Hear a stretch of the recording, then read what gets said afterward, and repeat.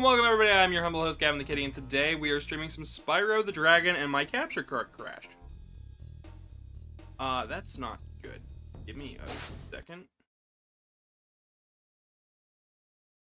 Oh, it just really crashed.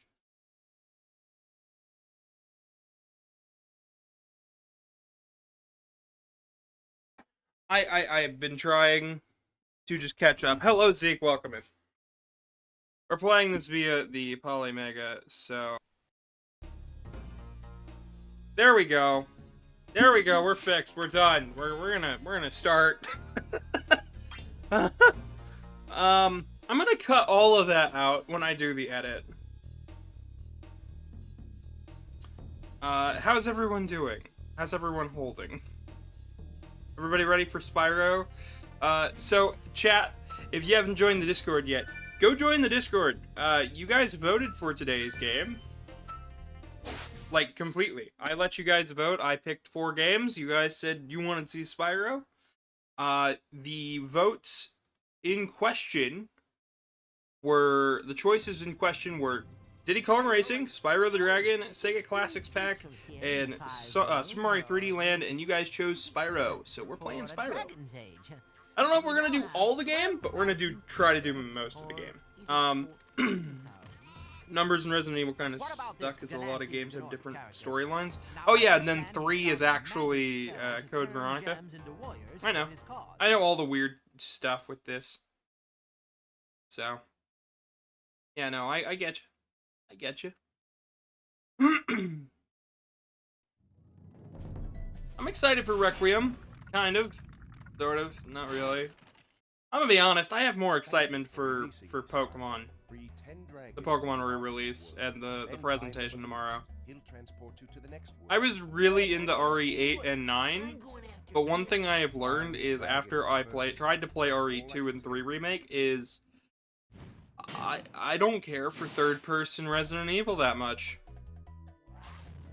And the only thing that had me hooked with RE7 and 8 was the fact that Ethan was there. And by the time the DLC for 8 came out, I was on to other things. Which sounds bad, but still. It's like I like Resident Evil. Not as much as I like Mega Man. Not as much as I like Street Fighter. Not as much as I like this purple dragon here on screen. And yeah. Speaking of the purple dragon you guys see on screen, currently... there's been some rumors of a new game coming out. If it happens, I will be ecstatic. I haven't gone over my history with this game, and I definitely should. So, might be wondering, why am I playing the original and not Reignited? And that boils down to, I don't know. This is what I remember. And this week is something special. And I want you guys to know. So, on Saturday, I will be turning 26. Press the jump button so, to glide, and yeah. Don't be afraid. Afraid? Of what? And yes, I am old enough to remember Spyro 1. I had Spyro 1 growing up. I played it a lot, and every now and again, I would accidentally put in the demo disc for Spyro 1, not realizing what I had done, and, getting confused on why it stopped after the first world. Because I was that kid with a demo disc, and some of my games were from the demo disc. Like, I continuously played Brave Fencer Musashi from that demo disc, because I loved it so much. Like, I played a demo, like, everybody else who, like, had a console at the time, bought Brave Fencer Musashi for Resident Evil, or no, for Final Fantasy VIII, for the demo.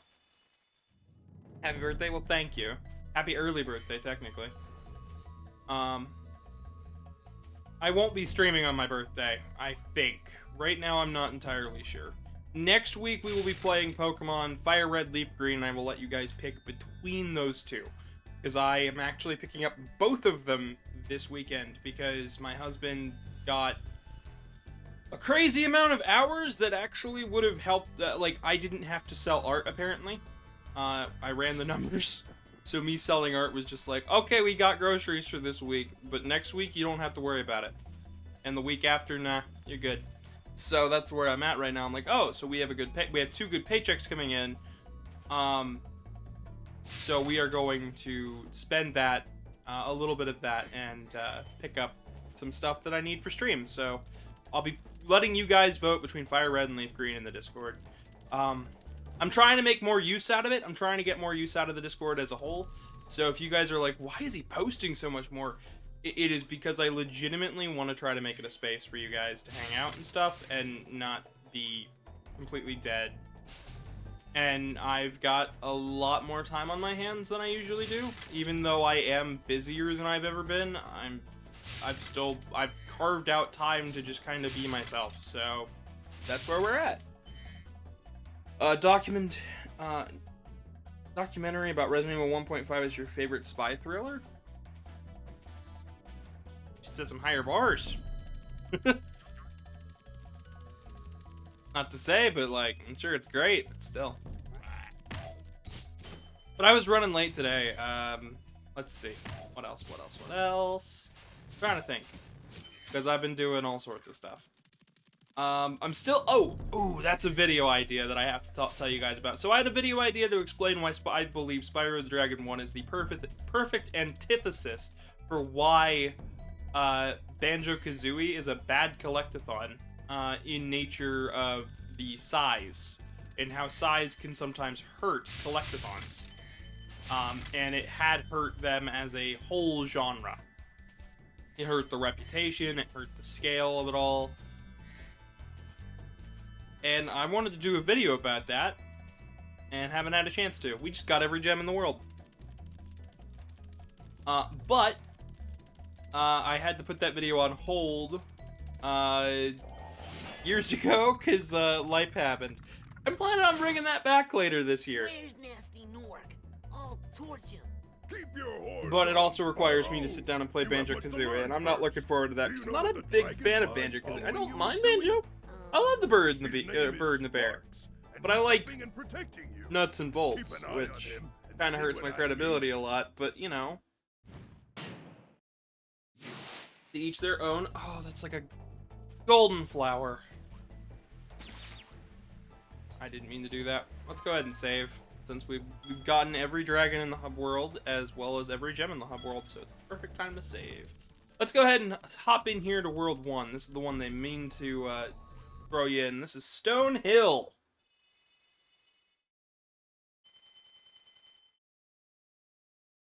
This game is awesome. Okay. If you've never heard of Spyro the Dragon, I wouldn't blame you. That's okay. He's been kind of gone since about the start of the PS3.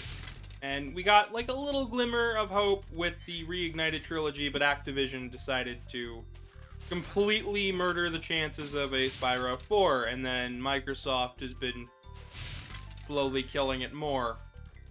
And I'm really hoping Toys for Bob's Games got the license for Spyro the Dragon, because I do not want my purple boy to be stuck with Microsoft. It makes me really sad to say that this is owned by Microsoft right at the moment. Because, like, it should not be. So we can get sheep to get butterflies to feed Sparks, and when Sparks is golden, we are golden. Our main goal is to get gems, get back the dragon eggs, and stop Nasty Nork. I just gotta get a key for that. Watch the dragonfly, Spyro. By the way, this is the character that shows up every time you try to look up my name. Stay still. Sorry, chat, I didn't think. Sure. I truly did not think about that. And the worst part is, that was the coolest freaking thing when I was a kid, because that's my name. I was like, oh my god, that's my name. And I was just really freaking happy to see my name in a video game, like, just pop up on screen. I was like, what? And it made me happy. And I I think about this now. This game is one of those childhood classics of mine where it's like, I played this 2 different ways. I never beat it as a kid. I've beaten it as an adult, and man, oh man, it never loses its luster. I still think this game looks immaculate for being an early PlayStation 1 game. After you freed all the dragons, pass through this fancy vortex thingamajigger. It'll take you back to the artisan home. But first, let me tell you a story. No thanks. See ya. No thanks. I love that. It's just great. So off the edge here, we can go back up the ledge. Okay. A little bit too close. Got it. Sparks will pick up nearby gems, so we don't gotta worry about it. Sadly, the right stick doesn't move the camera. I'm stuck with the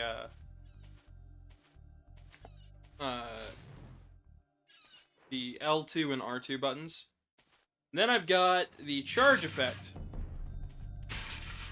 So charging will let us break these iron crates. Iron chests. Whatever you want to call them. We're just kind of getting our dragon horde back. From nasty Newark.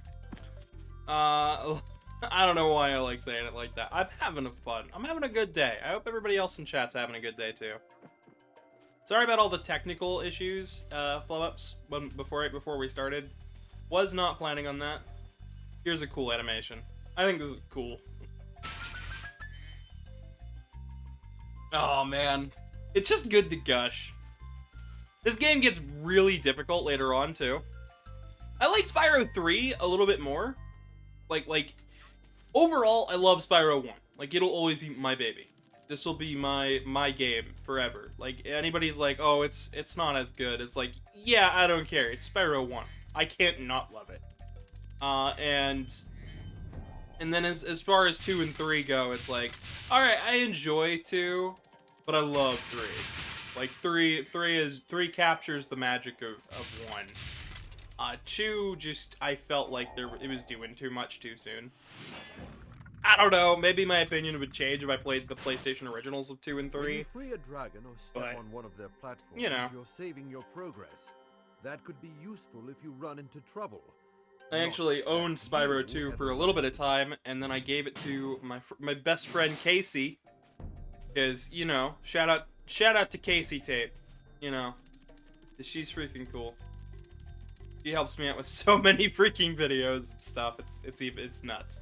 Even with her not, you know, living here anymore, she still helps me a ton with stuff like this.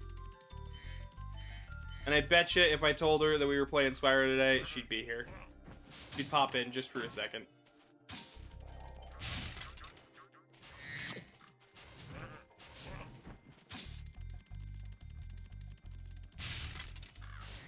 Speaking of stuff, I got all of those commissions done except for one, so I am cleared up for more art comms and stuff later on. I don't know if I'm going to keep them open for too much longer. I know I've got 2 planned for next month, but that's it, so art be art. Maybe, would you guys want question, chat, everybody who lurks, everybody's watching. Do you guys want me to do an art stream? My art keeps getting better day by day. I never stop. Never stop trying to learn stuff. And I want to know, art stream. Do you guys actually want to see it or not? Spyro, my friend, how about a hint on gliding? You bet. For the Tell you what, we'll make it a longest poll. time, press the X button at You the be top down of for the that? jump. I will make it a Try poll. pressing the triangle And I'll, button to drop new down poll. in mid-flight.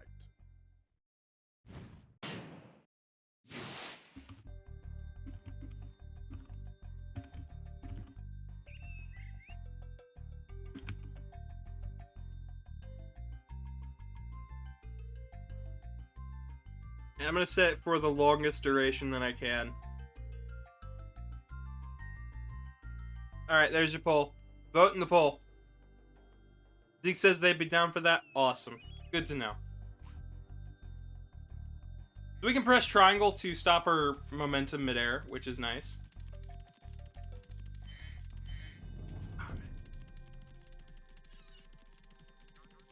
I've just been enjoying just existing and vibing. Oh, these are one of the egg dudes. The trick to getting them is running to the right or to the left of them and just slowly turning in on them. They're really fun to try to catch. Here's a neat effect that I loved. I love this. So there's actually some explanation. There's glitches and stuff to get behind here. They are super easy to do. So all that's behind here is like the model, that first hill, and then everything else behind it is a parallax scrolling backdrop. And I love that. I love that. That got me interested in video game development when I was a little kid, because I was like, you know, how does that work? Like, how did they get it to look so far and not at all? Like, that's nuts. It's like an art thing, and it made me happy. And when I was a kid, I was really into science, and I'm still really into science, and math was okay. Math was like, okay, this is a necessity for science. But as far as, like, video games go, I didn't realize how much math, science, and art can play together to create something amazing. And that was part of what Spyro taught me. Like, as a series, as a franchise, as a game. Because I didn't know any of that. I was like 4 and 5.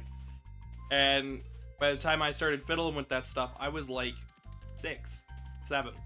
And I was starting to really learn. And yes, you kids can meme about that all day long, those numbers. I don't care. I don't mind. Do your funny memes. Do it. Do it, funny man. Do it for the meme. Do it for the vine. Do it for the talk. Did they say do it for the talk? I don't know. Alright. So if we hit select, we can actually see where we stand with this world, and we are good. Now, usually you would click one of the things that you can do is you can click go home, and that'll take you directly to a home world, the hub. But I don't want to do that. I want to show you guys what going to the end of the level to finish it looks like. Since this stage is rather small, and I think it's a good introduction, honestly. Like, I just think it's cool. Like, this is just awesome. And this animation's sweet, too. Honestly. It's just awesome. Now, the enemies do respawn, but if you've already got them, they just give those, and what those do is when you get enough of them, you get a free extra life. It's kind of like bouncing on the heads of Koopas in Mario. Essentially like, oh, you're here? Well, we can give you something for taking out the enemies, even if it isn't a lot. The gems do not respawn. It's just these. Oh, and this guy drops an extra life too. So like, there you go. We get a little bit of extra. So let's see. We can go through the garden maze, or we can go up the tower. Chat, garden maze or tower? First one I see is the first one we go to.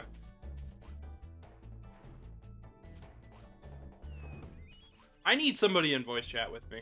I need somebody to ramble with. I am in a mood today. Anybody want to join? Any of the co-hosts in chat popping in today? Yay, nay?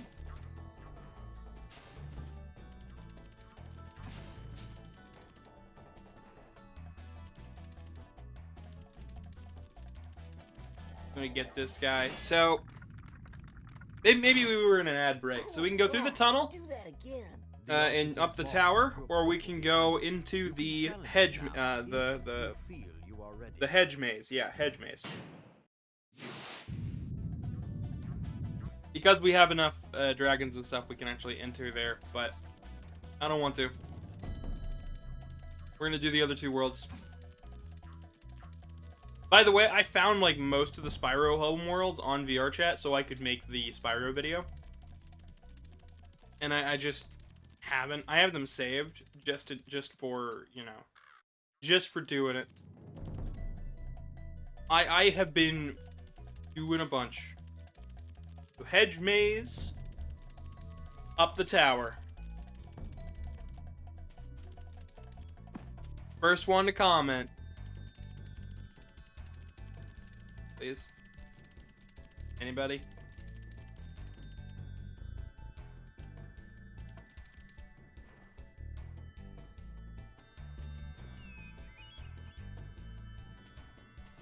You do... oh boy. Well... I guess we'll go up the one, the stage I don't really care for first. First we'll get this guy. I don't like this one as much. It's supposed to teach you about gliding. I don't know.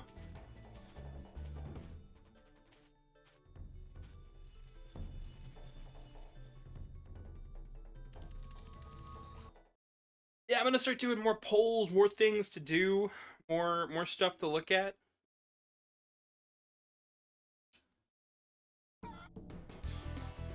was thinking about doing a movie night sort of deal, where once a month we watch a movie in the Discord.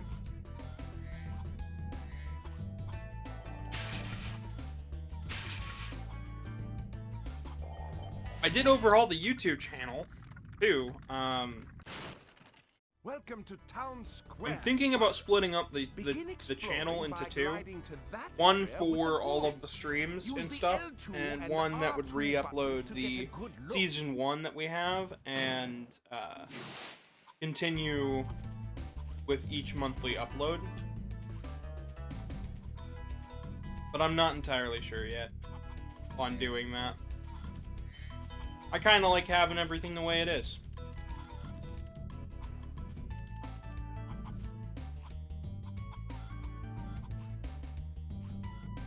I've been looking at how everybody else does this, and like, just kind of thinking through what I want to do.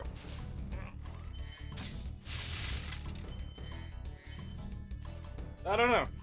I don't know. I think for now we're gonna leave it. We'll see where we're at.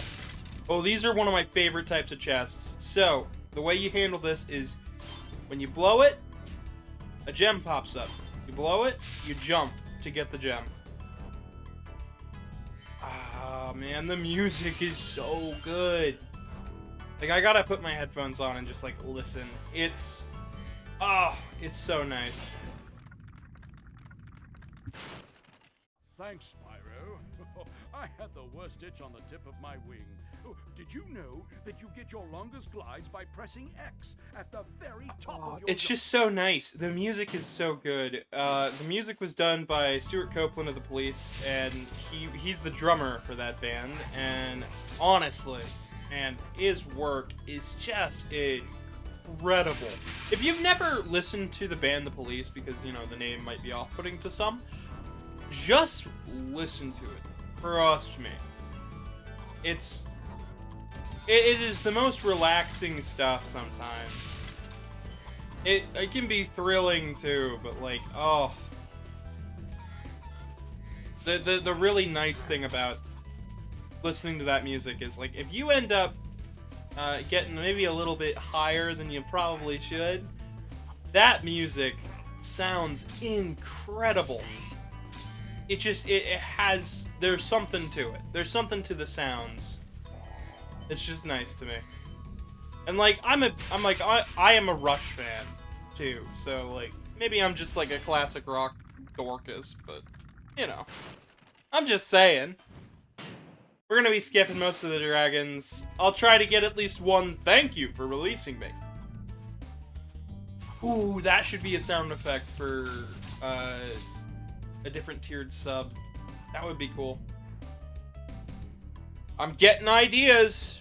We had one vote for a yes for the art. Okay, so we'll do an art stream next month and we'll see how it goes. All right,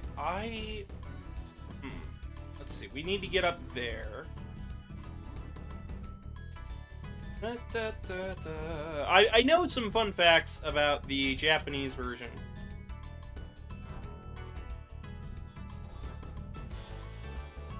If you guys would like to hear it. So the Japanese version changed a lot. The way the camera works, the way Sparks works, they changed a ton of stuff for Spyro. There we go. And the main reason was Japanese audiences were having a hard time grasping 3D. And a lot of that it's weird, right? It's weird to say that because nowadays, you know, like a lot of games are 3D. But even my dad, like, okay, my dad owned a PlayStation. My dad was around for the Super Nintendo and the NES and stuff. My dad grew up with those consoles. My dad bought a PlayStation because it was the cool thing to do, and he wanted a way to play his CDs. Well, he also enjoyed some sports games and stuff, but he liked video games, and which was awesome for me growing up because like my dad, like if a video game came out, my dad was all over it because like he wanted to check it out with me and my little brother, and that was always so awesome to me. It wasn't every day, it wasn't a thing we did often, but we did it enough to where it stuck in my memory. Like I have memories of the PSP and playing Ratchet and Clank, Thank you for releasing but me. I also have memories of playing this with my dad. I have memories of checking out Hot Shots Golf with my dad. Now it's known as Everybody's Golf, and I don't know about that, but it's certainly a good golf game. And yeah, no, I think it was really, really something special, but one thing I didn't know was that 3D games make my dad feel sick. Like the free moving swivel cameras and stuff, 3D Mario, he can't play them. I didn't know that! I always thought he always enjoyed those games, but the reason was that it made him sick. He legit couldn't play them, and that weirded me out. I was like, what? Because I didn't know that until we started playing Mario Kart 8, and I was like, Dad, we should play Mario 3D World, and he's like, nah, those 3D games make me sick. I'm like, what? Like, he's like, yeah, the cameras and stuff, I lose track of me, I can't do it.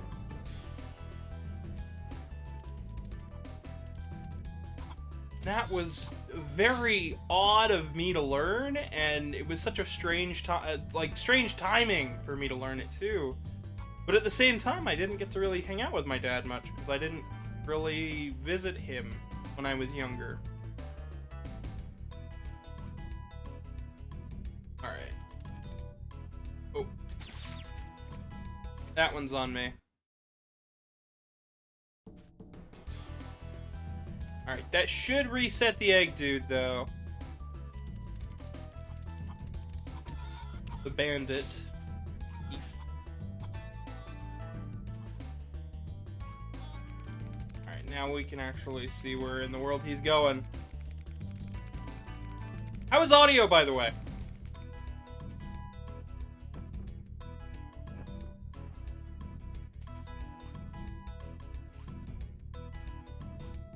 Does this sound okay? Can you hear the game? Can you hear me? Can you hear the na na na na na?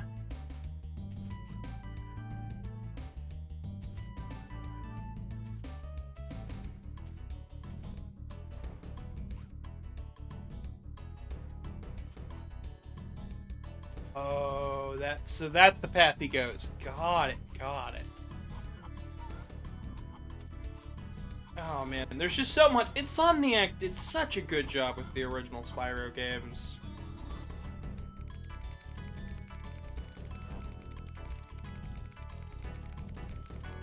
Not to mention like the Legend of Spyro games. I grew up with Eternal Darkness, or Eternal Night, I believe.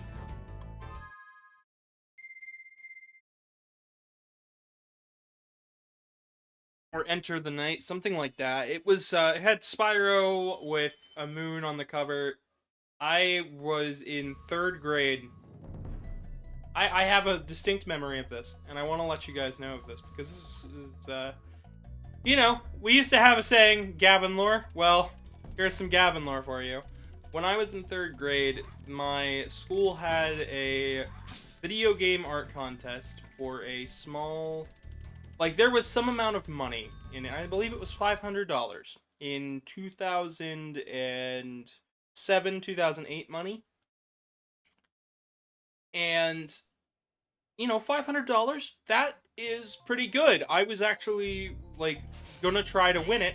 I got 2nd place. They categorized... They didn't have enough submissions to separate the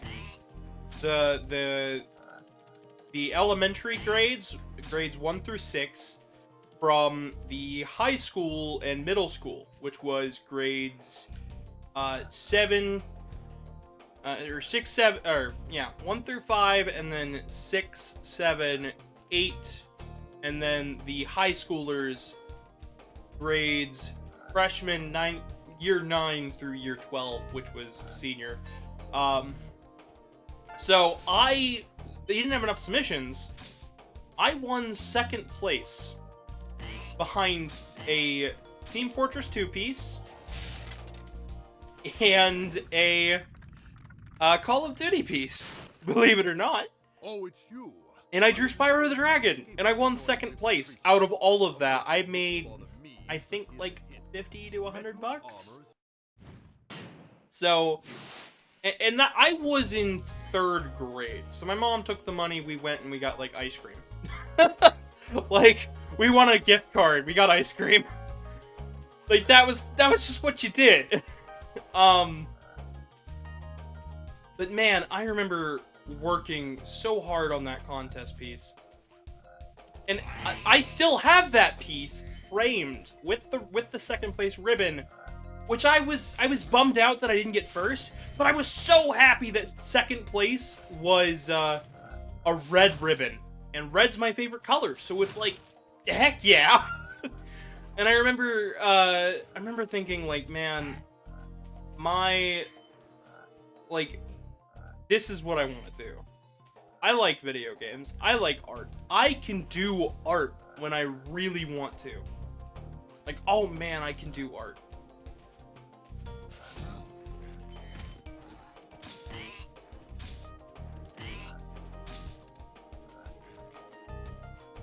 And, like, that aesthetic, that feeling of, like, sketchbook artwork, it just made me happy. Now, at the time, you know, you'd think, oh, well, you were in 3rd grade, so you must have done, like, a full color piece. No! No. I did colored pencils only, and I drew it on an architect's desk. I miss having that architect's desk every day. Every day I do artwork, I miss having that architect's desk. I have no room for it. Oh, absolutely not. I have none. But man, do I miss having that. These guys would block you if you tried to charge. The only way to hit them is a flame to the back, because their bellies are iron-coated. So, that in mind... Spyro, want to know a secret? Use the triangle button when you want to zoom in and look around. Oh, your secret's safe with me. I know lots of different facts, too, by the way. And I'm going to... I'm gonna spout a couple of them once we get back from the ad break. I hope you guys are enjoying this as much as I am, because I really am. I'm having a great time. I hope you guys are, too. I'm hoping to do streams more often. As soon as I finish up this fursuit that's in the other room, I plan on streaming 2 to 3 days out of the week. Every week. Alternating days. So. Also, Vignon got an update, and I was not expecting that. Vignon got a Linux update. I'm like, what? So, yeah, they added Linux optimizations. So if I'm I've got to download that after the stream and check it out, because I'm like, I run Linux. Thank you. Dodo. Alright. Oh, man. Just this nighttime aesthetic. This whole world just makes me happy. I've also got a film tomorrow. I have an interview tomorrow with an old friend of mine. Shout out to the Rat Messiah for agreeing to hop on my next video.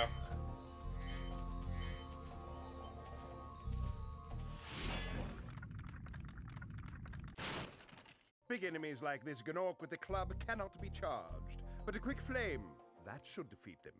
Alright, so we haven't gotten everything here.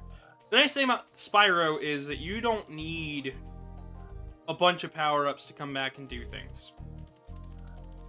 You can just finish each world from the minute you get into it. So you don't have to backtrack. Which was part of my problem with Banjo-Kazooie. I don't think Banjo-Kazooie or Banjo-Tooie are bad games. I just think there's a bit too much to them. Like, they're doing too much.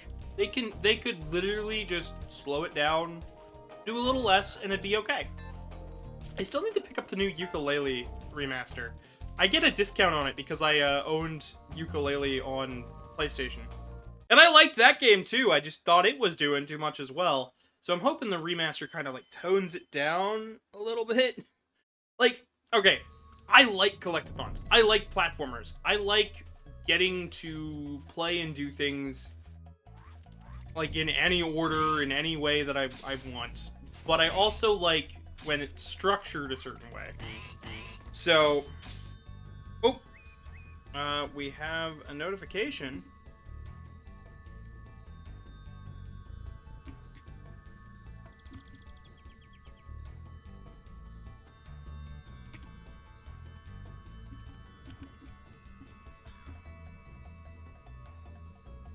Oh, you know what? I'm gonna send it to them.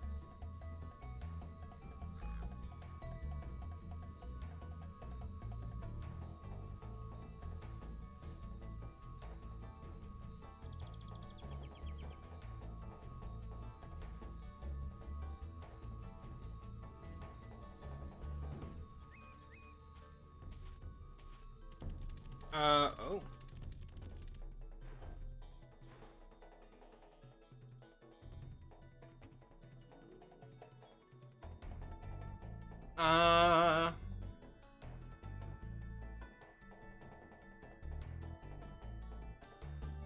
Bubbo.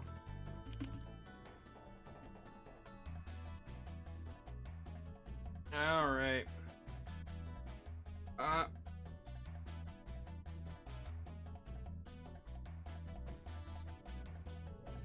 we had a bot in chat? Good to know. Good to know. Alright, it's time for our first boss, and that was always cool to me. Toasty, though, Toasty always scared me, and this stage is actually where they start cranking up the difficulty a little bit. The last couple stages, not too bad. This stage, will test you. Just a little bit. And if you were a young kid when you start playing, oh boy, will this test you. Especially because, like, when I was a... We've got enemies that require 2 huffs. 2 puffs of the flame. We've got a darker, more down-to-earth song.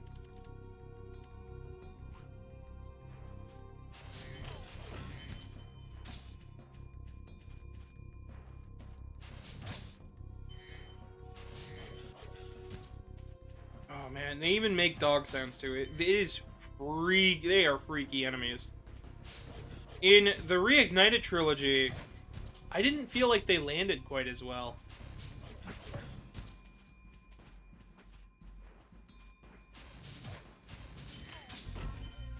So I didn't mention how many hits we get. We have sparks until he goes gold, blue, green, gone. And when he's gone, your next hit is lose a life.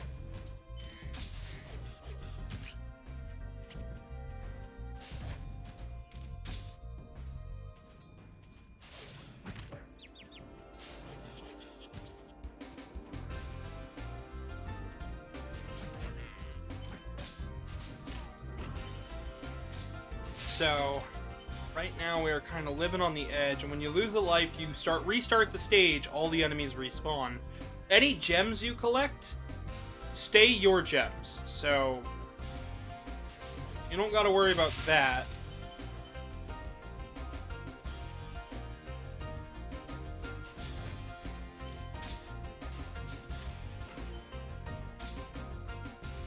When you get a dragon pedestal, that counts as a checkpoint, as well as a save point, so... No! Darn it! Darn it, darn it, darn it. Alright. We can just skip all these guys. We've been keeping track of where we're at, and I still got whacked. I still... And it giggled at me! He giggled! He did a hee-hee-hee sort of deal. Oh my gosh.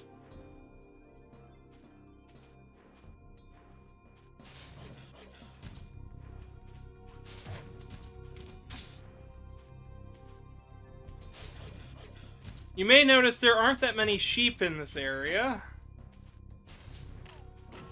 And you'd think, oh, well, it's a boss stage. Of course they wouldn't want to give you any extra help. There is a reason behind that. And I think it is nice. I think it's a nice bit of lore building.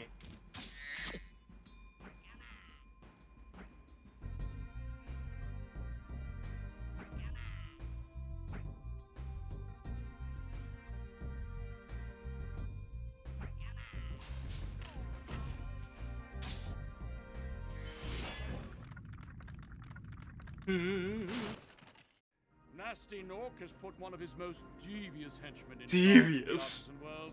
Bring 'em It's on. devious, chat. I smell a barbecue. I smell a Be barbecue, careful, too. Spyro. This boss has many tricks up his sleeve.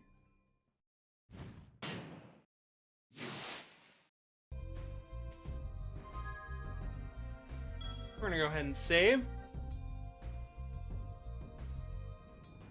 Oh man, just this in the original Rayman. So this is Toasty.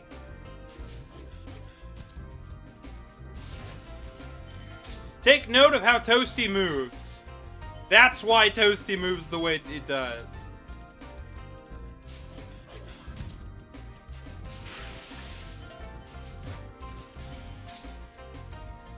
We took him down.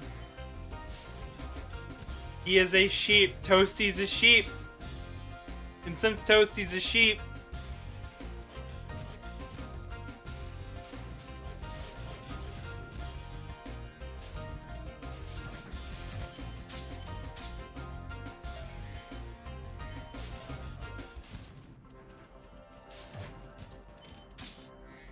all we gotta do to take him down is one little puff.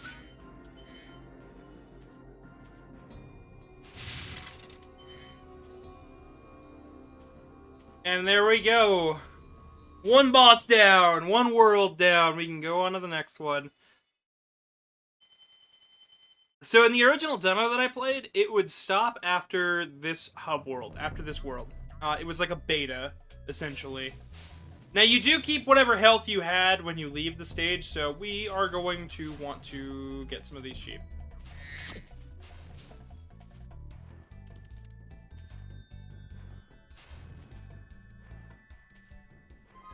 I did mention that I knew some stuff about the beta.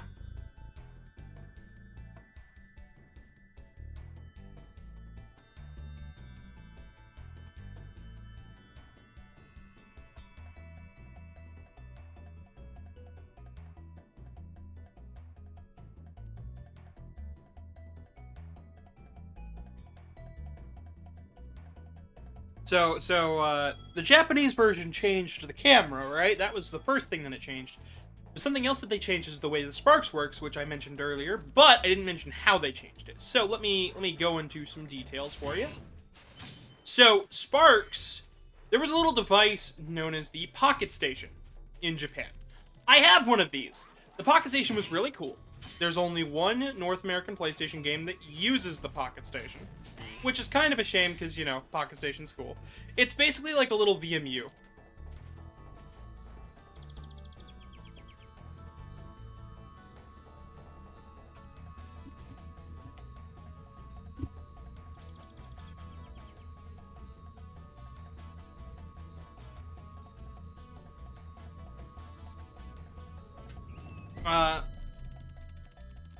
Yeah, the Pocket Station is like a little VMU for the PlayStation 1.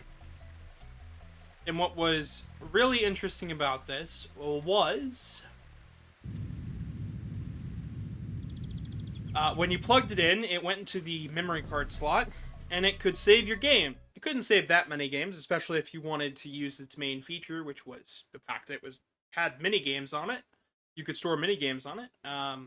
Those mini games could then be used to unlock special features once you plug the memory card back in and loaded it into the main game.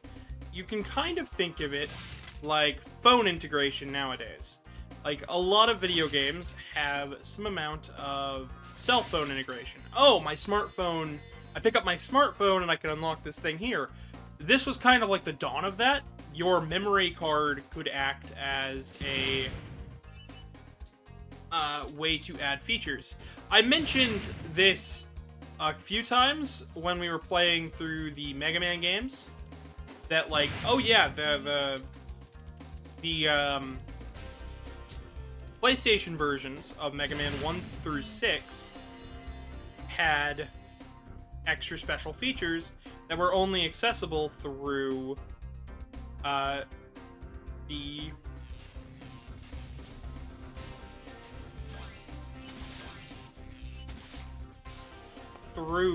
Pocket Station. Like, you could raise your health, the boss's health, make the patterns more difficult. And you could even give yourself, like, the charge shot in Mega Man 1. It was really, really cool.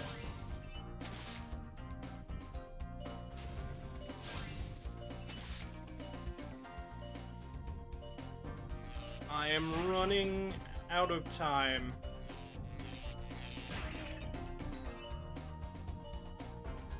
Oh, darn. Oh, so close. Try again. Yeah, we're gonna try that again.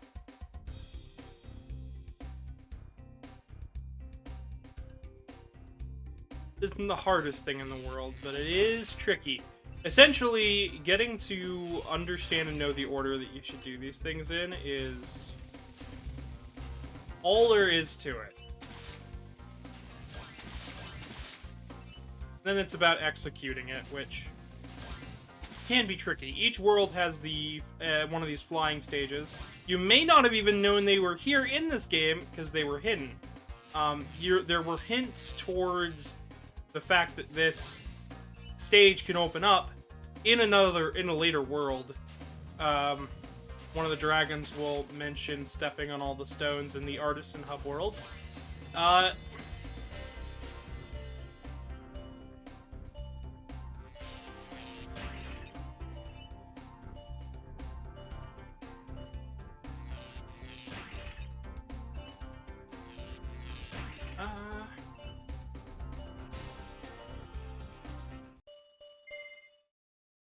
Okay, yeah. I think I know the order that we gotta go in. I think I know the order. So I believe it's gates.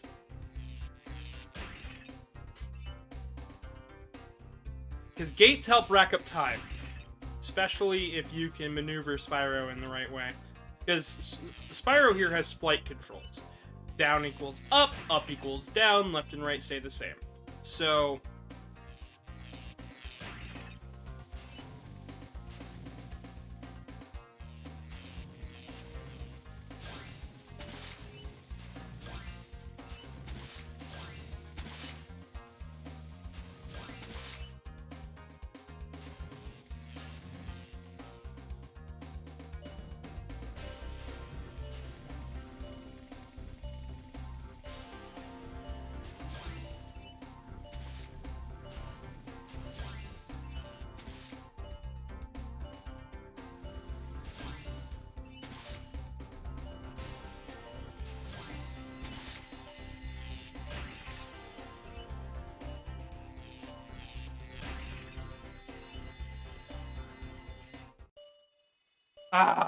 yeah, you do get points for getting them all in one.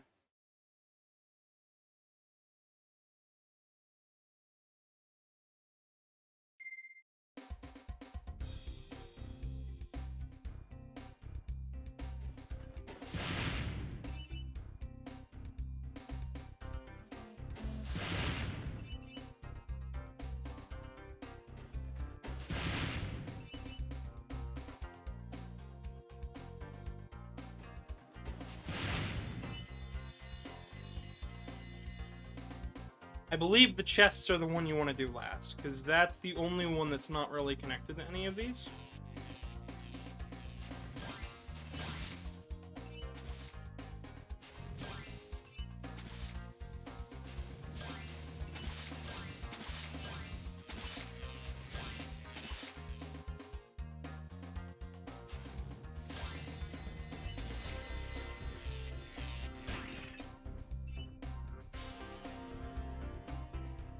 Hooray! Thank you for the bit. Sup? Not much. Just playing some Spyro, having a great day. Waking up a little late, made myself a coffee, but, you know, we're doing good. Having a good stream, vibing, hanging out, doing the last thing in the Artisan Hub world before I start talking about the reason the worlds are called the way they are here in Spyro 1, which is actually a really interesting thing, and I think you guys will really appreciate knowing this, because it's a little known fact.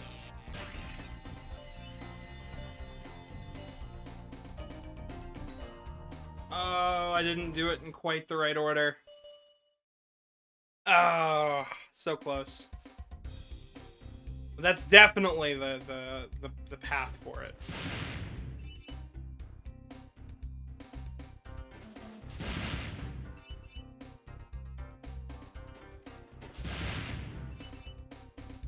I believe speedrunners charge through here. I don't really worry about it that much. Yeah, we just vibing. We having a good day.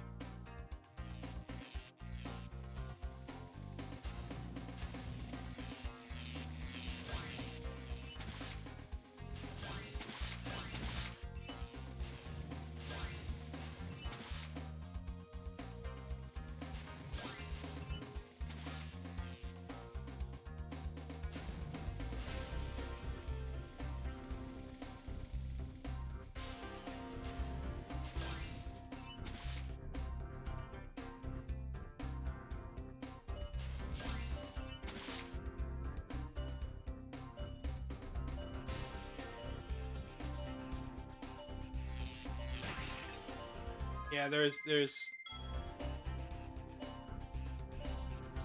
no chance. We'll try it again. Maybe the play is to do the gates first.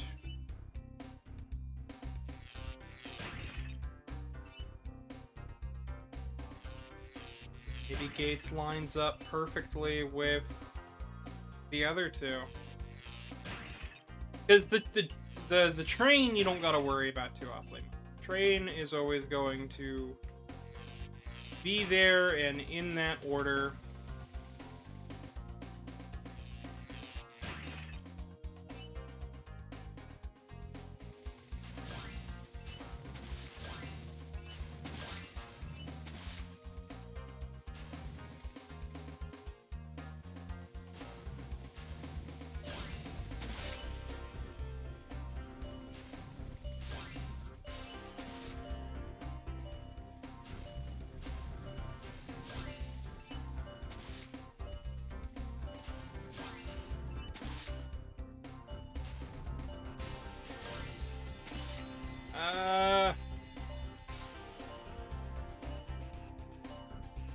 Maybe not. I didn't play these games as much as Crash, which is weird because this is way more of my style nowadays. Interesting. Yeah, no. Spyro is an interesting game. I honestly really like the Spyro games. They are my vibe as far as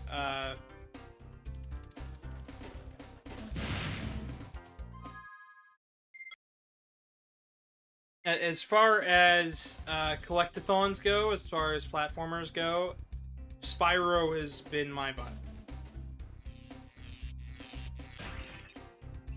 Okay.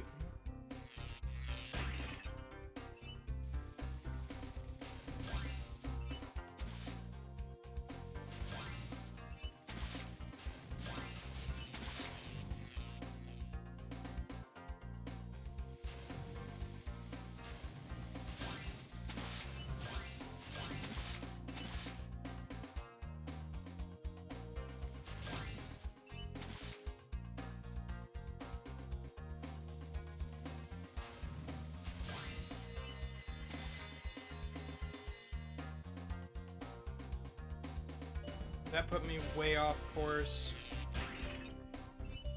Oh, man. This is like the toughest part of this whole thing for me.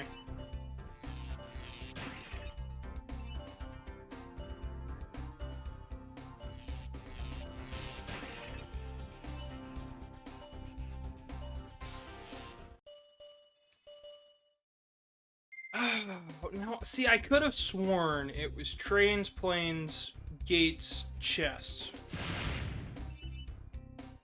But I am struggling to do that, so...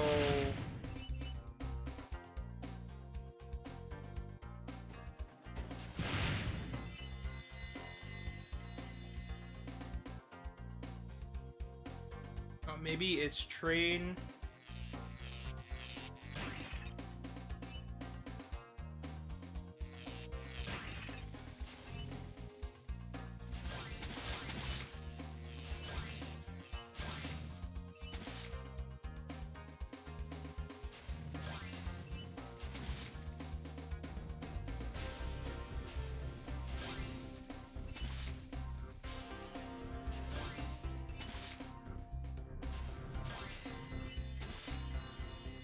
plane.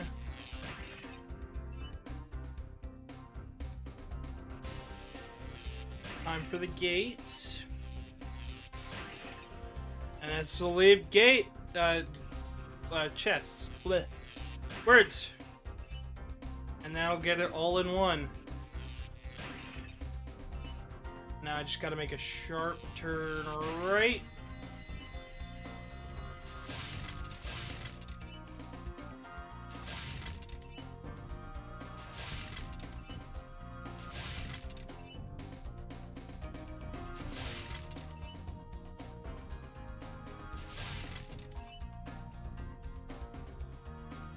Boom! All in one! Planes, Trains, and Gates is the unofficial sequel to Planes, Trains, and Automobiles. Sounds good with me. No. It does save your time. Oh, so I didn't even get to finish my thought on Sparks. So Sparks ends up with the Pocket Station. Sparks can end up getting more HP, making Spyro PS1 easier if you have a Pocket Station, but it can also be harder if you are trying to, say, just play the game, because the camera controls are a little wonky. I would love a version of Spyro 1 with the Pocket Station minigame, with US controls, physics, and layouts. I would love to see that. Every time there's a PS1 game, every time there's a PS1 game, I always loved... every time there's a remake or a remaster of it, I'm always like, okay, this game I know had Pocket Station integration. Are they going to bring that back? Almost every time I've said to say, no, they didn't bring it back. Final Fantasy VIII? Oh yeah, the Chocobo minigame? Gone. Sorry. It's like, okay, the base one is in the game, the one that was on the original disc, but the one for the Pocket Station, it's just gone, and they even mention it, and I'm like, you're kidding me!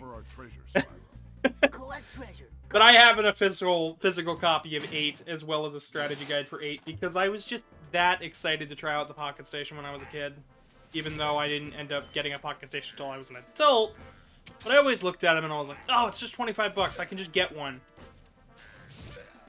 But, you know, I didn't end up doing that until I was an adult. I don't know why. So, Peacekeepers. I wanted to mention a little bit sooner that, hey, these, in particular, the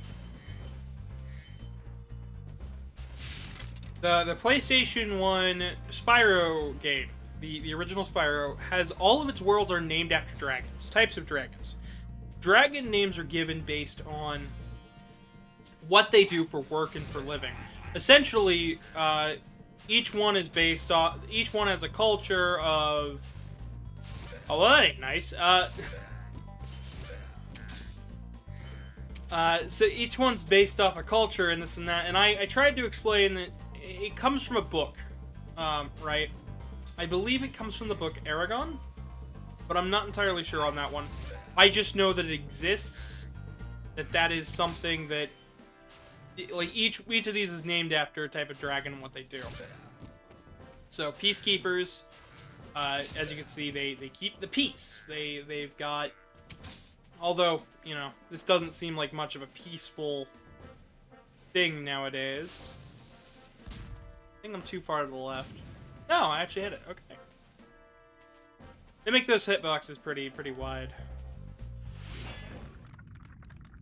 Robert says, I hope the stream is going well for you. It is going just fine. Sparks the Dragonfly has been doing a good job protecting you. Make sure to keep him strong by feeding him lots of butterflies.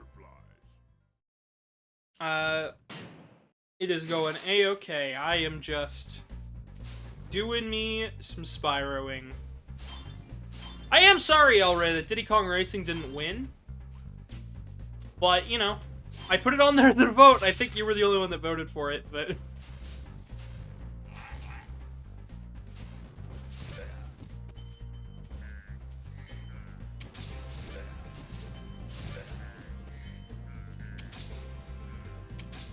Farmer says, I made a little graphic with that one website. You could use it for your stream. I might, actually. You'll have to show it to me. I know, I'm pretty sure that's the one that you did last night for that meme. Speaking of memes, I've got one to show you guys from the lovely Mayonator. If Mayo's watching, they should say something in chat. But I asked the other night, because I couldn't sleep, and I'm out of melatonin, is, hey, should I stay awake with some coffee, or should I try to get some sleep? Their response was, oh, I got it.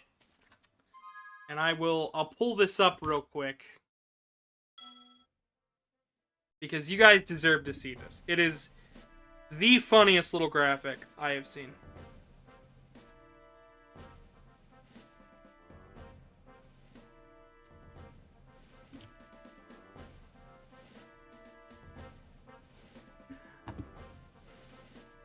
Let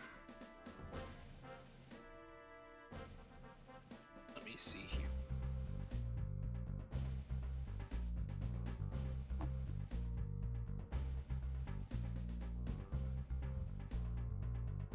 Close.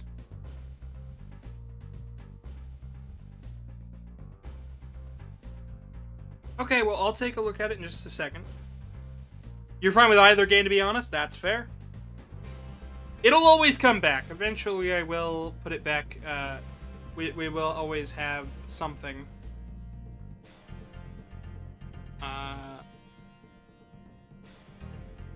right. So this was the graphic that I was sent. When I asked whether or not I should sleep, get some coffee, they told me, sleep, make coffee, put it on an ice cube, so that way then I get a little bit of sleep. And then I wake up immediately when the coffee hits my face, and I'm energized and ready for work, because we've got coffee on an ice cube that would slowly drip into my mouth. So, yeah, thank you, Mayonator, for that lovely graphic. It made me giggle, and I appreciate it.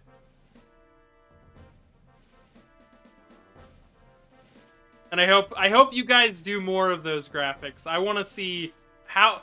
I wanted to say, this is why I'm late, chat. But I've been in such a frazzled sort of deal today. Alright, so we got everything over this way. So we're working our way around in a circle. And then we'll try to get every world. In my Reignited playthrough that I actually finished, where I 100%ed the game, got all the trophies for Spyro 1, in particular, I ended up...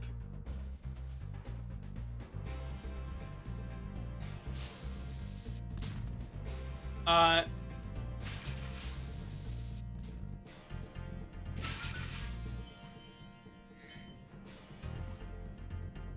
ended up skipping a world here on accident and had to come back where I was like, where is it? And it turned out like, oh, I had just completely walked past a path that had some gems and stuff and didn't even notice because I was just having such a good time. Spyro 1 is just, you know, it's a comfort game for me. So here's technically the first flight stage you're supposed to do. And we'll do that one in a little bit. You hope that's a cold brew coffee? I don't have cold brew coffee. I didn't end up doing that. I just ended up getting some sleep that night, but still, it was like 6 in the morning, and my husband was like, man, you were up at 6 in the morning. I was trying to wake myself up so I could be with you. I was like, I was trying to sleep. I couldn't sleep. Next egg! Sometimes they waste a little bit too much time going, yeah, na na na na. Love me some Spyro. Well done, Spyro. Keep up the good work. Yeah, all the Dragon Worlds have worlds. I also got asked, so what dragon would Red be? I just want to kick some. Just toast those enemies And I said, well, based on our job description, we would be from the Artisan's Hub world. We would be an Artisan Dragon. And what's nice is it fits the descriptor of what an Artisan Dragon is in the first place. Legs, wings, mostly bipedal. Wings aren't really intended for flight. They are intended to, like, push back oncoming people. Because it's not meant for combat or anything. It's just meant to look pretty.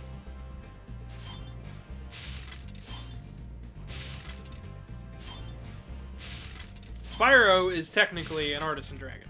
A young Artisan Dragon.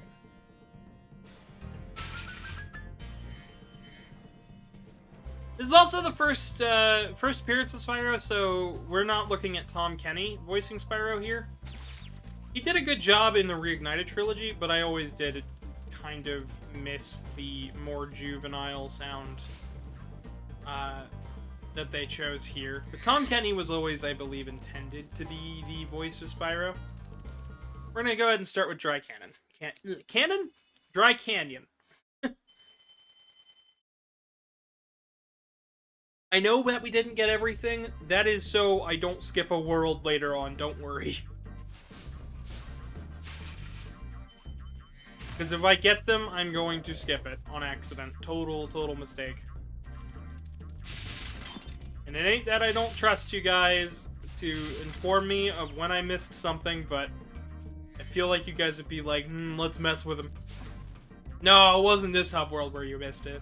And then I'd have to check the little tracker the game gives, and you guys have their own little blunderbusses.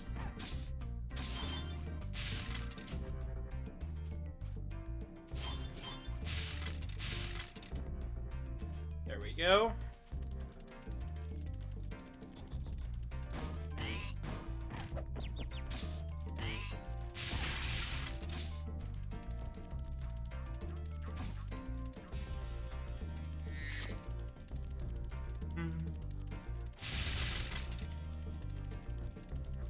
Gotta get back the dragon eggs.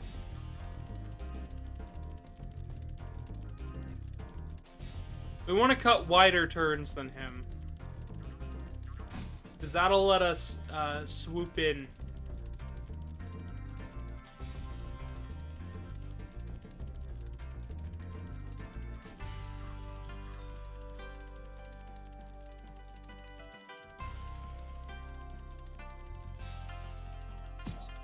Boom! If Spyro was a rapper, he'd be a artisan dragon? Well, artisan comes from artisanal. You know, it comes from the word artisanal. If he was a bar dragon, then he would technically be a service dragon. Because it comes with the food and restaurant service industry. It's based on a specific job insight. So there's the magic casters, the peacekeepers, the artisans, each set has their own, like, thing that they are proficient at.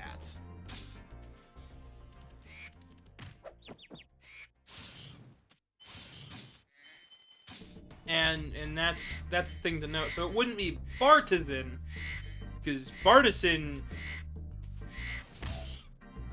Bartisan doesn't mean what you think it means. I don't honestly know what it means, or even if it's a word, but I'm pretty sure it does not mean bar tavern keeper. I'm pretty sure it would either be a tavern dragon, which would entail he would be a kobold. Specifically a lizard-like kobold.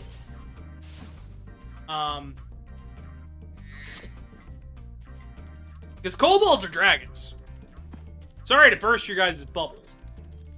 Kobolds, in the sense that we see them a lot more now, they're dragons. They're just little dragons. People make jokes, oh, they're dumb little creatures that don't know anything. It's like, no, that is still a dragon. That is still something with years and years of knowledge. Kobolds wouldn't be dumb in the traditional sense. They would be dumb for a dragon, which wouldn't mean much, because the dragon is still supposedly smarter than a human. So... yeah, but if for say Spyro was a tavern dragon, he would be smaller. He'd be kobold-sized. Dry Canyon rewards good gliders. You are a good glider, eh, Spyro? I was born to glide.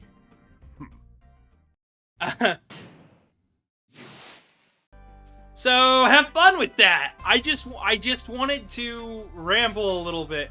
When I was younger, I was really into dragons. I was really into mythology and mystic stuff. Because I was a kid! This game sparked my imagination so much, I wanted to know more. So I grabbed books on it. I read books on it.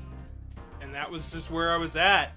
And it's one of those things where it's like, I do not think anyone cares about it, so I don't say anything.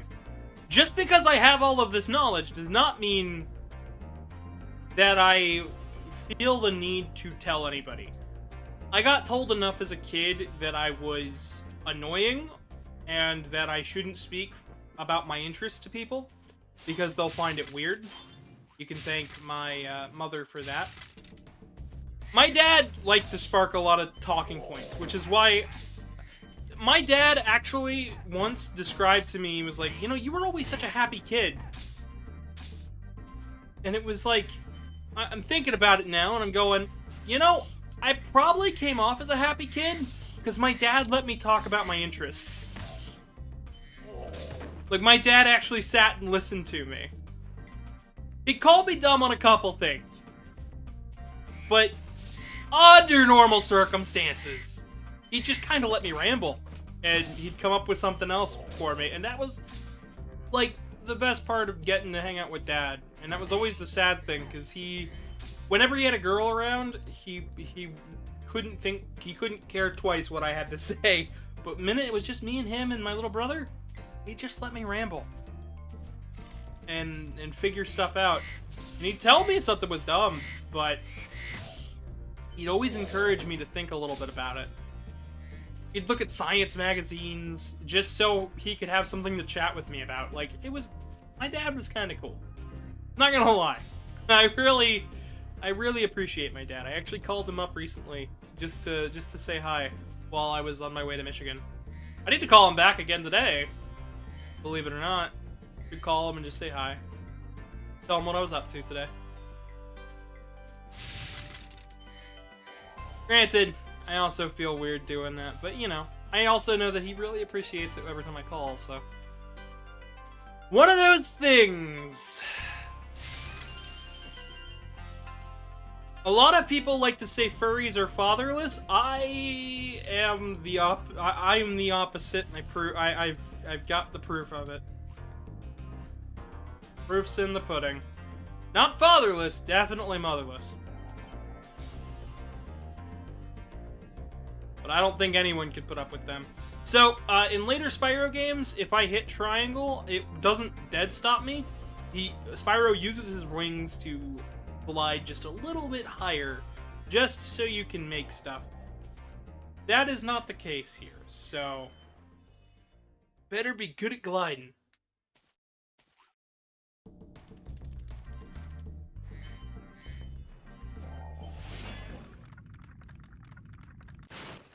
Is that you, Spyro? Are you the young dragon I've been hearing so much about? Ever since you're a wee puff of smoke, we've known, You've known? I forget.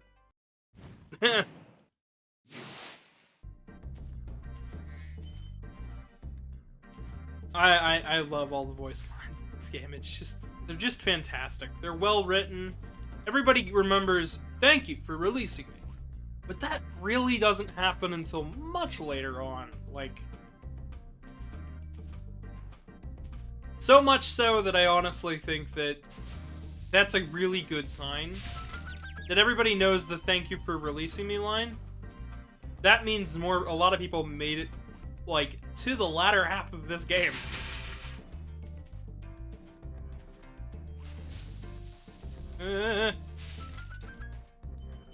Love firework chests. Also, don't care for firework chests. I don't think I can make that. I think what I gotta do is glide over here.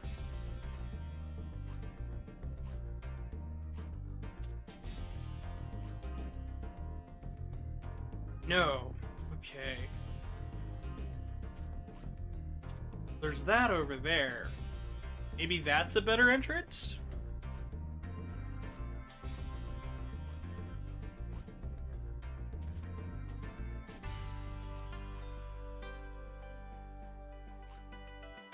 I just realized my mistake when I was talking about I don't know why my mind went to tavern and bars. If he'd be a bard, he'd be a bard. Yeah, bardism. Bardtism. That is actually like a thing. That is actually like, because music artist, so it would be bardism. For as much as I know, I'm also very dumb. Like, bear with me. I hope we can get some people chatting in chat today, because I really want today's stream to do well. I'm doing my best to keep up with everyone today, but I'm honestly just scared that today doesn't do well.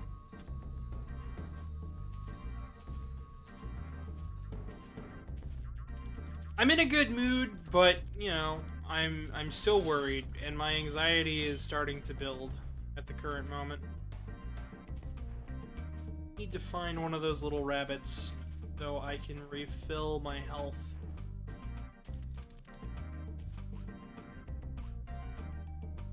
I go ahead and save. I am playing this on the Polymega. Oh, shoot.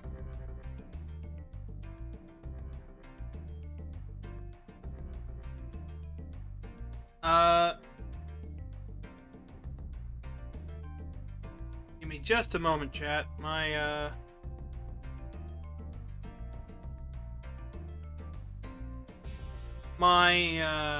VTuber model was making the RAM climb, and I just now noticed it. I hope the Linux optimizations, when I can get that downloaded, work well.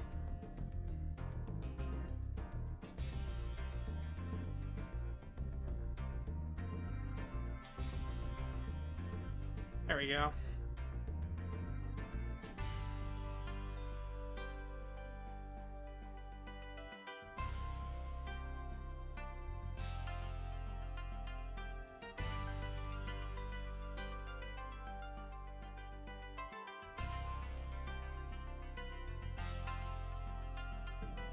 There we go.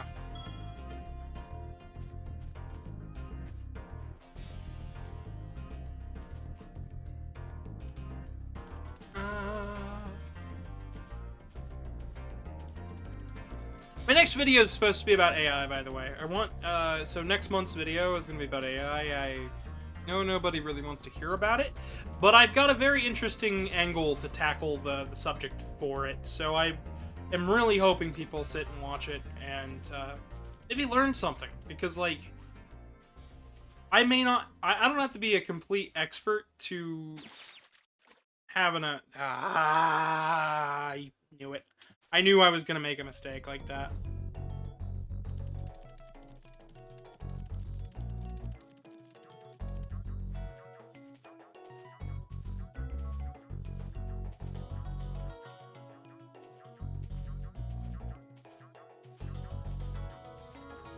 Okay, so we're gonna have to jump over there.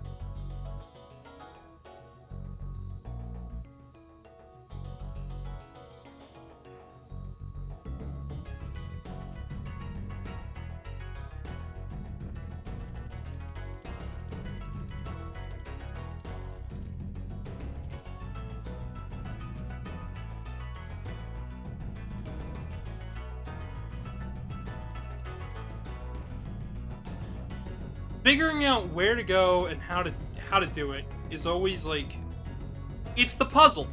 It's the part of this this game that I actually really enjoy.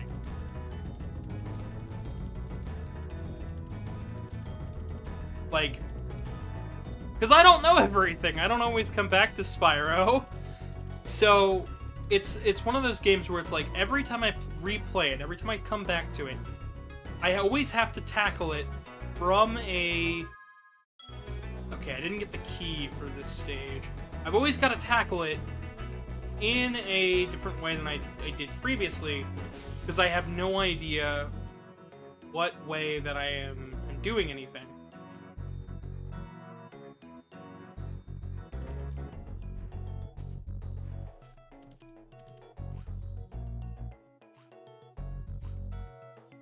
Notice that this...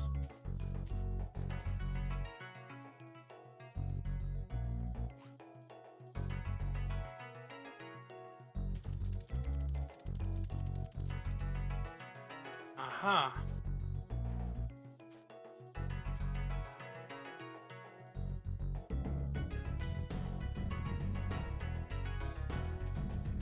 Okay.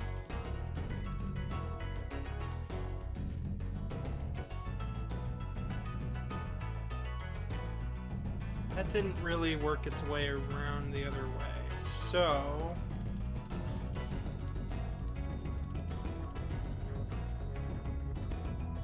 This tapers off. Tapers off. So.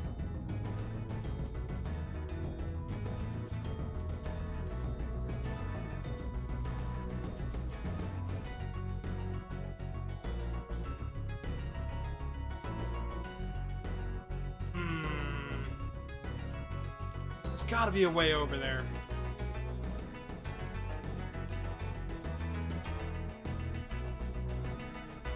Gotta be.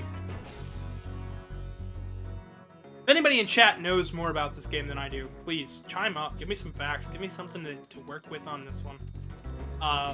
Because I would... Yeah. Yep. Would love to...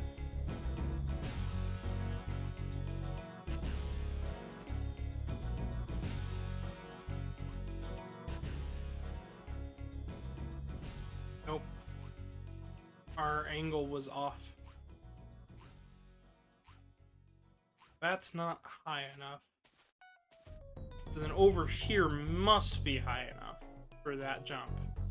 Like, without a doubt. Well, not if I mess it up. Not if I just fall off and start gliding. That probably doesn't give us enough height.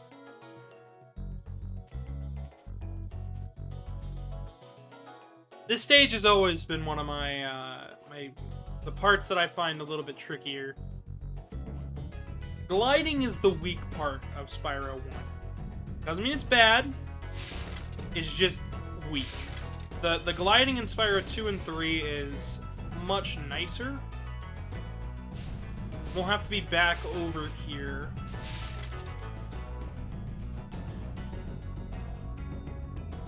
ledge gets us here. So, that means that there's gotta be a way across to the other bridge towards the end of the stage.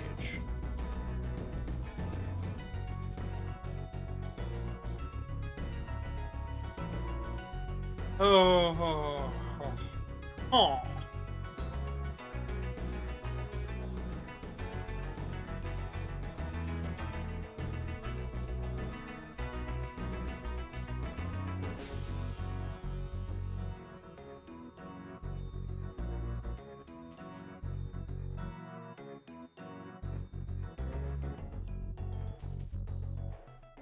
Couldn't mean over there, right?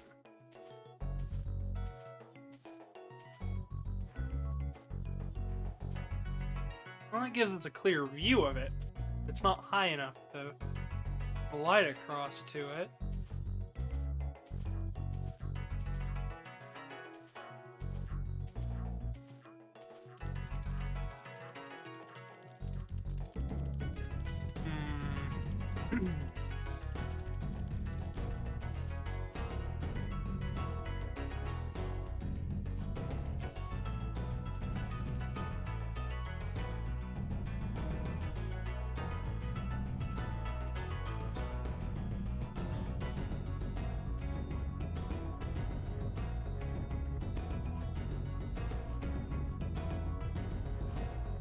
Just need more of a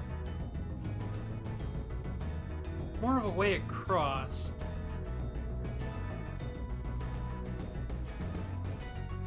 See, because I can see it from here.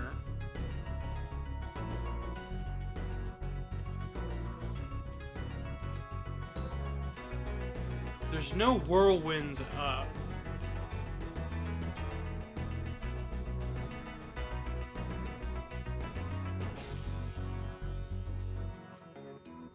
That's definitely not the height that I need. If I was up here, it would be no problem.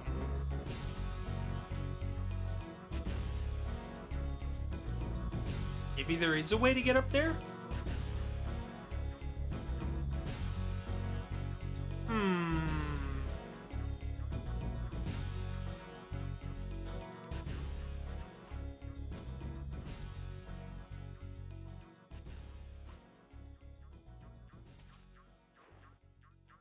I don't know. I don't know how to get across that.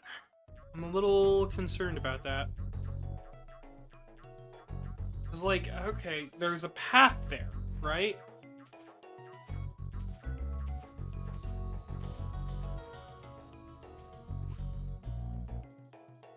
That's just not high enough.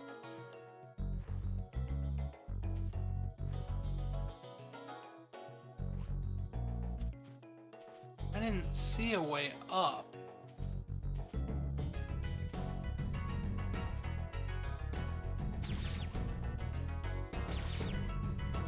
Oh, and now I'm taking a bunch of hits.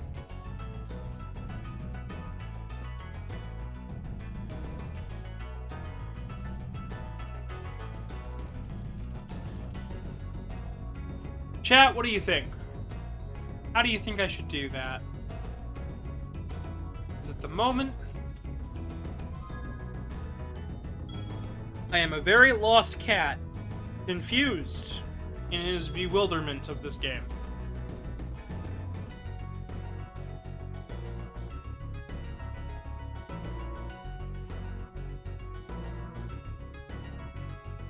That puts me over here, and that puts me off over here.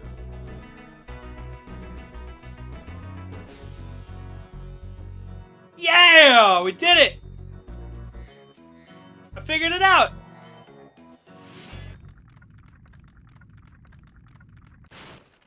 Incredible glide, Spyro. I thought I'd be stuck here forever with those ugly vultures standing on my head. Those birds might look tough, but they're pretty tasty. Flame broiled, with a pinch of salt.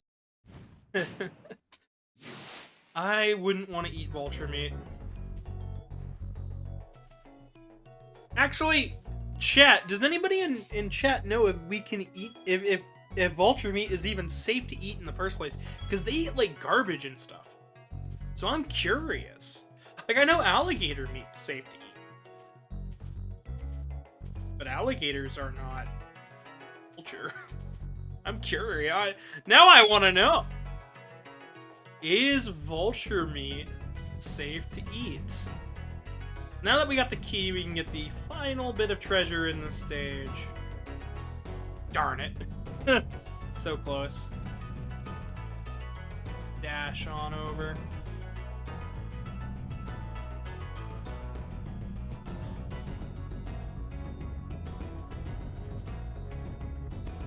Is Zeke still in chat? Zeke, can you answer the question? If you're still here? Because I want to know. I need to know if vulture meat is safe to eat. Maybe Karmic's still listening from work. Should be about his break time. Is vulture meat safe to eat? My curiosity is swelling, chat. I need to know. I don't think it is. I mean, vultures are healthy in an ecosystem. Having something that cleans up something else is nice. A lot of people use vultures to mean, like, death. In, like, symbolism terms. I feel like if you wanted to go real scientific with it, vultures should be depicted more as garbage men.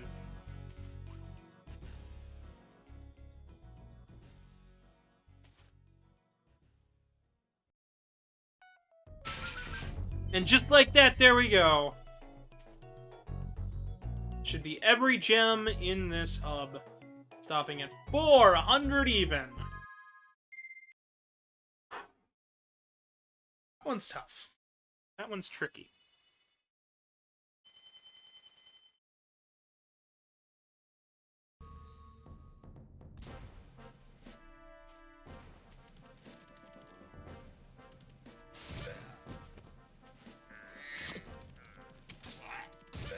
Alright. Let's head to Clifftown. Clifftown. This whole world is like, so the first world was like, okay, collect stuff, get your bearings, learn about gliding, learn about flame, learn about charge, learn about the moves that you have to attack. And then the boss there was like, okay, now put it all together. The world here is, okay, you know about all of your moveset now. Now it's time to get good at one in particular. Get good at gliding, and get good at dealing with enemies.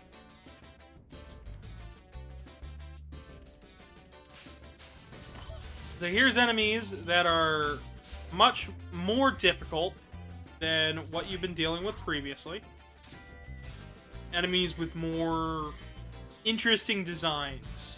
Here's some stuff from Toasty. Here's enemies that charge you, but they've got flames on them, so you have to charge. I have their shields on them, so you have to charge them back instead of flaming them. Even though flaming would be the easier method to handle that.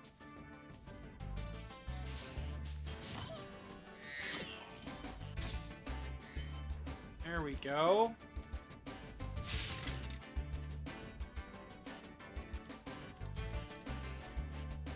And I just really like this game. It feels nice. I did mention before that I am playing this on the Polymega. I want you guys to know that I'm using this system. I am not sponsored by them. I want you guys to know because, like, this is actually a really convenient way to play How's a dragon supposed retro to games flame like metal this. armor anyway? Remember, Spyro, flame won't harm metal, but charging with your horns, that should do the trick. Hey. I can hear him. He's up there, taunting me. Menacingly taunting. That's how we're doing it. We're doing it Patrick. We're doing it Patrick style today.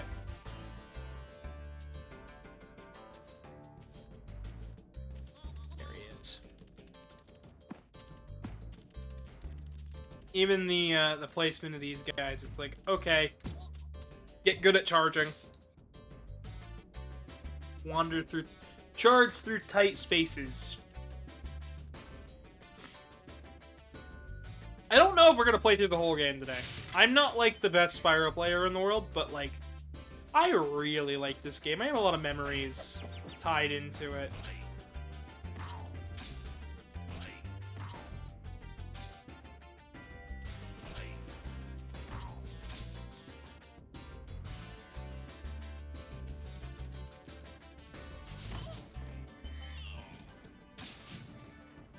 Make sure to flame the pots, the stew.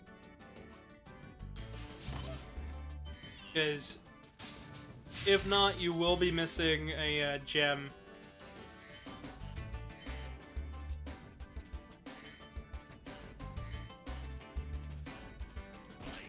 I like that the angle of surfaces also change the speed at which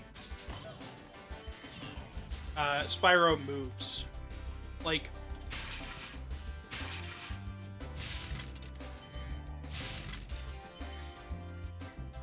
you may not have even noticed it.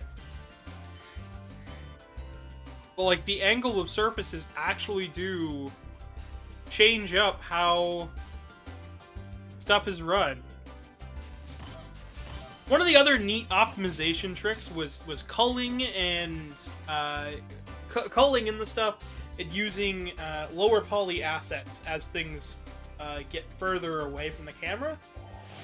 I just love how this game is. Hey, what's on the other side of that river?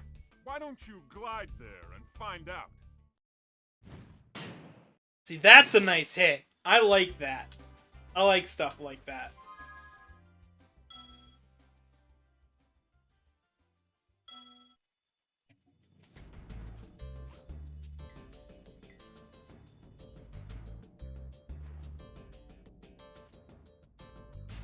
Here's another cool thing. The fireworks. Bam! And then we've got those gems to get once we get back up there. Got some on the ground we gotta get to. Since we've already been to the top and cleared out the enemies, there's actually a whirlwind right there.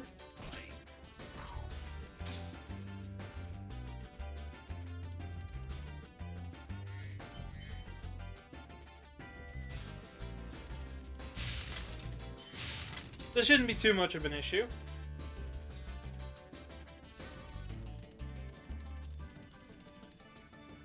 Whoop.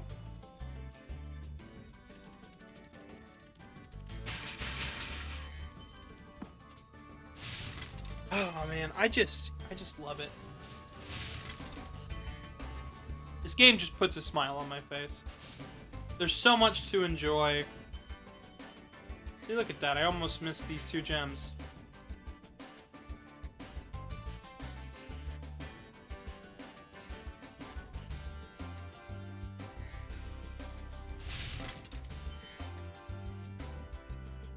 The PlayStation 1 really was a huge part of my childhood.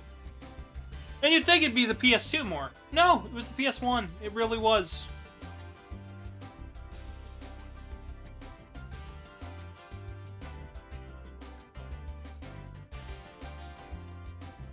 So, the game wants us to glide across here. We have to have 2 things to do so. We have to have the height, we have to have the speed, and the courage to do it, because, like, it's a pretty good distance off. And right up here is where they want us to do it.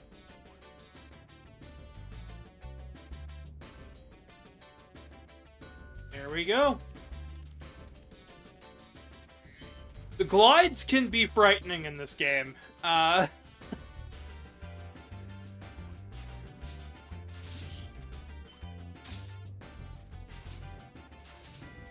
This was actually ripped from my childhood copy of the game too, so I am using the file that I have for this title. So it really is, it is something special. My copy of Spyro came in a Spyro 2 case. I don't know why. I don't know if my dad ever owned Spyro 2. Because, you know, by the time I was a kid, you know, PS1 was on the way out the door. PS2 was coming out. There was so much hype and fervor for it. But, like, my dad owned a PS1, and this is what I got to play, because he ended up getting a PS2. So oftentimes I was playing the PS1 when I was home from school. It was like my first game console. I didn't get to keep it. I don't know if my dad still owned it or if my mom sold it. I think my mom sold it, to be perfectly honest. But yeah, I know it was my dad's game console. Point in Clifftown. You can get to almost anywhere from here. If I were you, I'd use that whirlwind there.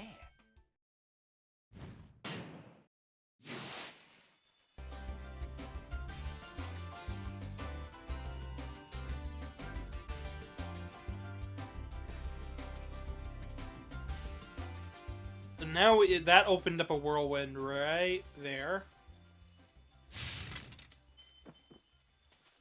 So now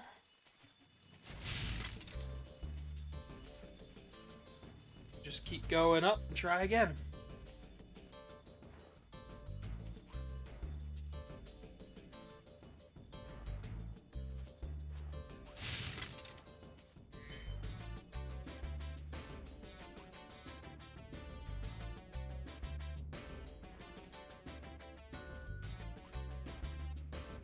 I love this game just sounds so good. Like, if you're ever like, I don't know. If you're ever just not, like, feeling okay, just, like, listen to the Spyro soundtrack. It is a vibe. It is a bop. And it is enjoyable. It's a good rhythm to play a game to.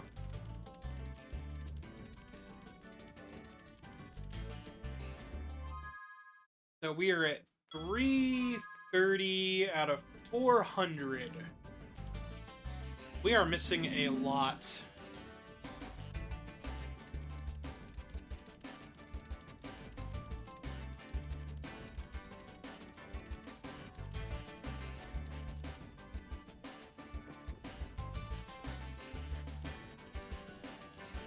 Ah, that was on me.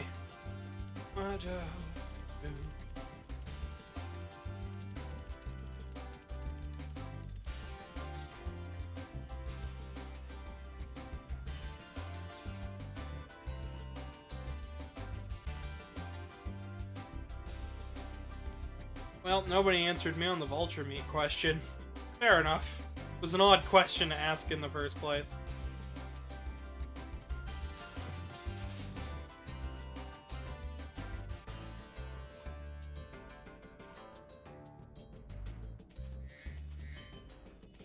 There's some of them.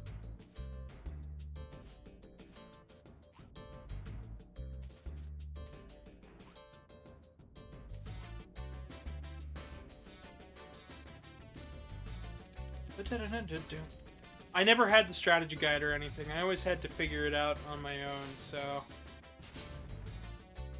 They were like, wow, you just don't know this game. Must be bad at it. It's like, no, I'm exploring. I'm doing exactly what the game wants me to do. Explore their expansive little levels. I feel like collectathons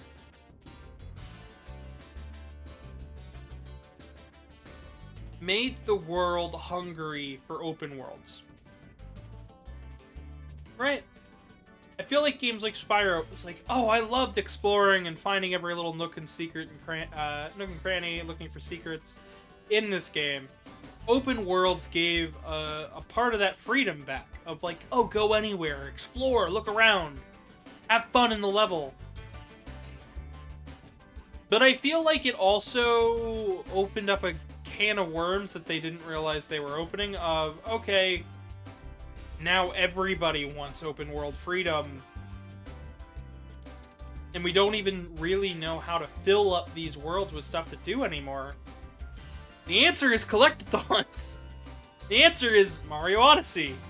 The answer is Spyro the Dragon. The answer is Crash Twin Insanity. The answer is right before us. It is in the past. It is make levels with stuff to do, and the players will enjoy it. I completely forgot about these gems that we opened up. Still won't be enough. But we are getting there.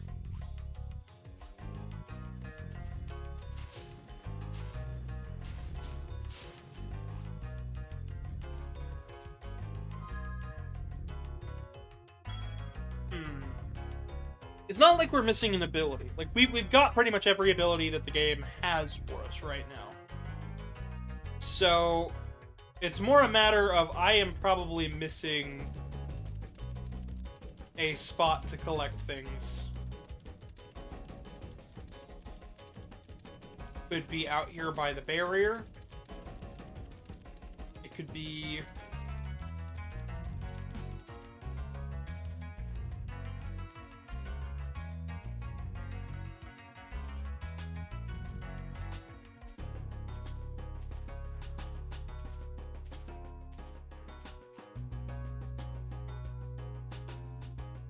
So, oh, yeah! See? I got curious. What's behind here? I wonder.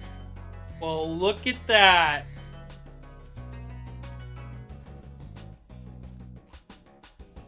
$400 of 400. Victory lap to the end. I don't even mind. Look at that, chat. That's how you do it. That's the best part of collectathons. It's just like, yeah, figured it out. It's just, it's so good. Design in this game is so freaking cool. Like, if you're ever like, I don't know about Spyro, play it. You will not be upset. I promise you. Like, the game is awesome. Alright, so here's the stage that I missed when I was originally playing on the PS4. Yeah, 2000. Oh man. And I've got 26 lives. Oh, the world just wants to remind me. Hey, you're 26. You were born in 2000. Look at that, 26. Oh man. Here's one of the first games you played alongside Frogger for PlayStation 1. It's just, it just makes me happy.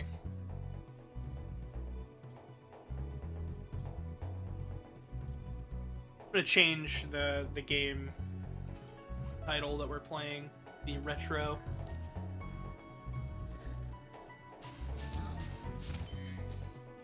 I do plan on streaming a lot more. I want to get back into just doing it.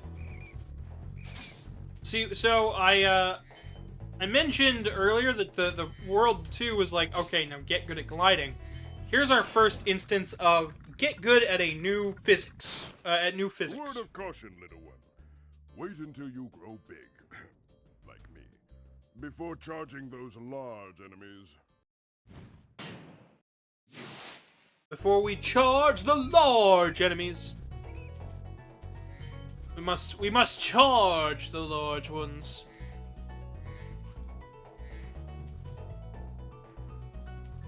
I always, you know, that was the nice thing about the Legend of Spyro series, was that they wanted to showcase a Spyro that grew with time and age, and that was always really cool to me. Even though I didn't get very far, I'd love to play through the Legend of Spyro series. I know right now the reward for our follow goal is Majora's Mask, but the next one that we're gonna probably do is The Legend of Spyro. because I feel like that's a good next step.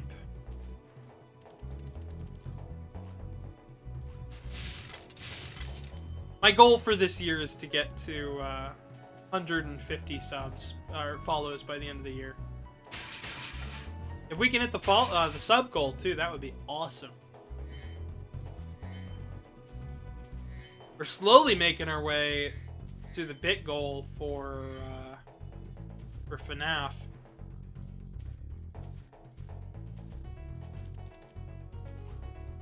Hey.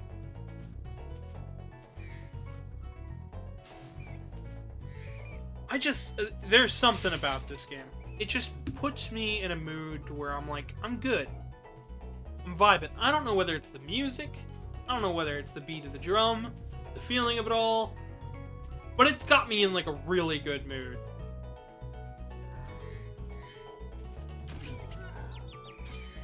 Oops.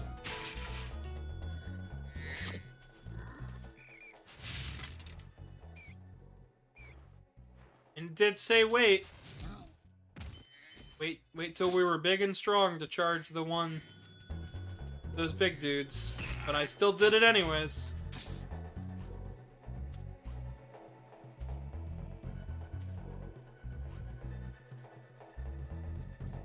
That was a pit. That was a pit. And that...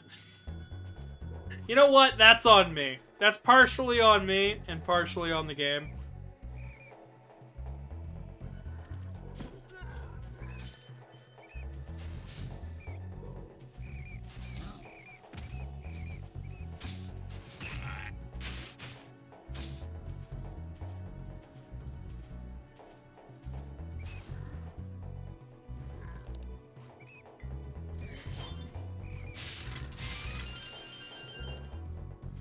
Extra lives here because we're gonna need them.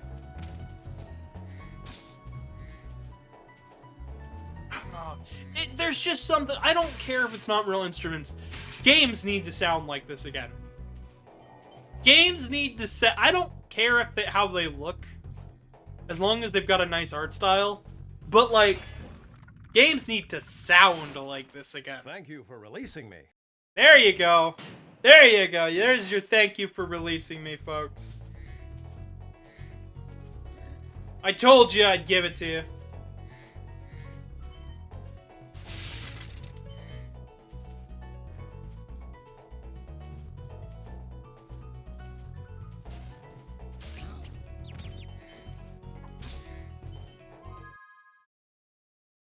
Whoa! I accidentally hit the TV remote.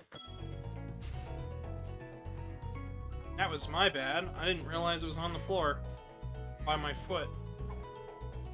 Oops. That's fine, though. We're back to it. We're back in the action.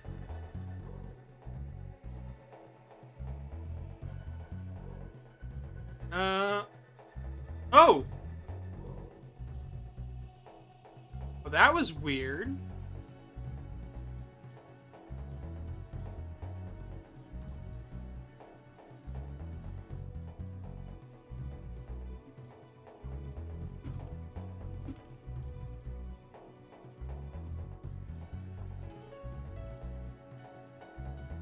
Having to remind people, we are still live! We're still doing stuff.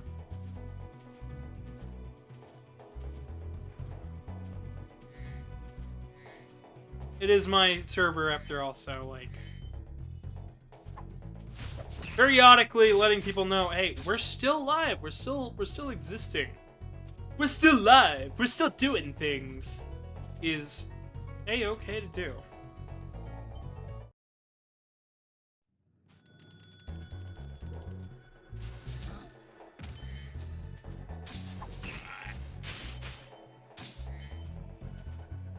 I need to treat it like my server, and that's something that I haven't been doing. I've been just treating it like, well, it's a public space. It's like, no, it's my server.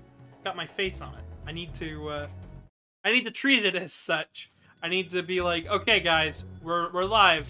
Hey, we're doing things. Hey, we're doing stuff. It's okay to be here. That's what I'm gonna be doing from now on.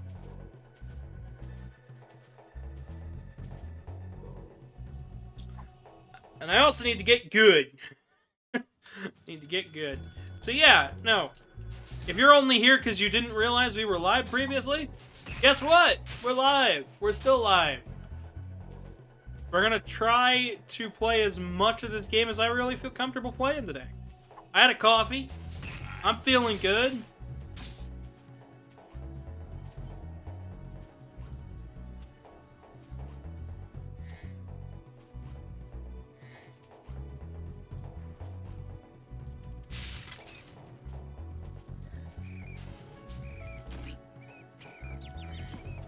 Yeah, it was on me.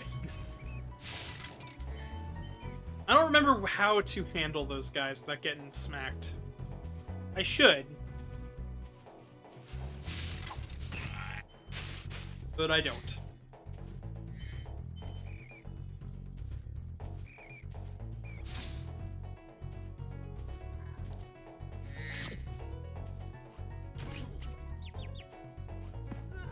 That was something else that was really funny with me, you know. I am, for those who don't know me, I am I'm a married furry. Me and my husband have been married for a couple years now. We've been together for a good long time. Something I always found silly.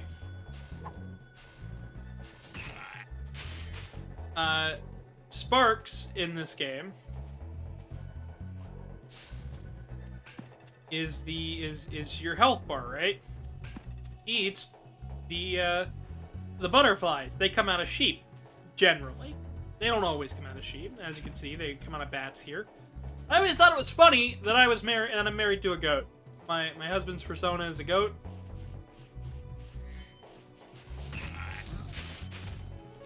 Because, you know, sheep and goats are very, very similar.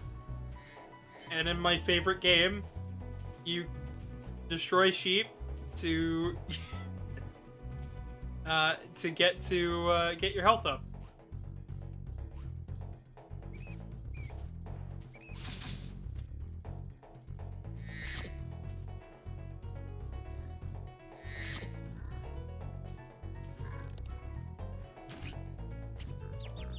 I didn't even realize he was that close. Maybe I'm the one with depth perception problems today.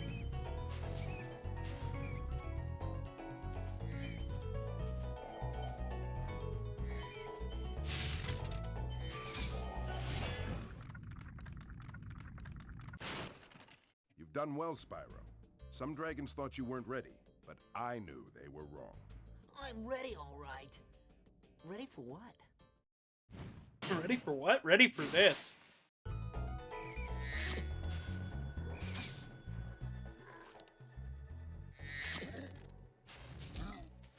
Ready for the adventure and the quest ahead.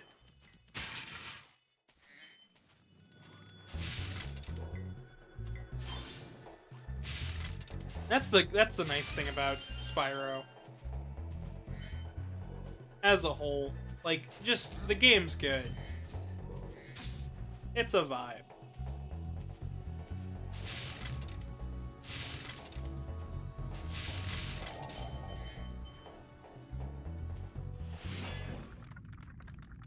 I think I know where the ones that we missed were at.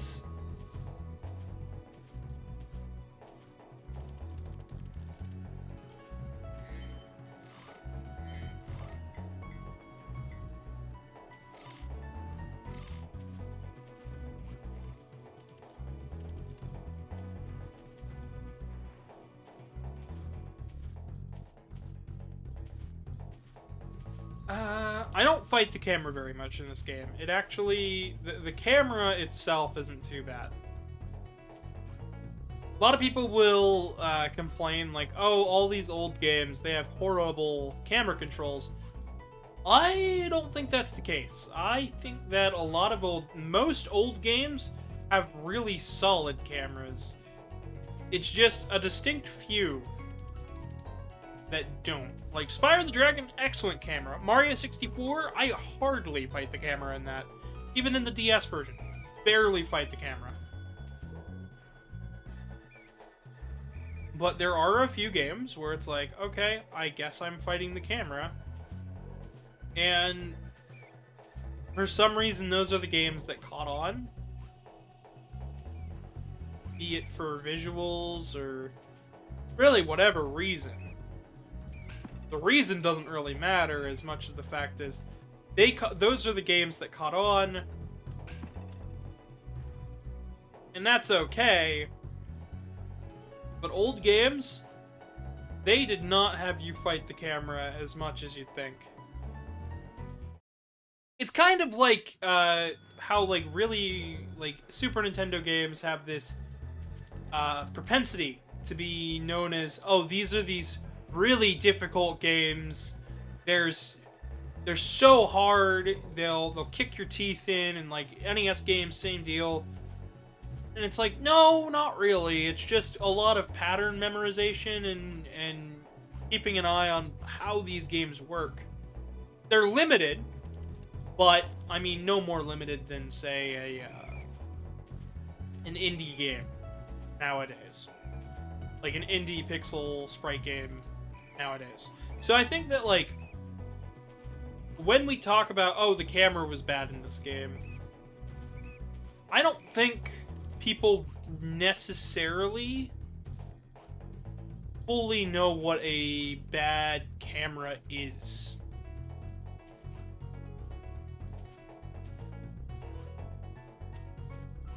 That's a better height.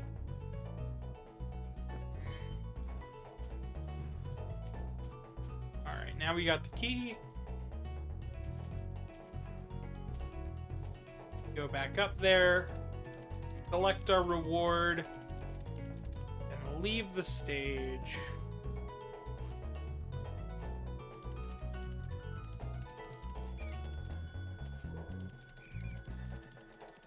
Oh man, it's... The soundtrack really is like... so, a lot of people will like to mention like, oh, old games had amazing soundtrack. Amazing music put into it. And the thing is that when you're doing a hard challenge, if the music is grating, if the music is hard on the ears, more often than not, a really difficult challenge will feel harder and more annoying. It's almost like the game is mocking you, and that rage will come out of you. Like, even if you think it won't, it will in subtle ways. Which is why for oh, does this stage have an egg? I don't think it does. I didn't hear one of them, so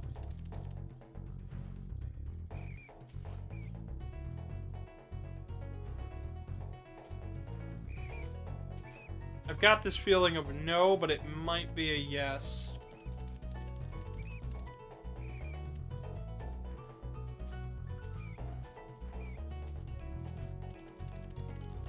Yeah, like old games with the music, when their music is harder on the ears, generally,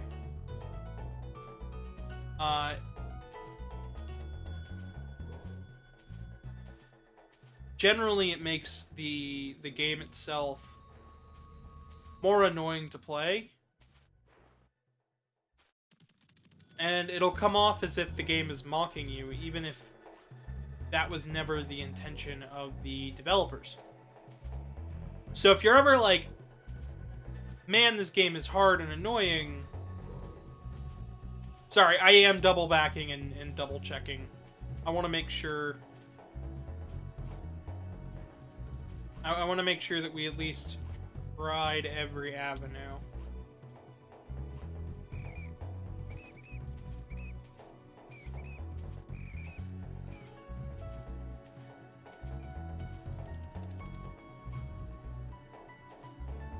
Like, just your game will come off worse as a whole for having, like, bad repetitive music. Repetitive music can work in short stints, but I mean, you've got to be careful with it. You don't want to be you don't want your game to come off like the battle music in Sonic Unleashed. You know, everybody knows that game for... Like, it's a great track, but at the rate at which you hear that, those particular notes, it becomes a meme, it becomes a joke, and it becomes ear-grating on your players. And I will even argue something else. Not only is that bad, I think it can hurt a reputation. I think that Undertale, the Sans theme, wouldn't have become a meme if that section wasn't so difficult, and if that music wasn't so annoying for the player. The fact that it was as annoying as it is just led to more people finding it a meme to play those couple notes, because within those first 4 or 5 notes, you'll die.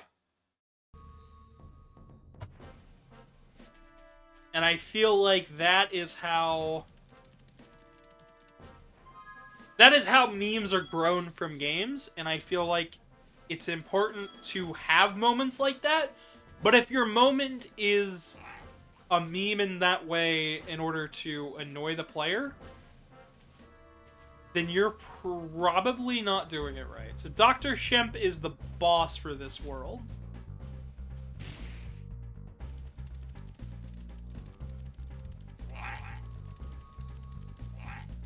I am not ready for a boss yet.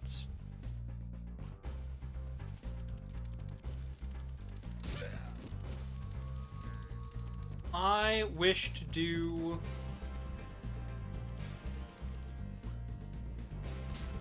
the flying level first.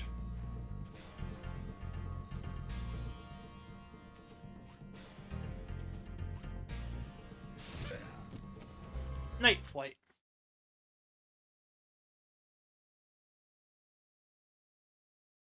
But yeah, I think that's important to note. And that's why I really do like the music here.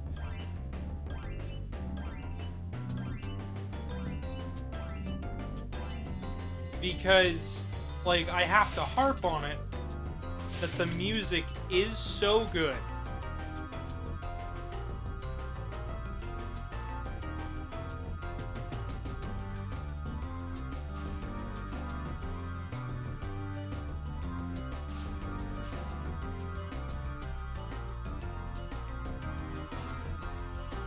I don't know what I was doing. I was kind of more focused on my words than I was the game.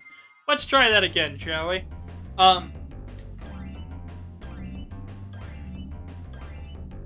So yeah, no, I feel like at its core, music is one of those parts of a game that can be often overlooked by the players, and I feel like soundtracks are everything in a game. I once had a friend in high school, his name was Reese. Great guy, great kid. Loved hanging out with him. But here's the thing. When me and one of my friends mentioned that we listened to video game music, and note, Reese and my other friend were both gamers, but in different propensities. So, you know, there was a difference in like what games we played and how much we played. I mentioned that I love video game music. They were like, "What? No." For whatever reason, Reese didn't understand video game music was real music. Like, it was really something cool. And that... he didn't get the full scope of the feeling of it. And I feel like that's because he probably played a lot of games where the soundtrack was a secondary thought. I think soundtracks and art direction should be your first thought when coming up with a game. It should be your first to second thought right next to, is my gameplay fun? And that is something that I feel is Worth a note, worth looking at, and worth thinking about.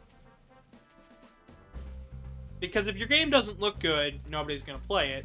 If your game doesn't sound good, nobody's going to play it for very long. If your game looks good and sounds good, then you've got them hooked.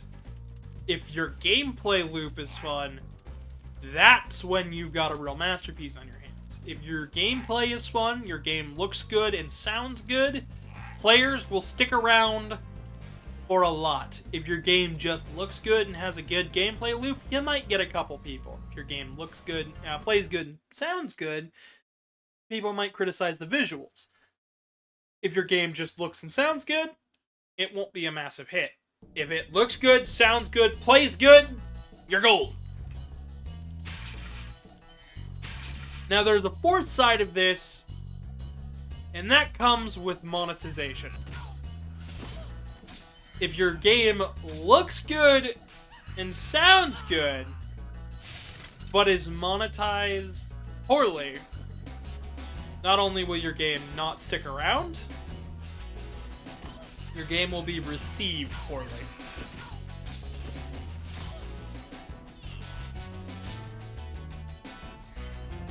And if, essentially, if it's heavily monetized, nobody's going to stick around for it. If your game is not heavily monetized and has all of those features, you'll get more people in from the get-go.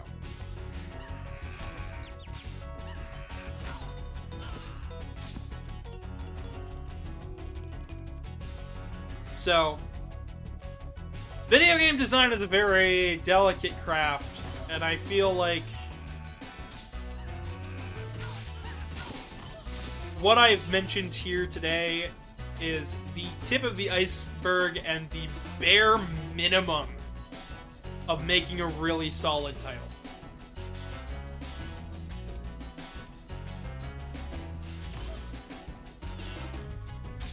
Now, when we did Spiral Path, and I want to talk about this because I worked on that game, even if it didn't come out. When we worked on Spiral Path, by the way, I am not under any NDA on Spiral Path. I could talk about it freely.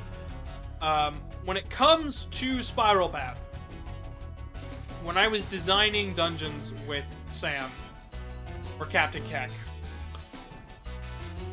we both went about it in a very delicate way. I was a little frustrated with the way we had to design, but once we got past that, our design formula started to kind of come about. This guy thinks he's so cool. You don't know what it's been like listening to him over and over. But I'll tell you one thing. He should watch his back. So, designing a game that is good in terms of its design, in terms of its layout, can actually be trickier than what a lot of people think. I wanted everybody in on the design process.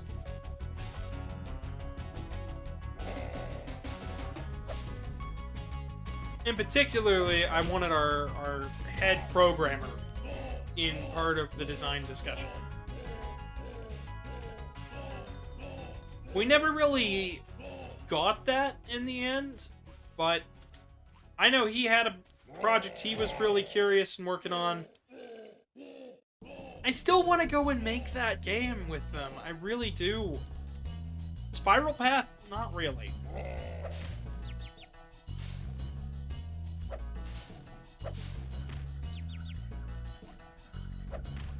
For as good as the design was in Spiral Path, I feel like that game kind of led its course. We should have canceled it and come back to the idea at a later date, when we were a bit more seasoned.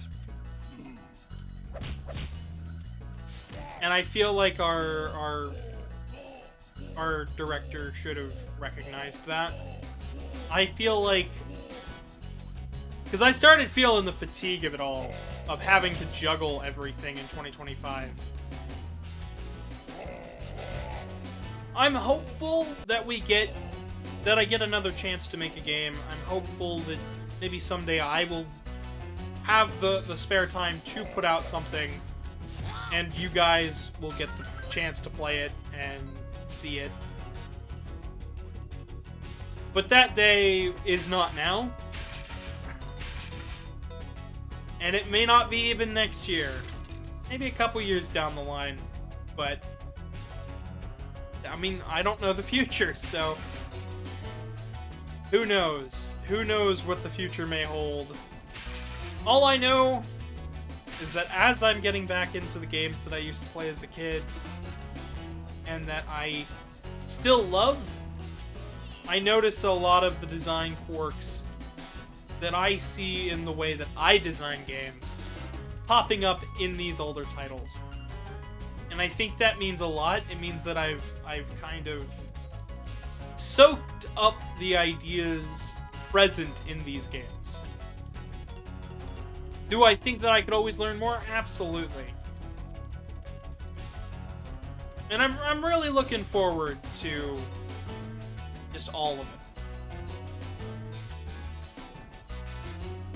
The ways in which video games are developed and designed is just something that I like a lot. And I think more people should be into it. I think more people should absolutely love learning and listening about their favorite games. They should know a couple of the developers, like learn their names, learn what they did for their game.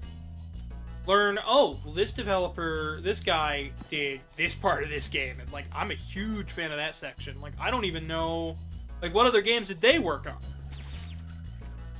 And when you learn what other parts of games people work on, and you check out the other games that they've created, more often than not, you will walk away amazed at how many new genres of games that you didn't know that you would have liked. You know, just learning and knowing, like, oh, I like Metal Gear. What else has Hideo Kojima worked on? Like, that's one of those, isn't it obvious he made Death Stranding? But if you like Death Stranding and didn't know about the Metal Gear series, or didn't know Death Stranding existed, I don't know how, but that's the point. Oh, I wonder how the new Silent Hill games are, because I like the way the director is, I like this developer, I like this publisher, you know. Getting to know different pieces of the gaming industry can actually really help redefine and define your taste in games. And as I have gotten older, really getting down to the nitty-gritty of what you like in a video game is one of the best and one of my favorite parts of being a gamer. Getting to experience new genres, new things I didn't think I was gonna like. I should have just exited the stage. And I believe that is every world in the Peacekeeper's realm. So we are off to the next one.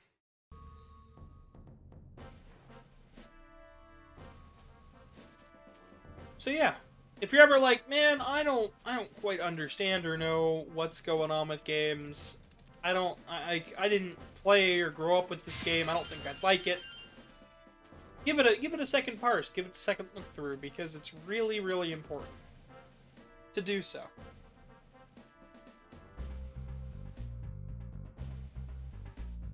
To the Magic Crafters! I didn't have a memory card growing up, so this is usually where I stopped playing, was the Peacekeepers. But I have played the Magic Crafters world, specifically in the PS2. And while the last section was all about learning to glide, learning how to glide, how best to glide, how to use that ability to its best, here it is decided you have mastered gliding. Now it is time for you to learn how to master your charge and your flame. And in doing so, wield more powerful flames and charges, enhanced by the magic that you can use. So Yeah. Welcome to Magic Crafters. I want you to release the dragons, reclaim our treasure, and recover the eggs from those pesky blue thieves.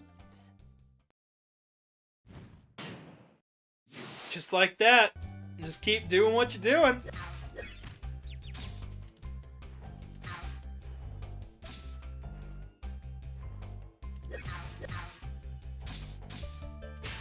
Man, oh man, I just think that this is just lovely. And like, they were still learning dual analog stick, so the right stick not doing anything, that's alright, that's fine.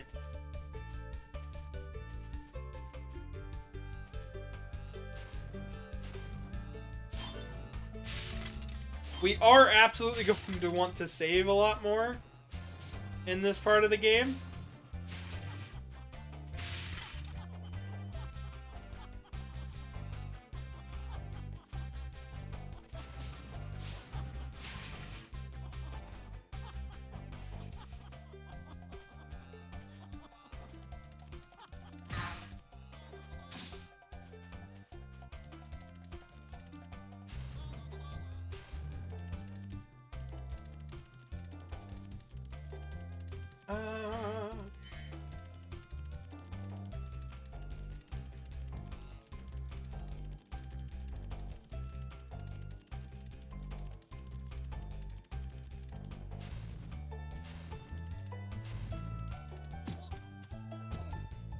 And I've tried to explain to a lot of different people before, because I have had people pitch me games, and oftentimes they get wrapped up in the art and the craft, like the look of a game, rather than how it plays and how it feels. Like, it's important. Like, it is super, super important to just know what exactly you want out of your game. Why should it be a game in the first place?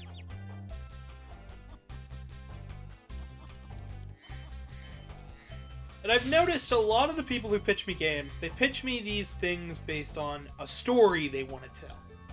Or they pitch it on a particular cutscene that they want to do. Or they pitch it based solely on a character design. And those are okay things to pitch on. But now you have to explain to me the gameplay loop. And they get to that part and they're just like, well, I want it to be like this thing that already exists. And my initial thought every time is, so why won't you be the Mighty Number 9 of your genre? And every time I get told, well, because I won't. Because I care. And it's like, yeah, well, so did the Mighty Number 9 team.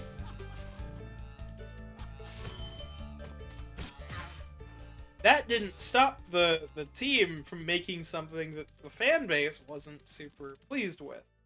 Something that didn't do so hot, and ultimately what set the tone for concept going forward as a developer. I think Spyro the Dragon exemplarizes this perfectly.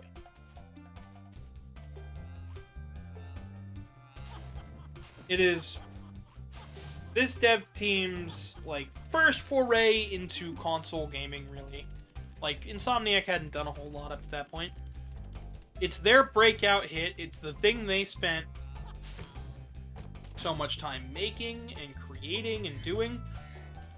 And it perfectly exemplarizes, okay, you're doing a collectathon. Now tell me why you deserve to stand toe-to-toe with Mario 64. Explain to me what makes you different enough from Mario 64 to make it worth it for this game to exist in the first place. And it's the structure, it's the layout, it's the hub world, it's everything, every part of this is designed in a way to make you care about these characters and the world is trying to tell a story, When you see arrows like these, but that's just a through line for the gameplay. And the art and the music were definitely large portions of, like, why this game had to be made. Like, yes, they put a lot of thought in music. It became,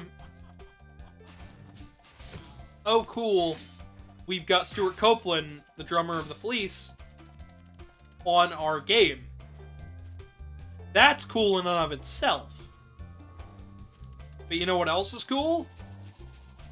The gameplay, the story, the way it is all treated as one continuous title. The culling, the loading, the way it's optimized for the PlayStation. So that way then there's very few lag spikes, the load times aren't super long. You can learn to fly. It's treated in a way that works. That just functions. And I feel as though a lot of new developers treat their game as, well, let's make what's popular. Let's make... We're looking to be the next Undertale, we're looking to be the next big hit. But what makes your game deserve it? Is the game design unique enough? Is the art style going to be better? Is it going to fit a theme? Is who you are making this for yourself? As a game player, would you enjoy this game? And that is something else, like, I always thought about that when we were designing stuff for Spiral Path. As a player, would I appreciate this?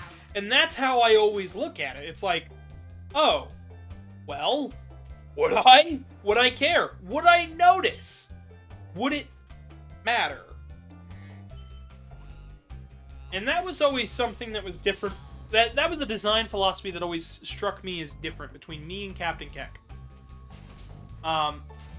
When it came to his design, it was what was possible and doable within a time limit. Like, he wanted the game out super soon. Okay. And when I looked at the game, okay, but what would the players appreciate? What is needed for this section of game to work as a story cohesion point? What would work? And I was never really looking at it from a story perspective. I was always looking at it from a gameplay design perspective. Because for me, the point was... Because I essentially led the role as a creative director for the games we were building. It didn't mean I was always good at it. I should have had more thought put into it. But I really didn't. I couldn't. I just didn't have the scope.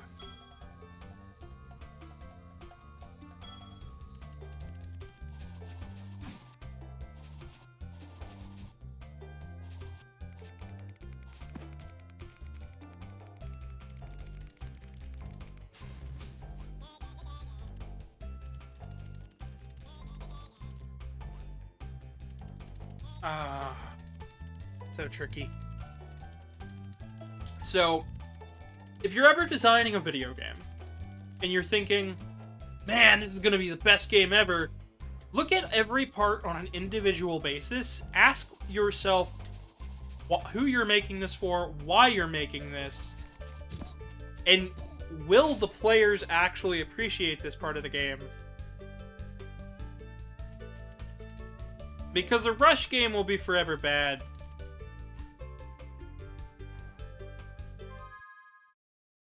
But a game that is at its time, in the oven, in the sun, in the spotlight,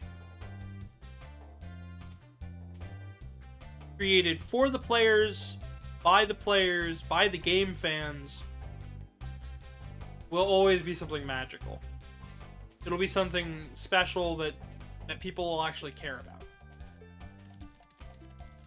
And that is something I want to see more people design their games with the mindset of. I don't really mind if the game's not perfect.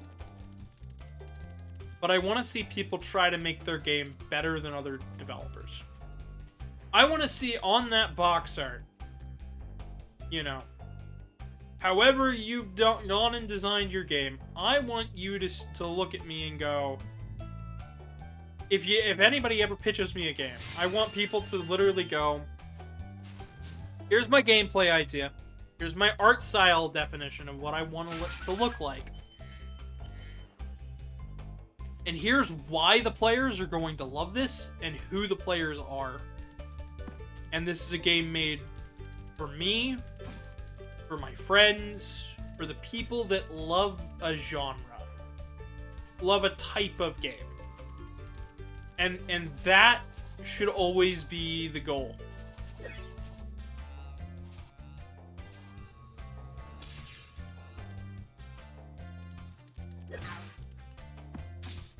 I almost did that first try.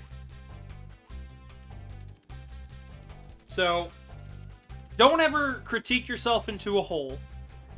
Like, don't sit there and just, like, say, oh, well, my game's not very good, I'm not gonna make it. Make it in steps, make it in parts. But really, really do it up. Ask yourself the tough questions. The questions that, if you get answered, might change your whole perspective on, like, the game-making process. Because that alone can change your whole scope and perspective on the game. And if I ever make a game again, and I end up back in the creative director role, I will continue to look at games from that perspective. Because I think that is the most important perspective to look at it from the perspective of the player, from the perspective of the gamer, from the perspective of, will it be fun? Will it be creative enough to stand on its own when put alongside the other games in the genre? I'm not even talking, oh, does it stand on its own next to, let's say we have a platformer. I'm not saying, oh, we should compare it to Call of Duty. No. I'm saying, compare yourself to Hollow Knight. Compare yourself to Super Mario Brothers. Compare yourself to Mario 64. Compare yourself to the big dogs and see, does your game stand alone? Or are you just making this again, but worse? Because these are always going to be the timeless titles that people are going to remember. So then, give them a reason to remember your title. Give them a reason to care. And that's the problem with games like Yooka-Laylee and Mighty No. 9. And for as much as I like both of those games, they're good games. Even if not great, when put alongside the masterclasses of X4 or Mega Man 11, Mighty No. 9 crumbles. When put next to Banjo-Kazooie and Banjo-Tooie, Yooka-Laylee falls apart because it's just Banjo-Kazooie, but not quite as good.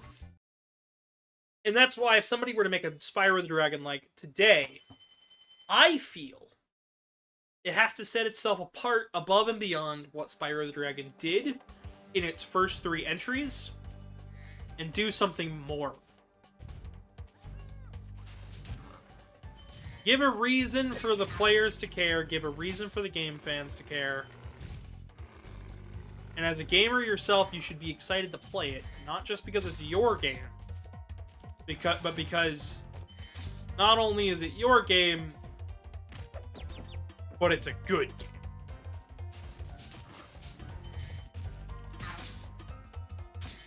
I was recently learning about a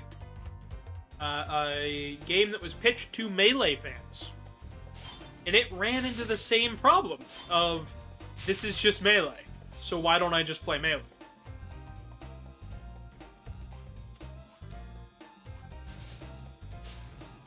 And I don't think their developers ever answered the question of why are they making this and who are they making it for. They answered who, but they didn't answer, well, what sets it apart. So, yeah. Don't just say, oh, we have Marth, but I just want to play as Marth, I'll play as Marth. Give me a reason to care about these characters. Give me a reason to care. And that's what I like about Spyro. You're not afraid of those Is it big, gave noisy, gigantic... it gave Insomniac, Of course not. a no-name developer at the time, it gave people a reason to care about Insomniac and Insomniac's titles as a whole. And in turn, set the stage for stuff, right? Like, for me, Insomniac was one of the first games where it was game publishers and game developers where I looked at them and I went, oh, I just played Spyro the Dragon. Now Ratchet & Clank is coming out. Oh, I love Insomniac's titles. I loved Spyro the Dragon. Let's try Ratchet & Clank. Oh, I really like Ratchet & Clank. It's so much different than anything I had previously played. Because, you know, I was a young kid. And that alone gives me a reason to care about it, a reason to care about the developers, a reason to care about the publishers, and a reason to try out the other games they developed. And that is what has made me an Insomniac fan. Spyro the Dragon, seeing that they knew how to set themselves apart with good gameplay, quality game design, and good character design. And then by the time Ratchet & Clank rolled around, not only was it good gameplay and character design, and music, great music, it was also, oh, we care about our stories too. A good story can elevate a game. And likewise, a bad story can do the same. Thank you But for so can a bad releasing art design, so can bad art design, bad gameplay design. Just keep that in mind when developing your titles. This is the type of stuff that I want to get into in the videos that I make. Because I feel like I've got a lot of good points to make. And I feel like I can do that. And that's part of why March, the video for the video that we have planned for March is believe it or not, a video about AI in retro gaming. Because I want to talk about my thoughts on that without it being encumbered, and I also want to get other people's opinions on it, which is what I'm doing tomorrow.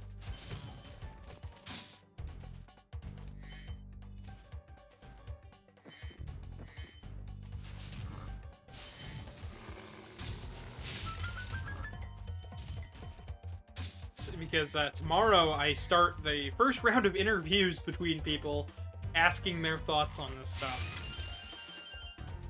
It really will make a huge difference, and I think that maybe we can start looking at certain pieces of technology as a tool, as what they should be, instead of a person. Instead of looking at it as another person that we can argue and bicker about and say things about, we can look at it as a tool and whether or not it's being used properly. Great work, Spyro. If you keep this up, you'll learn all the tricks of the Magic Crafter world. There we go.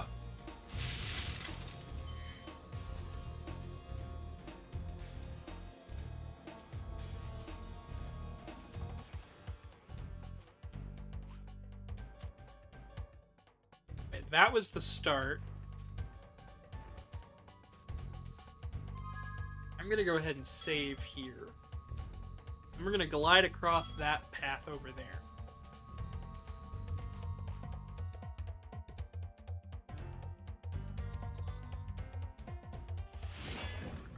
There we go.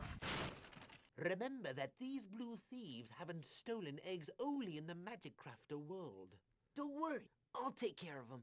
And there's our first hint of get them everywhere. Oh man. That's why I like playing Spyro.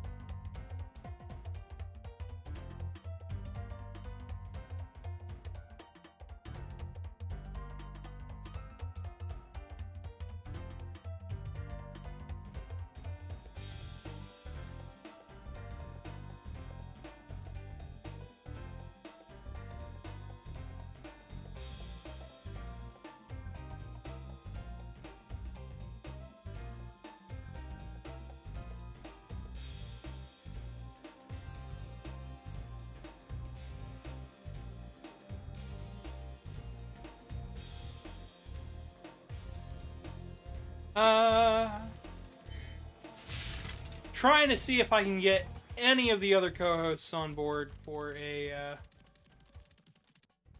bit today. Sweet! Looks like we might have gotten one.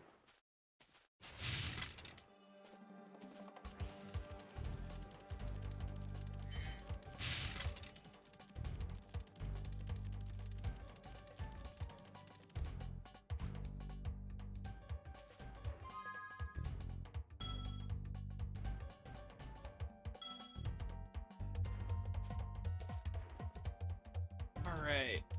Working our way up and around.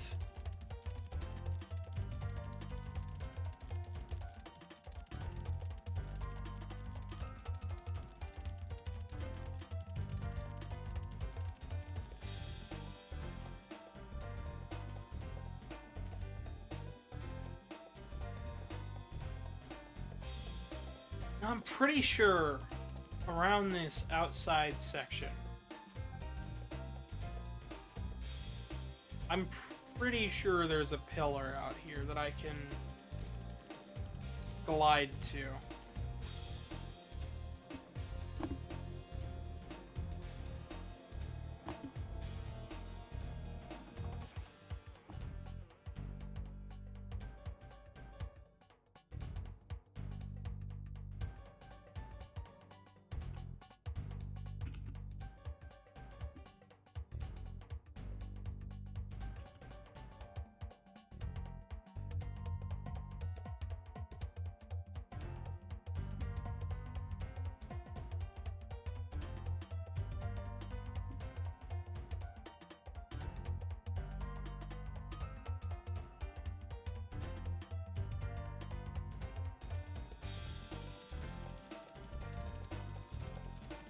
Alright.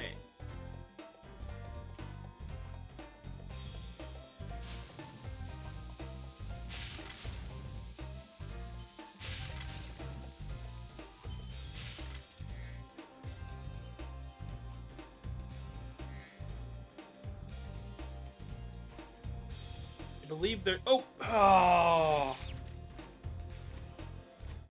One left. One left!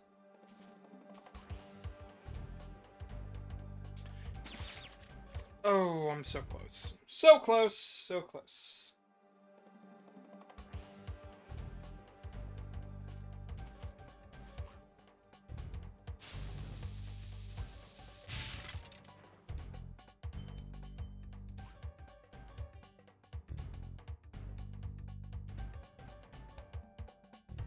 Why is that a harder jump?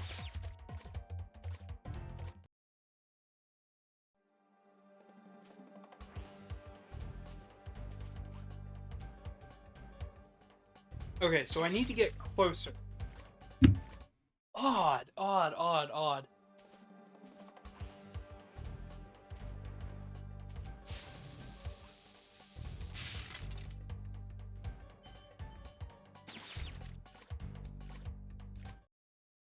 Yeah, this is where they expect mastery of your skills.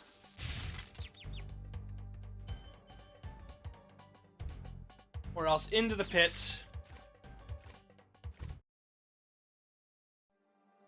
Oh, this is my final life. What?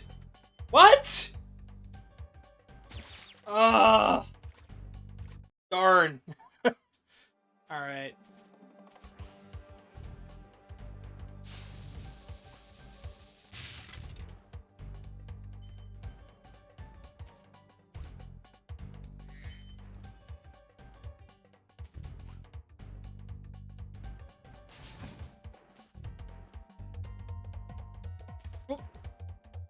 Manu has thrown a thing at me. Thank you. Hey, Manu, how you doing? Ah! I have been microwaved. Or being microwaved. Oh, boy. All of the things all at once. How you doing, Manu? I'm in need of a second voice today, if you'd like. I think Casey's going to be joining me for just a little bit. Doth arrived. Good. Good, good.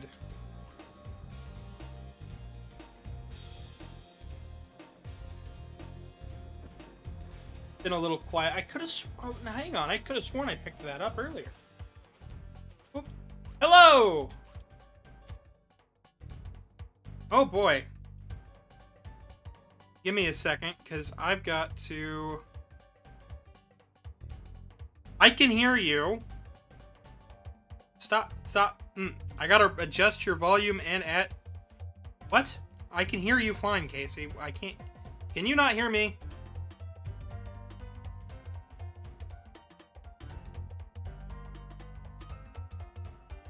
Oh!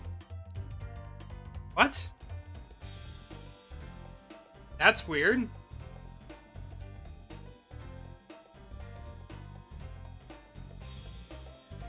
Apparently, my default for the microphone was set to the game.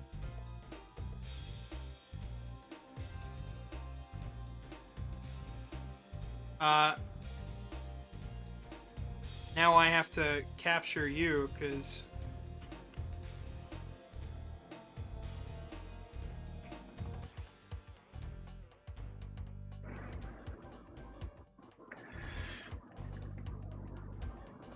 talk. No, I don't want to talk. You don't want to talk? All right. I want to stay silent I want to stay silent the entire time and pretend that I'm a good streamer. Darn. What a shame, Case. Glad you're here, though. I'm glad you're here. Yeah. Spyro. Spyro. We are playing some Spyro.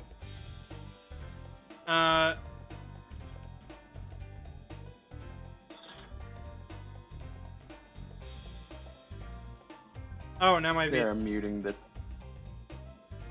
What happened to your VTuber? Stop! See, this is what I was worried about.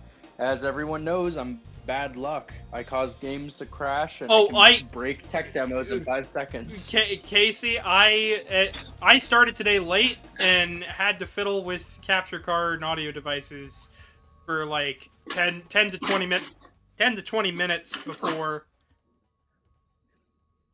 I was able to yeah. Okay, if anybody in chat is from my streams as well, or has watched my streams, they know that I set this shit up like a minute before, or 5 minutes before I'm supposed to go live. I set it up 10 minutes and I still screwed it up. Usually I have like an hour beforehand, but this time around I did not, because I woke up late. Manu says, oh sure, I actually got back from taking certification test. Nice! 10 minutes. Nice! Oh nice, so they'll be joining in voice as well here in a bit. Alright. Okay, great. Yeah. We're getting everybody in today, which is awesome for me, because I need the extra chitter chatter, because I just spent like a good hour just chatting about game design and how to make a game, how to make your indie game if you're setting it in like the similar genre, if you're making something like a Yooka-Laylee or a Mighty No. 9, how not to be those titles and how to actually find success and set yourself apart. If anyone's gonna talk about it, it's probably gonna be you. Uh-huh. If I try to talk about that on stream, they're gonna go, who do you think you are, Gavin Dragon?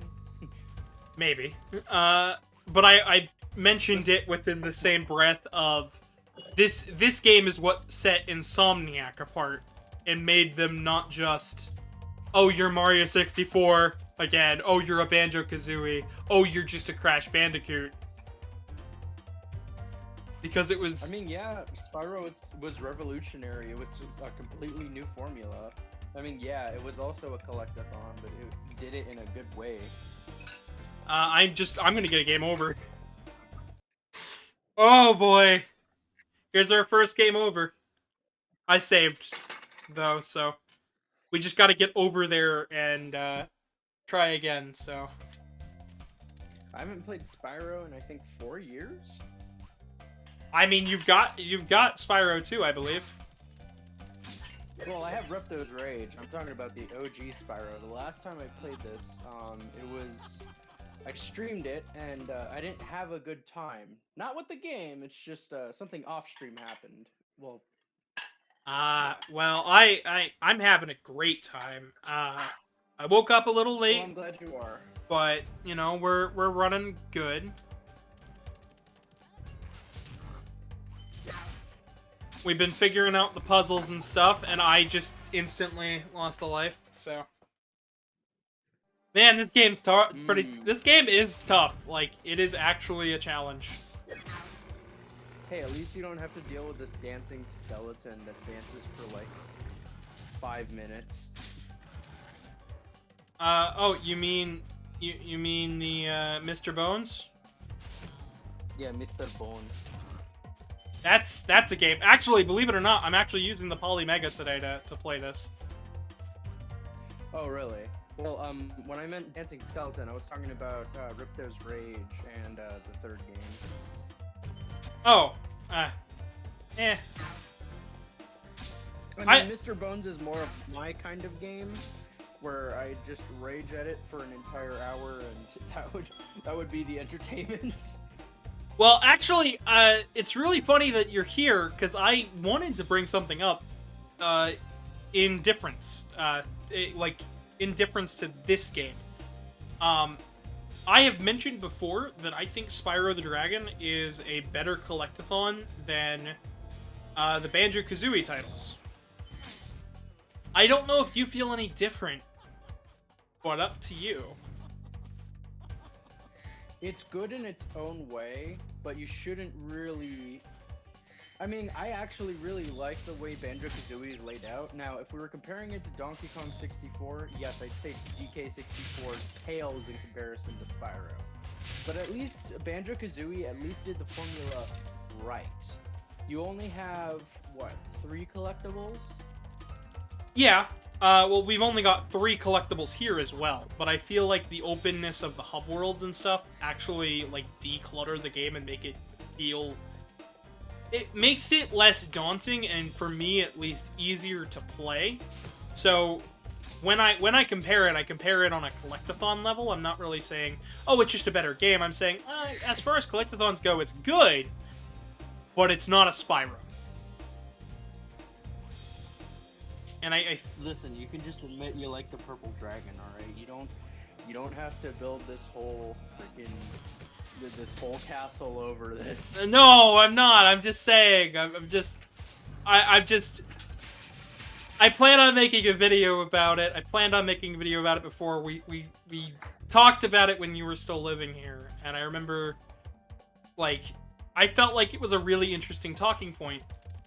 But the more that I'm thinking about it, the more I'm thinking, collectathons have actually caused something in the gaming industry that I don't think anyone's noticed yet. Oh, are you talking about you have to collect everything and only get one thing for it, or are you talking about the fact that we have to pay for most of our games extra content that should have been base? Oh, no, I'm talking I'm talking the way collectathons are structured make them feel very open and sprawling, like an open world, but a lot of the open worlds we get nowadays are very empty. Meanwhile, collectathons were very open and filled because there was stuff to do everywhere. Meanwhile, nowadays, we have issues filling these hub worlds because not as many games want to be compared to collectathons with the things to do and collect. True.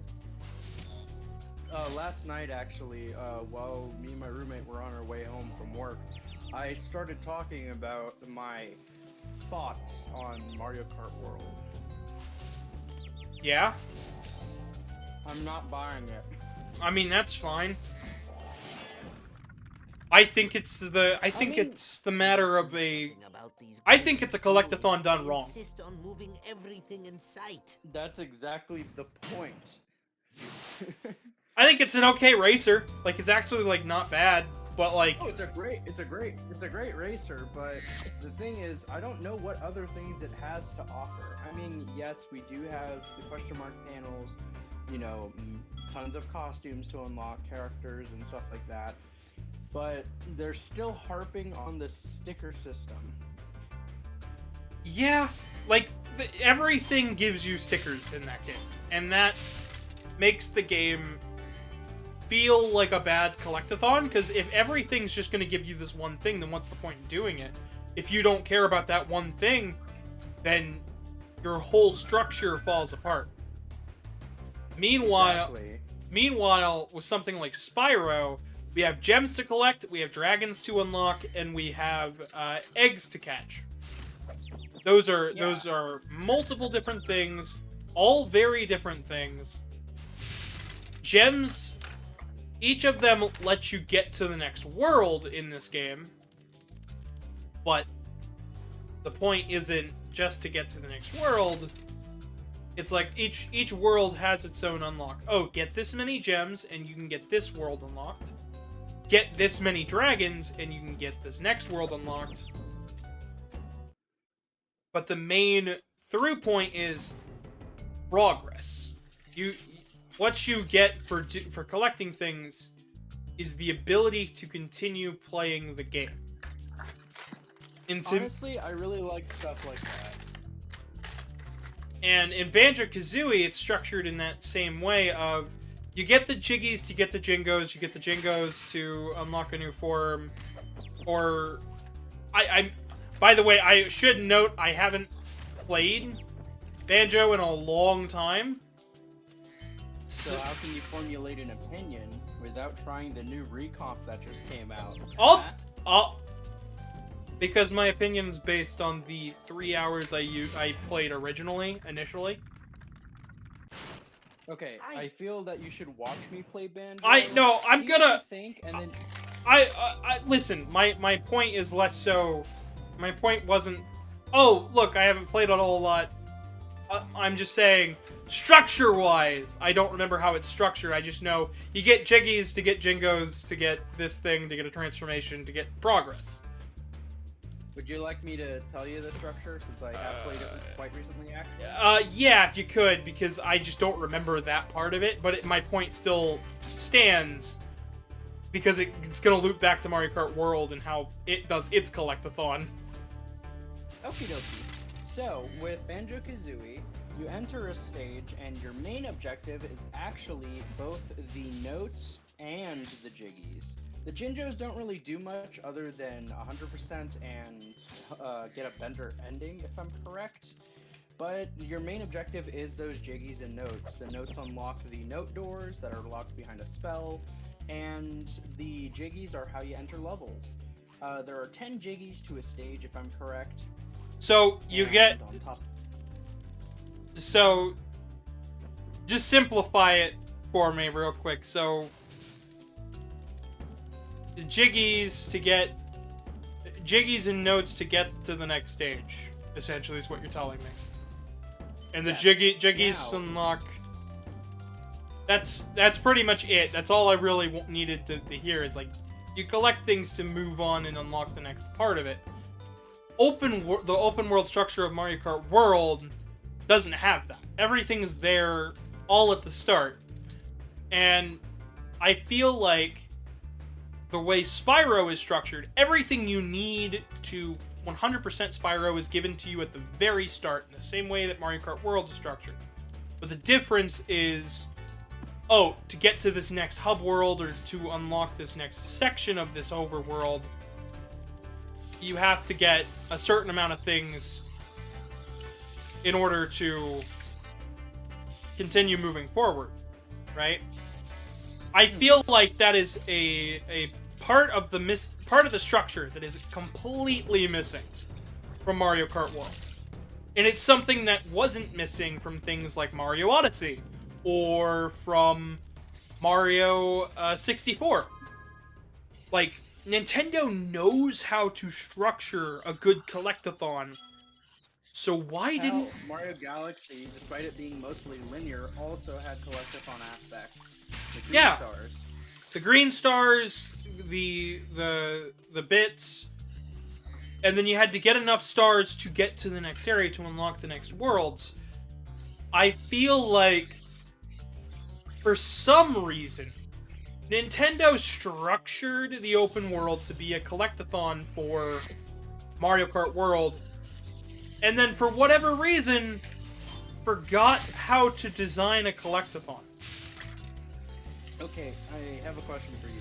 When was the last proper collectathon that Nintendo has ever released, and who was involved on the project? This is important information we have to consider. I would have to say Super Mario 3D World plus Super Mario 3D World plus Bowser's Fury, specifically the Bowser Fury mode, which had parts of the Odyssey team on it. But those same parts of the Odyssey team were working on Mario Kart. They worked on Mario Kart 8, they worked on Mario Kart World. Okay, and we're not talking, we're clearly not talking about graphic leads or anything like that. No, we're talking structurally. Okay. I'm talking from a structure standpoint. Because that's where I feel a lot of games are falling apart right now, is structure. The gameplay You know what I loop. think it is? I honestly think it's, well, gamers play Dark Souls, so let's make it easy for newer gamers. And they focus and harp too much on let's make it easy for newer people, that they just completely omit the rest of their fan base that is used to playing hardcore games, and with how difficult it was to like get every single thing in Mario Kart, right? I don't think it is that. Because I don't think the difficulty of the game changes the problems with the structure. Well, You know- I'm talking about in terms of a collectathon. Well, maybe, but the difficulty options that are found, I feel aren't really a limiter on how you design things. They shouldn't be, at least. Because you can always think of new ways to make it easier for a newcomer to play a game. Change the way they control it, like in Street Fighter 6 with the modern controls. Change the way the AI works, with things like rubber banding and whatnot, and like the CCs and whatnot. But collecting things, the way that's structured, I don't think that should impact the way a game is designed. I feel like that is... I feel like that... Thinking that the difficulty is going to impact the way the game is designed, you run into a new problem of pitting your old gamers against your new gamers. Well, I meant on terms of difficulty of finding things, not the actual difficulty of the set game itself. But that's the thing. That's what you said, though. You said you're worried about the new gamers more so than the returning gamers, which that would lead into a difficulty discussion, wouldn't it? That is true. I mean, I feel like in that case, like, if you really were to do that, I guess if you were to go into a harder difficulty, it would add newer platforms with newer challenges and stuff like that. I don't feel like the fact that it doesn't have as many challenges, as far as I know, I don't own the game, so I do. don't roast me for this. There's a lot of good challenges in it, but it's not as robust, I feel. Also, welcome in. Thank you. You're just in time. We're talking about the structure and how difficulty handles how difficulty is handled in collectathons, and how perhaps difficulty... I'm not entirely sure where it's going, but we're talking about difficulties in terms of collectathons at the moment. Well, I was talking to... Yeah, collectathons. Yes.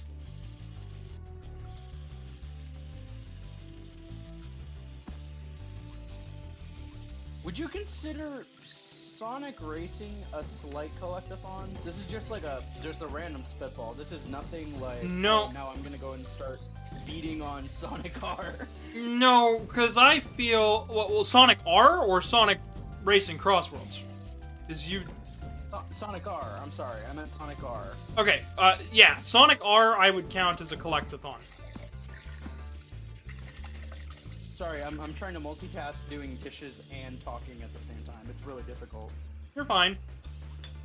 Manu, since you're here, what, have you ever played Spyro? I have not, no. You should. It's fun. It's better than Banjo-Kazooie. That's my opinion. Mm-hmm. Which game has better music to you, though? Spyro. Banjo-Kazooie? Spyro? You've got Stuart Okay, Spyro 2. No. Spyro 2 has better music. I remember more of the music from Spyro 2 than 1. I will sit and jam with Spyro 1. Like, I will sit and jam. Because 1, 2, and 3 have really good soundtracks. I mean, the guy they got to make the soundtracks is a really well-known musician, so... Yes, I know who Stuart Copeland is. I've had to hear about it through my relationship with somebody. So, like... Because that's all they would talk about with Spyro. Well, it's an interesting factoid, but the music that they created for it is really, really good. And I feel like it's worth pointing out that, you know, the music sounds good. It's easy on the ears. Banjo-Kazooie hurts my ears sometimes. How loud do you have the volume? No, I mean, it's like ear grating. The constant kazoos and shit, it hurts my ears. The melodies get a little bit annoying. I don't think it's Grant's best work.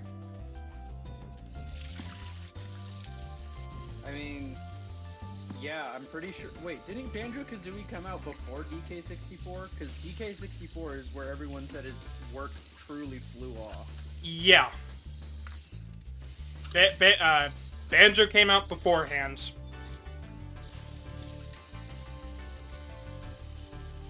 I mean, the guys know David Wise. Let's be real. But he's still a good musician. He's a great composer. I think he's good at it.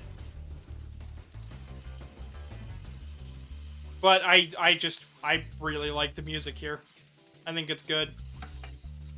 Okay. Hey, Case, got a question. Yeah. On Discord setting, do you have the auto background? Yes, I do. Oh, wow. You gotta realize that I told you I'm doing dishes. Oh, no, I I know. have my computer down here. I'm off my phone. I know. Oh, wow. Yeah, that's how bad Discord mobile is. Discord, fix your shit. But why would they fix their shit when they can ask you how old you are by verifying it with an ID and then sell your information to millions of people? That is true. That is 100% true. And it Should we talk about how ridiculous these new changes are for many of these companies to protect the children when it's their parents' jobs to monitor them? Yeah, I don't think it's about that. I think that is definitely an excuse, and it's an excuse that I don't like. Well, that was sarcasm. I know it's an excuse. I know. I'm not entirely as trustworthy in people's ability to tell sarcasm from reality at the moment. Oh, well, it seems like that happens a lot with me, where people just think I'm overly sarcastic when I'm not trying to be. Oh no, like you put the actual sarcasm in there, but like it made sense to me, but I do not have the trust in the audience at the moment. And oh, audience, I'm being overly sarcastic right now when I say that that I like rainbows. So I hope you understand that. I like rainbows, sure. Manu.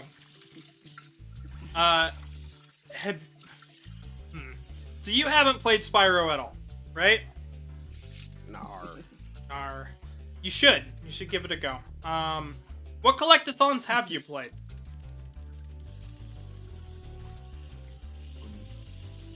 Define collectathon.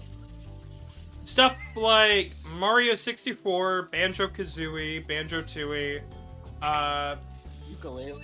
Ukulele, Spyro the Dragon, the Spyro trilogy. Let's see. Crash? No. Yeah. Boxes, gems, wumpas. I mean, that's those count, but I don't think that Crash overall is a collectathon. Time relics. I know, I'm just mentioning random stuff. It doesn't count towards the progression of the game. It's just a high score thing. I mean, maybe it could count, depending on your definition. Basically, any game where you're running around and collecting a bunch of stuff to continue progression. I guess I played like a little bit of ukulele. Gotcha. That's about it. Unless we count like No Man's Sky. Would you count No Man's Sky? Case? You have to collect a lot. Good question. I've actually never played No Man's Sky. Me neither. Go ahead and Google this. I mean, it could count. I just don't know because I've never played it. I know of it. Phone. Please stop being dumb, phone. No Man's Sky. Nope. Oh my god, I actually have to turn off the water and do this myself.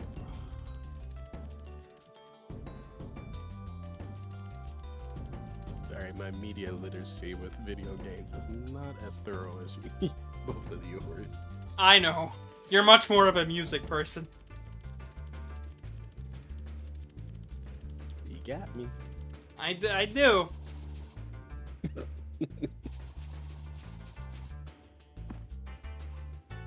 Yes.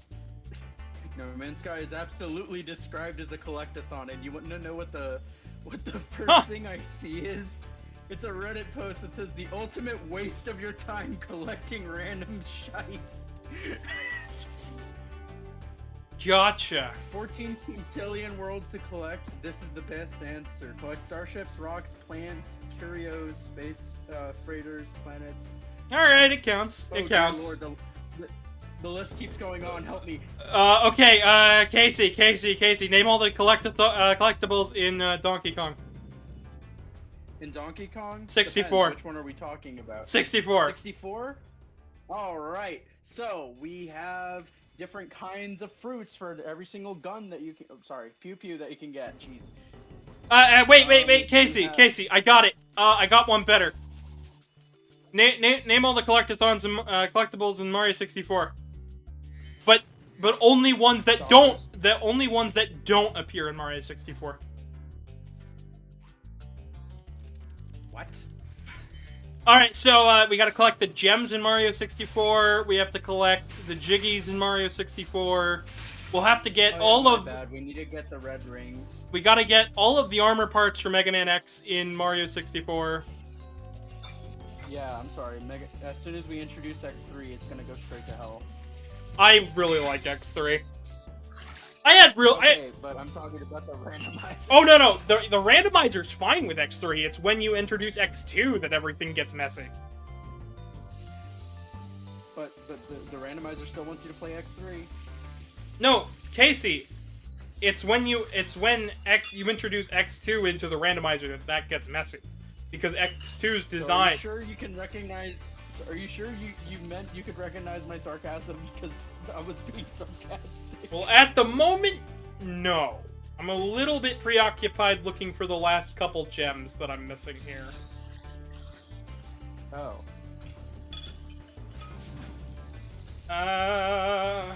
Is Stuart Copeland keeping you company? What? I've never met the guy. Is Stuart? Yeah, he is. Yeah, you met him. You're listening to him right now. Hi, I'm Stuart Copeland. Shh. That's uncanny. One of my many great talents. I can mimic things. Sure. I love the specification of things and not voices. Do you want to hear a door open? Shoot. Alright, just don't turn around.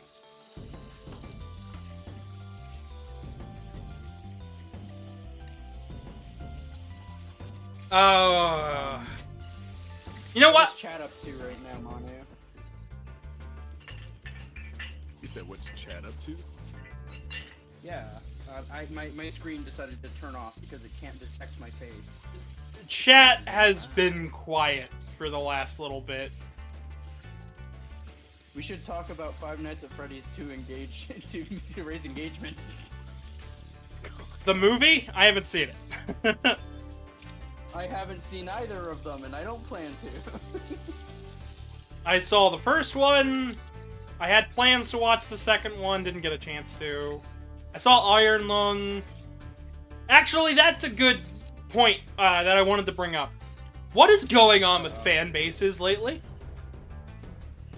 Alright, this is my time to leave before Markiplier comes over here and questions my authority.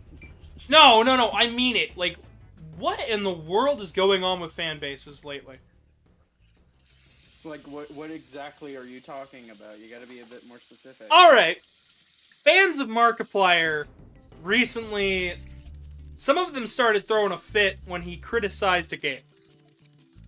Validly criticized a game, too. Like, and then What game did he criticize? Poppy's Playtime Chapter 5. It upset him to the point where he said, you know what, no, this game isn't for me, I don't like it, the design isn't here, I don't want to play it, right? To which the fan base started ripping him a new one for some reason. For that game. You also have to realize that, yes, while Poppy Playtime was clearly meant for an adult audience, little kids will still get on there, and people who clearly haven't matured at all will start tearing them a new one. Oh, no. Their favorite thing is being attacked. I know, but I'm not done. That's not even it. Like, that has a small enough explanation to be like, okay. But then in the same week, I watched Pokemon fans who asked Nintendo to re-release Fire Red and Leaf Green, threw a hissy fit that they re-released it in a way that they had to charge money for, with features that were added to the game,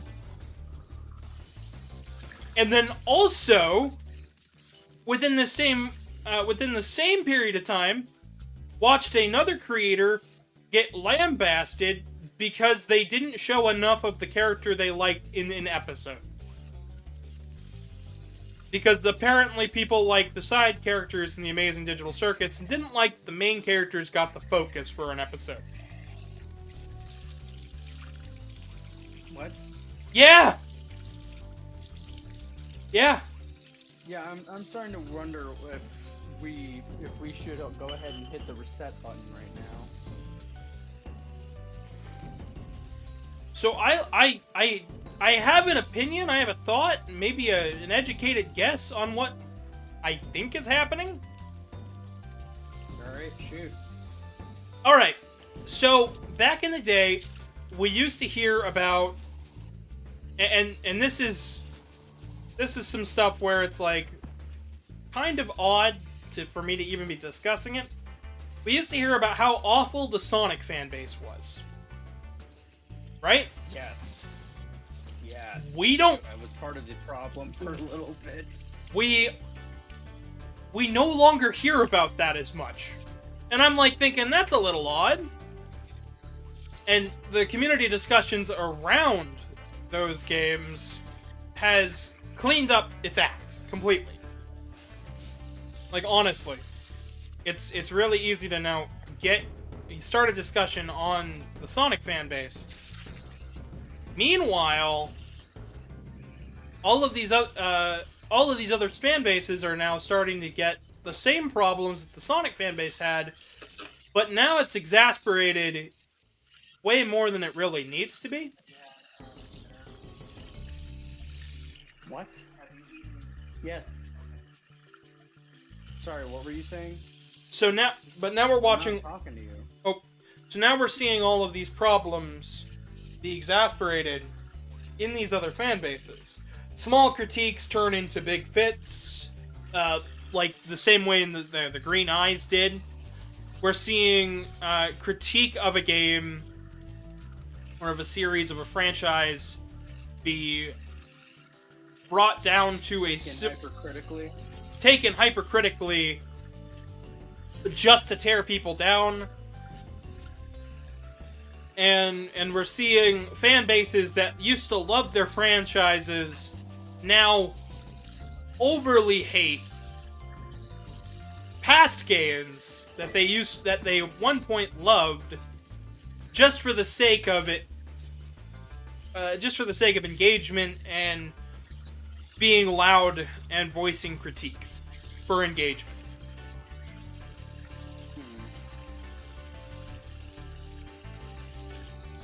I don't think it's wrong to criticize games or companies, but I absolutely do think that the way people are going about it right now feels more like, I hate this thing, I never liked it to begin with, time to completely destroy it from the top down. Yeah, exactly. I think that main issue comes with the fact that none of us were really taught the difference between, constructive and destructive criticism. And I mean, yes, we were taught the concept, but we weren't like extensively taught about it. You know what I mean? Like, I feel like that should be a curriculum in school with English learning, because I definitely did not learn that in school. I learned that off of the internet after, doing like hours of research. Now, Manu, you actually were telling me about how you were teaching some of your students constructive criticism rather recently. How do you feel about it? Pardon me for saying that. Well, no. How do I feel about what specifically? The way people are going about criticizing things, and if it's constructive enough, or if they have a point in just hating to tear something down and not be specific on their thoughts on it. It's a bit complicated. For some that can express themselves in a thorough and thoughtful way, they are, like you said, just doing it for engagement, and part of it is just trying to work the system, like just trying to get engagement up for their channels and whatnot. But for a vast majority of people, it's the fact that they aren't very I'll say this in a way, thoughtful about their thoughts. If that makes Using sense. colorful words. Not necessarily colorful, they're not actually engaging with the content in a way to have a thoughtful opinion about it. Mm-hmm. Just like how I can't really engage in the game talk per se, but if we start talking about music, I can. I might not have experience with all things video game, but I do have experience with video game music through countless lessons that I've taught my students before. Yeah. And through teaching students how to have these conversations and how to express their musicianship, we can find the words to better express ourselves. But people aren't necessarily looking to express themselves, they're looking to express what other people feel. So original thought is not really a thing that we invest heavily in. We more so invest in what the herd thinks. And that's not conducive to a very creative society. So how do you think that I think that was beautifully put. How do you think we could fix this? Or do you feel like it should be fixed at all? Well, I do believe it should be fixed. It's very important to us as humans to be able to express ourselves in more ways than one. I often say when I'm teaching band or music, I'm not actually teaching music to teach music. I'm teaching using music, or using it as a medium to teach different things. Mm-hmm. It's a very important skill that we as humans need to learn. How to engage with content, even if we don't agree with it. If we don't like it, that's fine. But if you're unable to express why, there are avenues you can take to find the words to do so. And if you can't, there's music. You can express yourself through that. But just not liking something and then hating on it, that's how we end up with a lot of the issues that we're seeing today. It's like how we end up with a lot of political issues, where we, instead of searching together to find solutions to issues, we just hate and continue to spread that hate. So it's an important issue that we need to somehow find a way to fix. And it's not only going to be on education in any number of systems. It's a whole system type thing where we have to get back into the habit of expressing ourselves fully, thoughtfully, and not trying to be disingenuous with our takes. Now, I thought about something else that I've noticed that I think is also a big issue, and this goes back to the Amazing Digital Circus and the creator. I have seen a lot of I've seen a lot of things change on the creative spaces online. And one thing I've noticed, a lot of these fan bases and stuff were much easier to be enjoyed and have fun around when there were more creative things to do within these fan bases and franchises. I used to see people create fan music or fan art. Heck, I used to watch them write fan fiction. Like, people would write whole new stories just so they could experience more time with their favorite characters. And I feel like we have shamed so many people out of writing creative fiction, writing fan fiction, creating fan art, simply because either it's not as good as the original or because it's different than what maybe the creator's original vision was. That they've decided, nah, we don't need to make that anymore. Mm-hmm.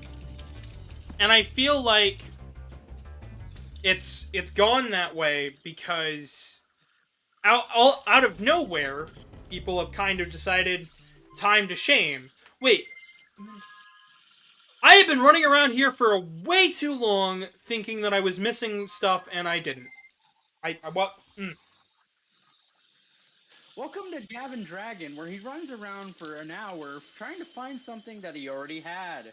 Next week, Casey flies a bus. Okay, but yeah, we've shamed people out of creating new works of fan fiction and fan art just because it's not going to be as good as the original, or because... Ah! I'm being glowed. I'm being microwaved. Yes, microwave him, quick! And I feel like that alone has created a community where people are much happier to just say screw it, hate on the thing now because it didn't go the way that I wanted to, instead of, oh, well, that's okay, I may not like that, but I'm gonna write my headcanon for what I wanted to happen in a fan fiction. Like, that I feel is a huge portion of the issue. We've stopped giving people creative avenues to express their love for these things with fan fiction and fan art and whatnot. Yeah, because I really liked when people would write fan fictions, and I know everyone's like, oh, fan fictions are cringe because it's mostly romance novels. I mean, it's like, but it... Let them have their stuff. But it doesn't have to be, is the other thing. Yeah. Did I ever tell y'all about the Zootopia? There was a fan fiction I read, which was a Zootopia crime. What is? It's a detective book essentially, and it went into another incident that happened after the main events of the movie. And Nick Wilde and Judy Hopps are investigating a slew of murders at a mansion. It's really interesting because they go for the classic detective route rather than high octane action the entire time through the book. And it's something that I really enjoyed, and they stopped making it because people kept freaking harping on, oh, the characters wouldn't do this. Oh, this isn't in the creator's image.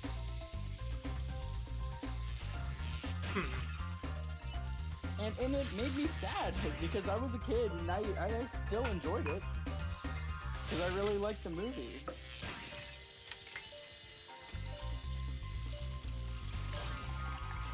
Oops, sorry to interrupt for a moment, but we got a bah in chat.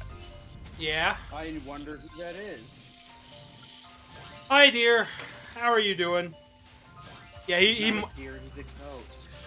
no, I know. Casey, I know he goat. No, you don't. Listen, I might not live there anymore, but I'll still bother you like I am. I actually mentioned earlier on this stream how much help you've been in, like, making new videos and stuff. Even when you're not here. What? Yeah. How dare you? Period.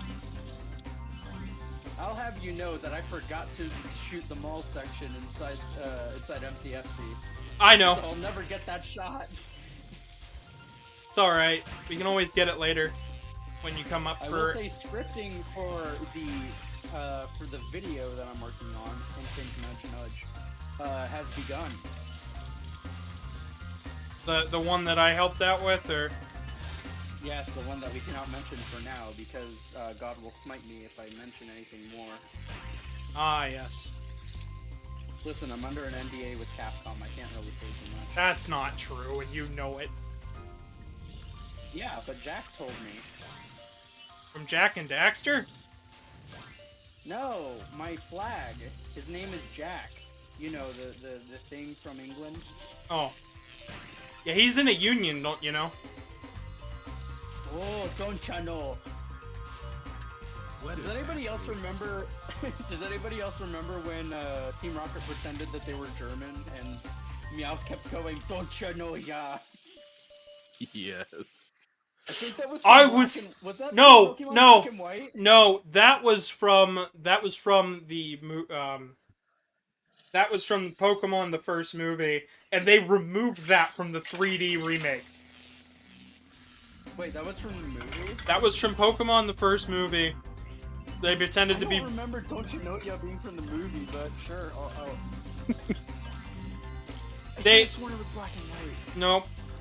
Maybe they did it in black and white, but they definitely did the whole Viking trope thing in the first movie to get Ash and them onto the island with Mewtwo. No. It wasn't Vikings. It was Germans. It was specifically Germans. Okay, that might have been black and white. But I'm just. They were wearing lederhosen. Oh my god, that was a core memory. Oh god.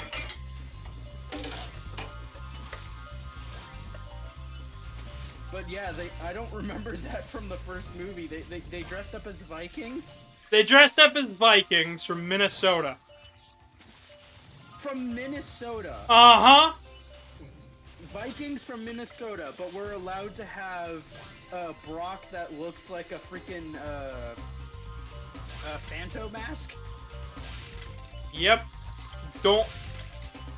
And they kept they changed it in the 3D remake they did for Netflix, and it was way worse.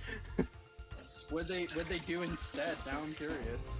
They were on a pedal boat that was shaped like a Lapras.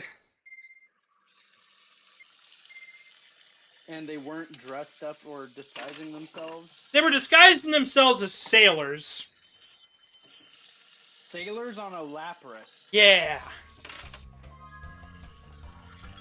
Wow, the creative design here is incredible. I mean, if it was a gondola, but even then, a gondola isn't motorized. In the sea, well, it was a pedal boat. It was a pedal boat, not pedal. Well, no, I know that. I'm saying, I said maybe a Lapras would work as a gondola, but at that point, like, you can't really in the ocean. In the sea. Yeah. Doesn't make any I sense. think the pedal boat Lapras does sound like something that would come out of the original Kanto series. But oh my gosh, that's like overly ridiculous. I mean, yeah, I can see why they removed the Viking thing. The Viking thing was funny.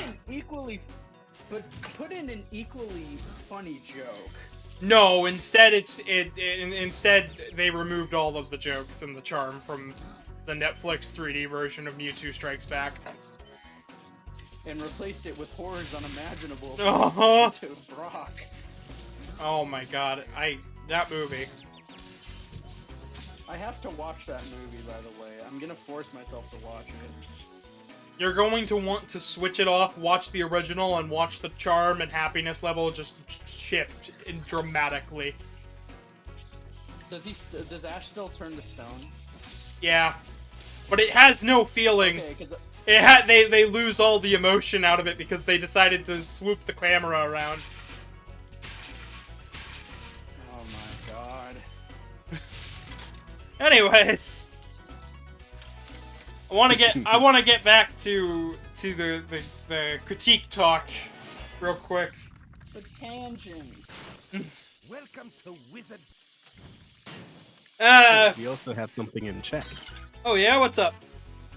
Karmic says, it's the whole reason Undertale has so many alternate universes. Yes. Yeah. Yeah. What a perfect It's because segue to of- get back into this conversation. That is. Yeah. Like, how do you feel about the Manu? What do you think about the death of online spaces that accept fan fiction and fan music and fan art and stuff? Or do you, In general, what was that? or do you even feel like that's happening at all? Because Oh, for sure. Some of it is not by like other people's intention, but some of it is happening due to policy changes around the world and whatnot. But either way, it is stifling creativity in more than one way. it Kind of disappointing to see. it's really upsetting to me as somebody who likes creating fan media. Because like I do a lot of fan art and whatnot when I draw, but it feels really disheartening to watch as, you know, oh, the spaces where you could post this before no longer exist in the same capacity that they used to, and in fact you'll get less engagement for just enjoying a piece of media. Yeah, I mean, I hate like posting fan art or something and people like decide not to engage with it. Oh, because it isn't as high fidelity as the next guy. There used to be a Yeah, time. that's another thing. There used to be a time when that didn't matter. Like, yeah, people would still critique and stuff, but there used to be a time when no matter what, it would at least get a little bit of something. Now it's, oh, if it doesn't look the best, it won't be touched. Like, I did that, my most recent Sonic video. Like, I put a lot of time and effort into the thumbnail, into the title, into every little aspect of it. YouTube is recommending it less merely because it's not about... It's not the most hot Sonic game right now.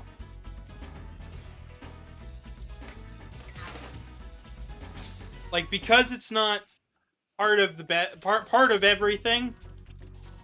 It's not part of like the most recent like thing. It's not part of the most popular thing. It's getting shown to people less, meaning I get less engagement on it. Meaning it's harder for me to learn from any mistakes I made in that video, merely because I don't have the engagement or the numbers to see where I went wrong.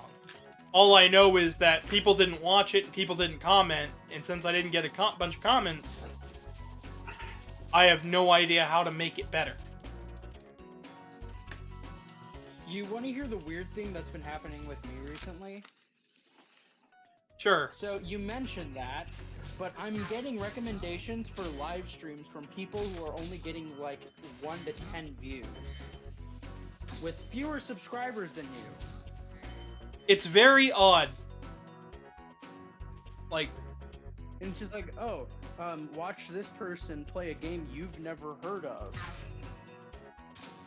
And it's just like, no. and I don't know. Like, I'm starting to, Keep going. Sorry. I'm starting to wonder if at this point they're just recommending things with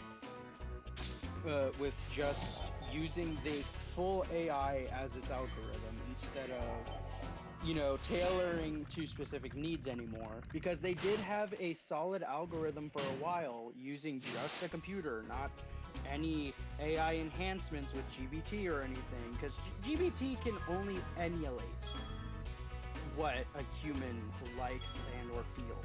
It can't exactly predict what a human is going to do. It can only just do complex math-based calculations. It's not gonna be like, oh, this person liked this thing, so they'll like this. It'll be like, no, they like Animal Crossing, so let's recommend them. Oh, Silent Hill F, yeah. Yeah, here's there was actually something that that happened the other day that I like literally like last night that I wanted to bring up in terms of AI and whatnot, especially since my next video is on AI. Which I need to get your guys' thoughts on that, like, for the video itself at some point within the next, like, couple weeks. But so I couldn't remember what exactly the weakness was for specific types of Pokemon. So I asked my husband to look it up while I was playing. And while I was getting back to where I was... Oh, shoot. I don't remember the last time I saved. You should save now. Should. Speaking of, by the way, I do have to get going. I have 20 minutes till I have to be out the door, and I still have to get ready. Well, Case, thank you for popping in. I hope you have a great rest of your afternoon.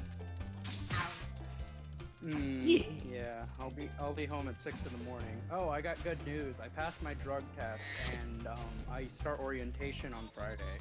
Nice. Congratulations. Engagement. So I am officially a blue-collared factory worker who will definitely not realize that this might be a dead-end job within the next future. Good heavens. But you know, it's no use. Oh boy. Good heavens. Do you need a hug? Oh, I'm perfectly fine. So, But anyways, goodbye, chat, good night, sleep tight, and don't let the Gavin dragon bite. nom nom nom nom. I'm gonna bite. I'm gonna scream! Alright. Getting back to what I was saying, so I couldn't remember the type of Pokemon that I was, that was weak to the one. So we looked it up. The AI gave the right answer. Then we were like, well, hang on. Let's see here. What types of Pokemon is it resistant to?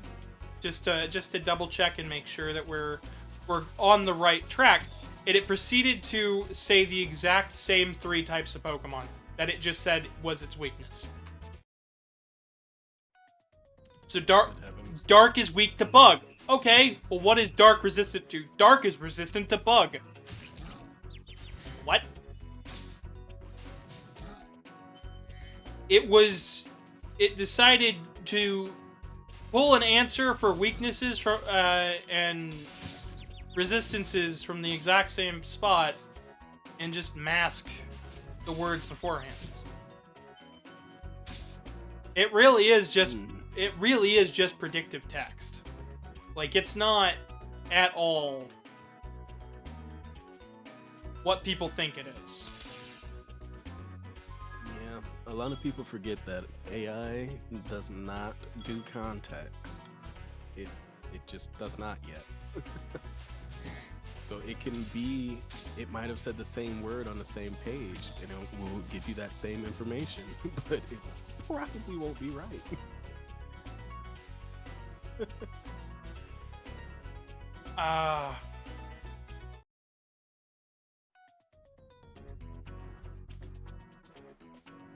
And that is something that I feel a lot of people are forgetting. And I'm actually rather excited to start work on this upcoming video because of this. Because it means that I'm going to get a lot of different opinions on the topic. Because there are going to be people that think that it can do more than it can. There's going to be people who think it's less than what it is. And I'm really curious to see where general opinion is and where it lies within all of these people on these different topics. It should be an interesting video for sure. I just hope it gets traction, because I don't believe it will. Sadly. But I'm hopeful that it does, and if not, I'm still gonna keep making videos. I don't care that much about the viewership on YouTube. I care more about the viewership here on Twitch than I do on YouTube. Because I'm at a point with YouTube to where if a video underperforms there, so be it. The best I can do is try again to capture some imaginations and drag people over to Twitch.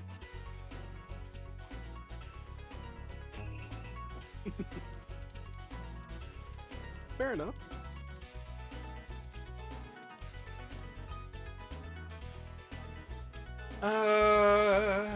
But Manu, how's your day been going? It's mostly just been busy studying and then taking my certification test. Gotcha.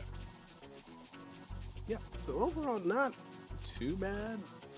I kind of went into this knowing that I'm the best that ever lived, so it was really no big deal. I see. It's you know how it must be living easy street, knowing that you're the best. I mean, maybe, perhaps. I can't confirm or deny that accusation at this time.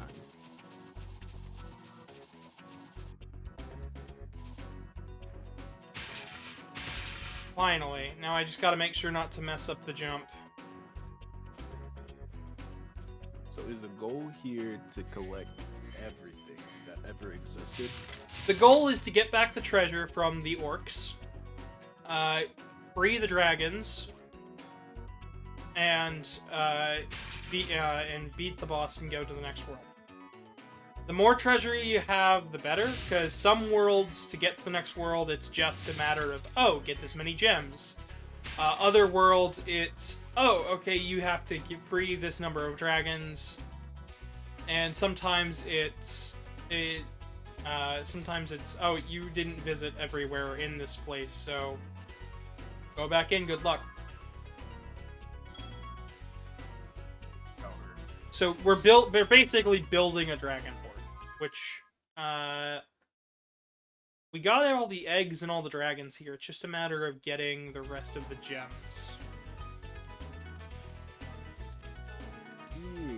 Okay.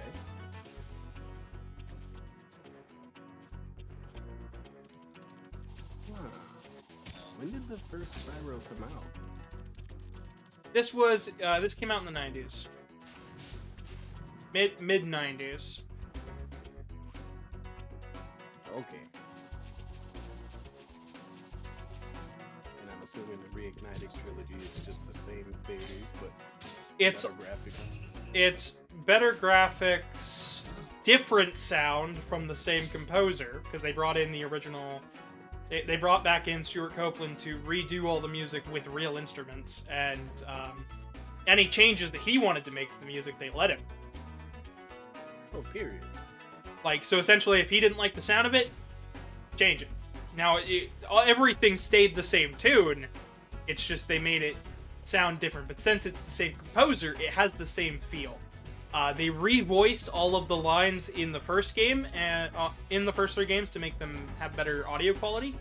They also changed, they also made the games look better, run better. Essentially, it's just a better looking, running, and feeling Spyro 1, 2, and 3. Because, to make it more cohesive. They also changed some of the scripts in certain areas just to make it match, better match today's sensibilities. I enjoy the Reignited trilogy, but I decided to go with the original for today's stream. Mostly for nostalgia's sake, because I grew up with this game, and my birthday is this week on Saturday, and I was like, you know, how often am I going to get to really gush about Spyro 1? Congratulations. Yeah. 26. Question mark. Should I be happy about this? You made it around the sun again. Yes, you should be happy. I survived! I was able to buy groceries this week. Huzzah! Now that really is something to cheer about. That really, like, honestly. Huzzah!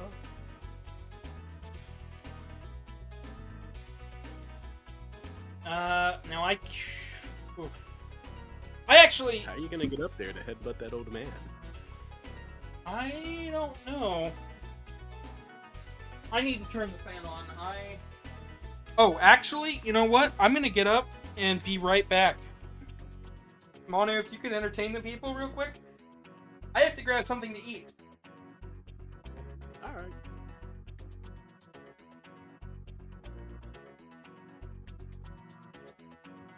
Well, hello there, people. I don't see too many things in chat. But what I can say is I have not played this game before. But so far, it looks like it's fun. Honestly, I don't know what system I would play it on. I would have to ask Gavin on the way back. What system actually has it? I'm back. Oh, welcome back. So, I just stood up and realized I was really woozy and hot. And I haven't eaten. No, that's not what I meant. I meant my body temperature was warm. And, I realized I haven't eaten today. Oh, good heavens. I'm glad you corrected that. I have granola. A big bag of granola and cranberries. So what were you saying? Yeah. What were you asking about the system? Oh, I realized I don't know where I can play this at. Oh, so you can try this out on all major systems through the Reignited trilogy. So Spyro 1... Is PC in a major system? PC is a major system. It's on Switch, Switch, PS4, PS5, Xbox One, Xbox Series, Switch 2, and PC through Steam. And I think it's also on the Epic Game Store.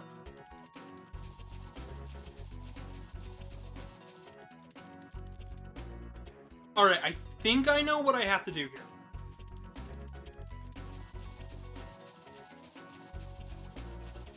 What do you think you gotta do?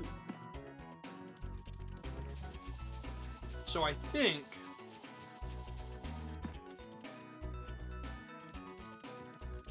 what I have to do is run through 2 of these arrows.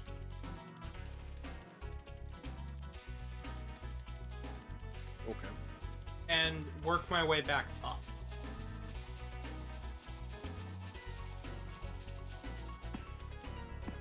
But I gotta figure out which way to do it.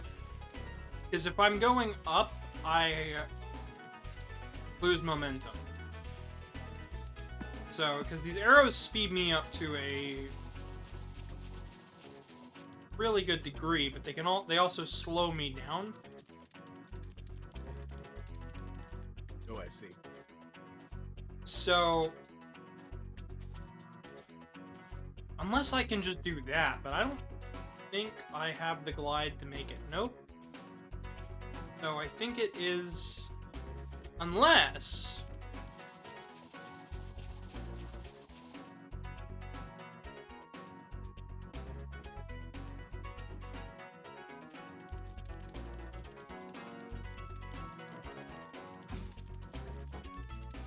When you went over to the, oh god, my pathfinding in this game is non-existent.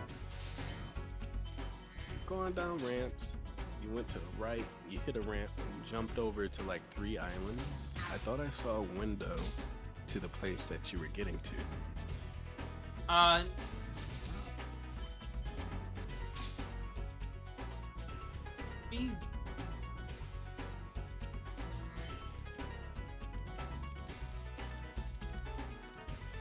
for that, I gotta go up here.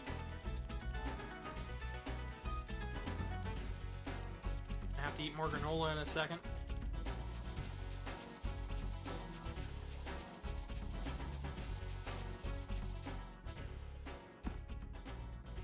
Still didn't have enough speed.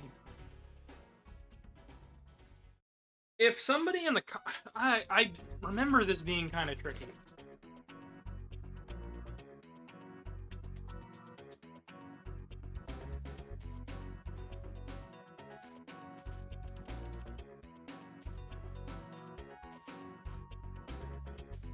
Tell me your secrets, purple dragon. What's all that over there? It looks like something we can touch.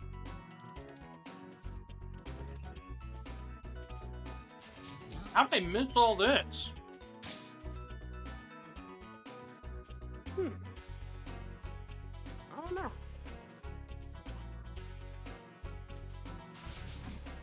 That's the fun thing about this game, is I just love running around and exploring.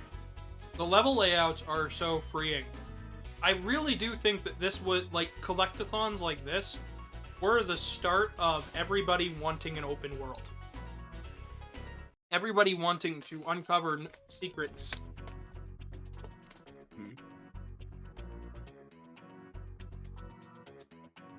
Throughout an open environment.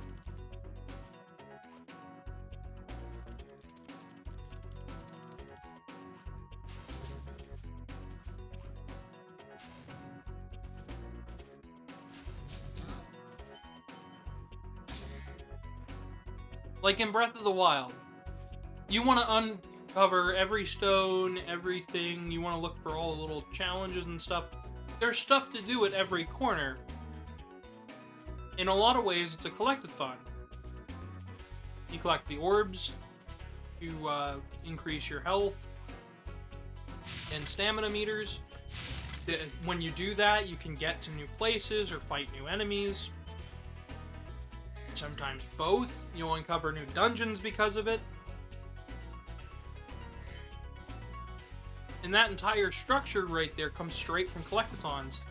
But now that now a couple years down the line, everybody's asked, how, okay, they want to do open worlds sell games, but how do we make the open world engaging?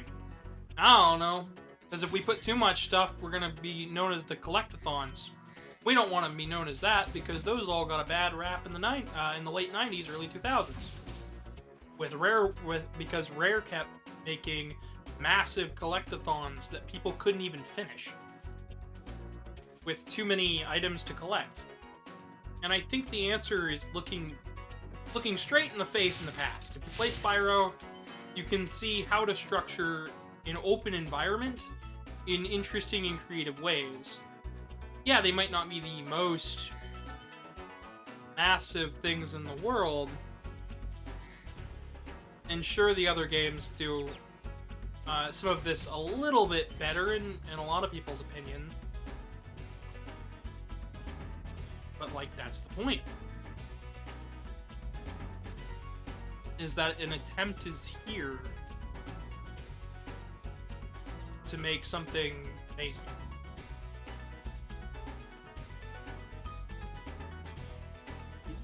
That kind of goes back to what we were talking about earlier.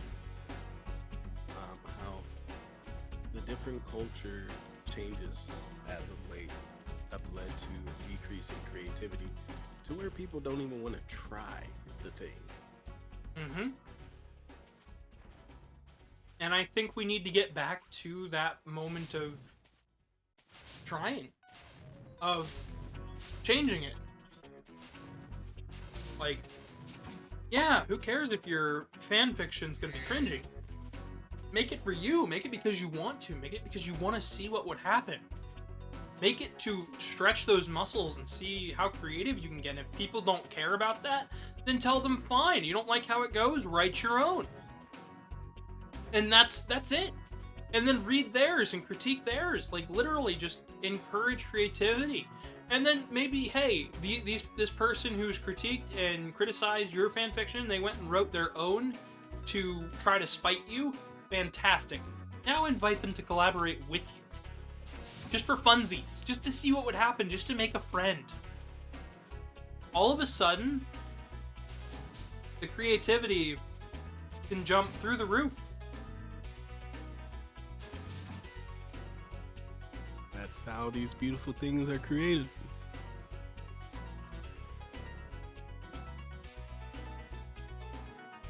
And it's what I've been trying to build with this community for a while now, is just, I want to see where creativity goes. I want to see where people take it. I want to encourage people to create works of art based on the things that they love, even if it's not going to get 1 million views, even if it's going to be criticized for being different and cringy and weird. Why I make the videos the way I do. Point is that I'm having a good time making them. So what should stop you from making your own? What's that?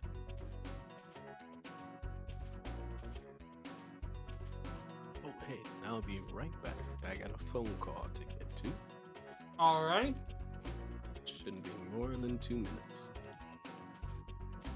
I think I figured out where I have to go.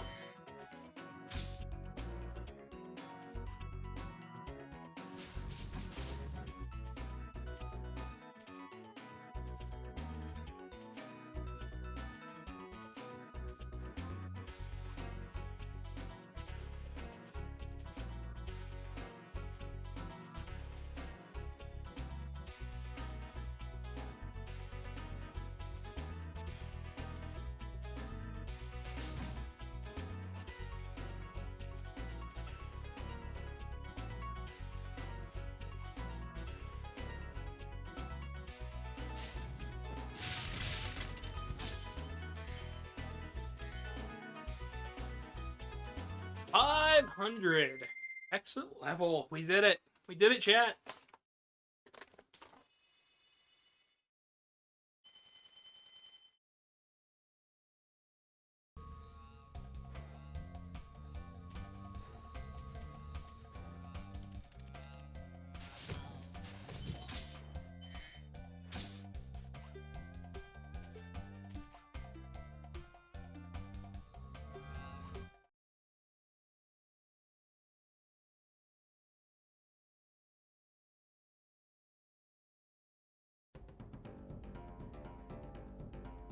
Yeah. Never be scared to try out new things. If they're cringy, if they're weird, have fun with it. Want to make a game? Want to critique a game? Excellent. Do so in constructive ways so people can work with you later on in the future.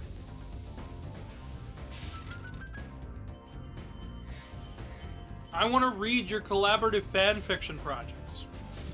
I might not always say something, but I do read it. When people post artwork that they do in my Discord server, I check out every piece. I may not always comment or post or like something, but I do look at them.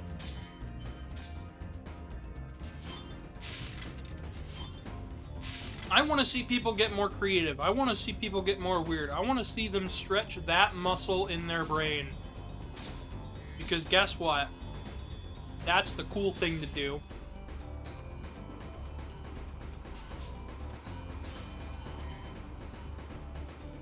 There's Blowhard.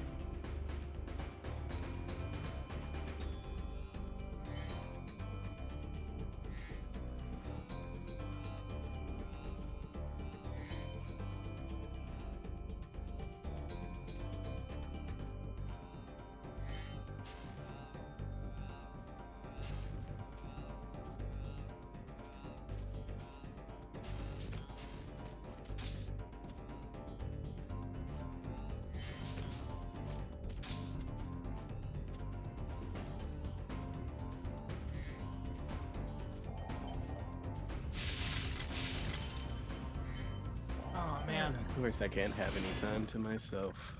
Welcome back. Thanks for releasing me, Spyro. Thank You you. have no What's idea how long I've been trapped in Crystal. And, Well, neither do I. I just got called Who are into you work. again? Oh, wow. I'm out of here. Gotta love it.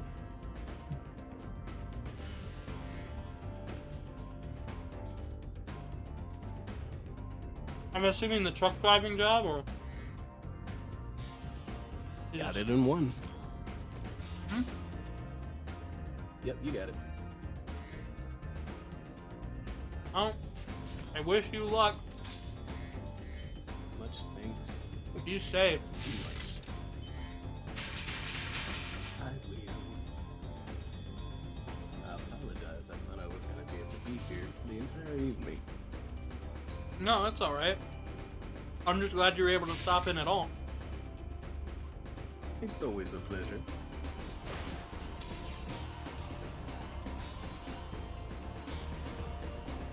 I guess I need to put clothes Oh, darn. Yeah, I know. But hey, thanks for having me, and watch out. There might still be a wild goat around. Maybe. I will be keeping an eye on it. Heck yeah. We're finishing up the magic crafters, so hopefully. I don't know how far we're gonna get tonight, but I'm having a great time. I think everybody who voted on this one this time around, excellent pick. The next voting round, I don't know if you were here when I said it, but we are doing Pokemon next week, but you guys will be picking between Fire Red and Leaf Green. Oh, okay.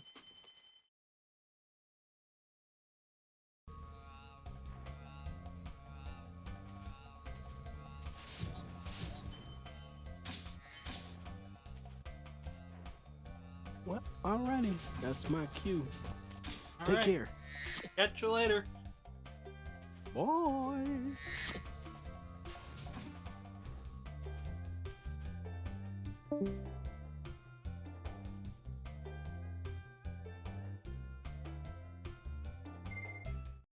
Beastmasters is the next world. Here we go. Or Beast Makers.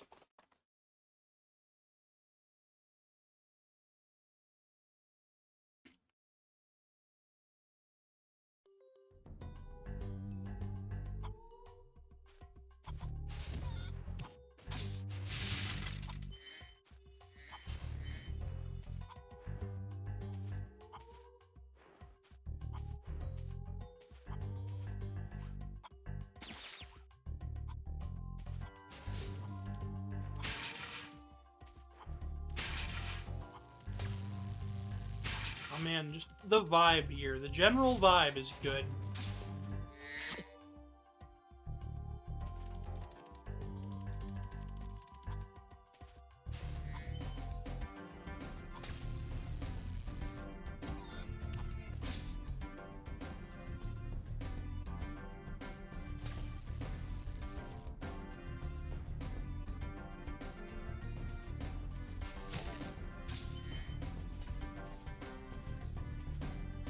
Is a good vibe. I'm trying to think about what else to chat about at the moment. Granted, me being kind of Last woozy thing, Nork does is not turning help. our swamp into an electrified junk heap. And it used to be so beautiful. I'm sure it was.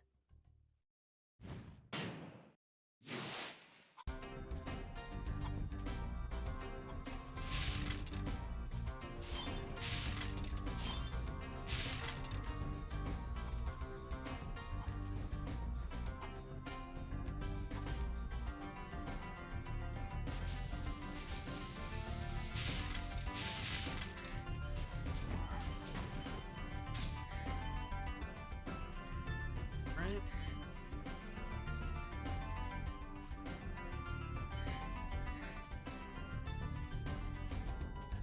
I just love how this game feels and controls. It's excellent. I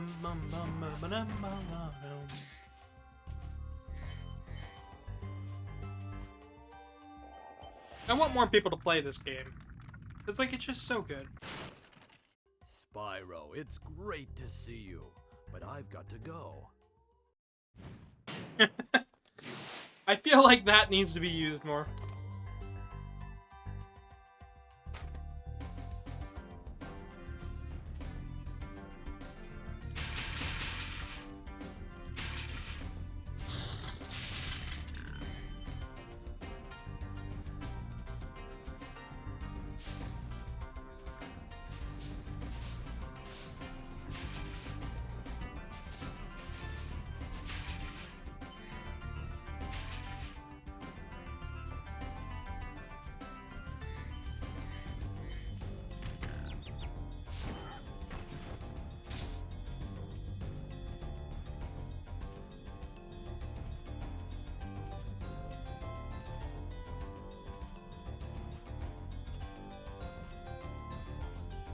This one goes down.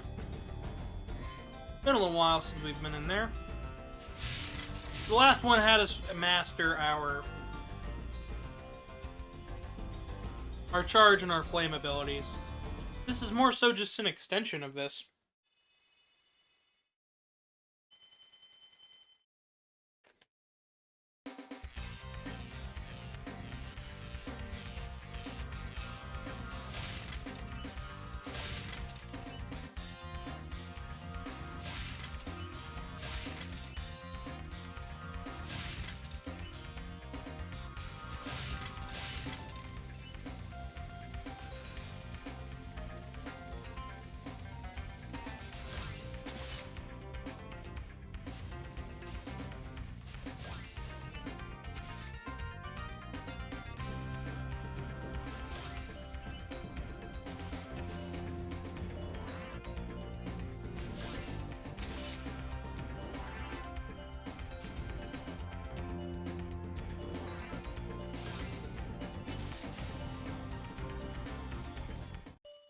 Not quite. I don't think we even got one there.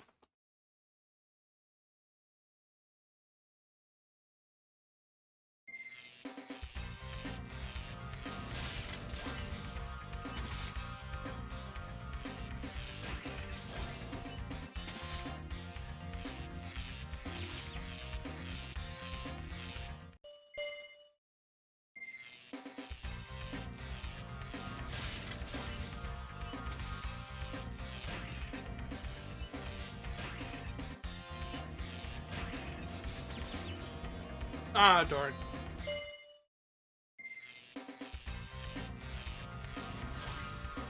We are struggling to go.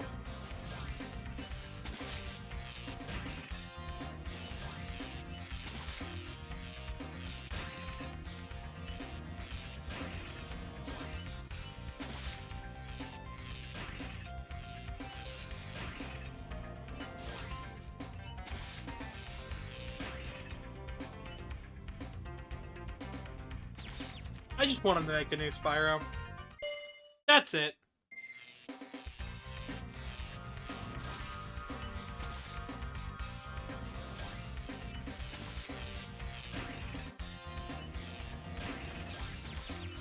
I feel like it's a series that deserves it.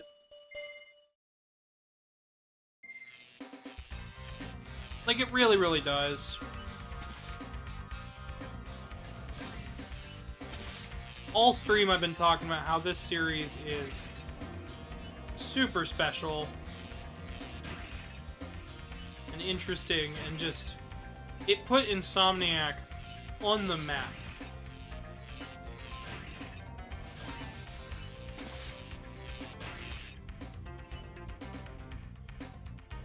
In the same way that Crash Bandicoot put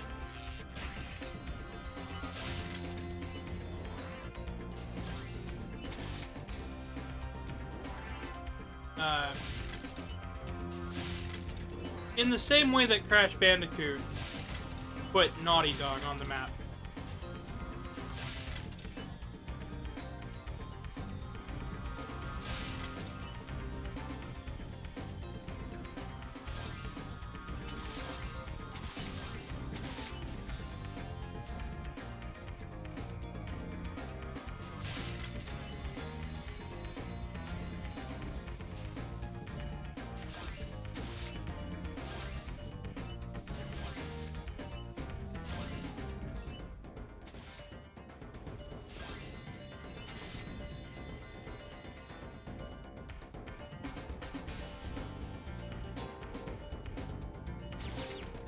Yeah, I didn't make it. I missed one boat.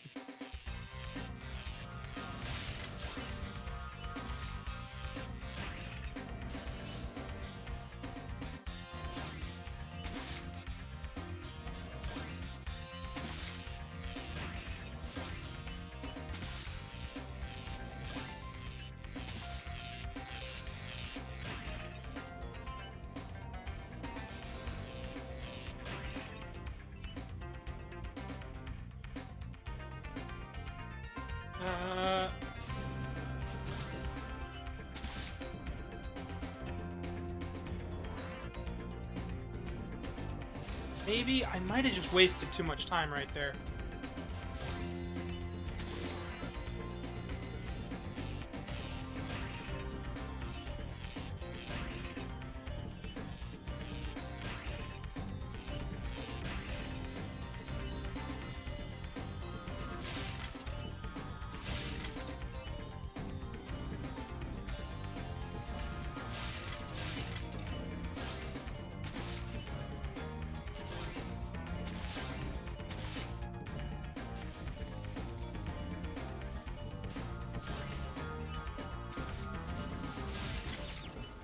Oh, darn. All right.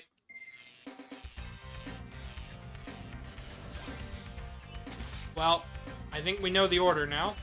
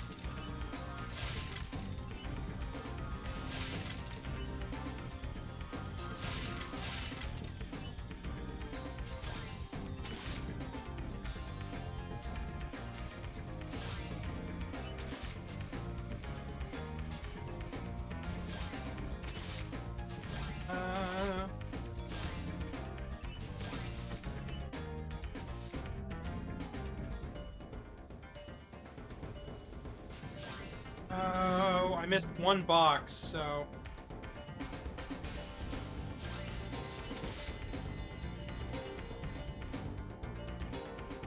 Yeah, I don't have the time for it. Oh, we'll try it again.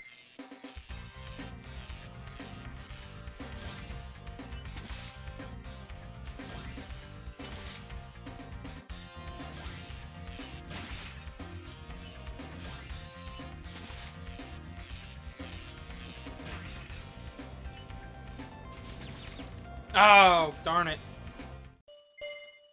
I am struggling here today.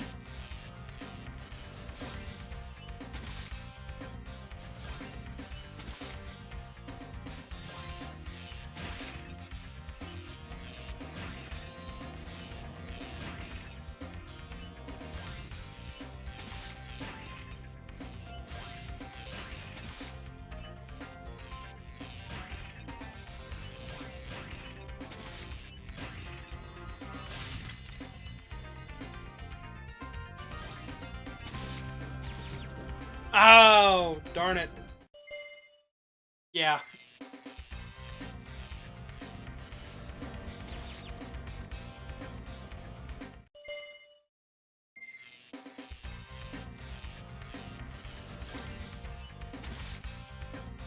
Yeah, the Spyro fanbase used to have flourishing fan fiction and art scenes.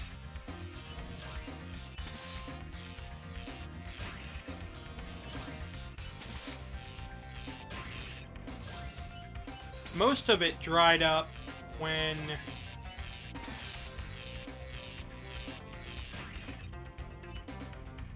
Skylanders came out, believe it or not.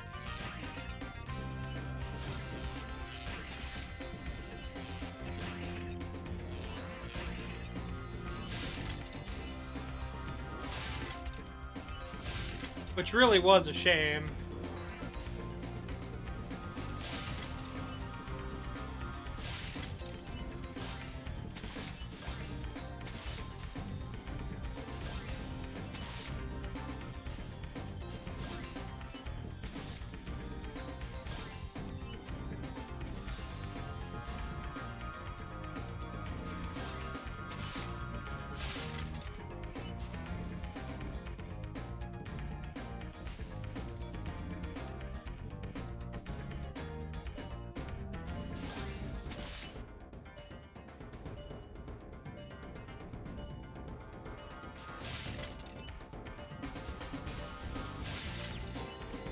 Oh, I was so freaking close.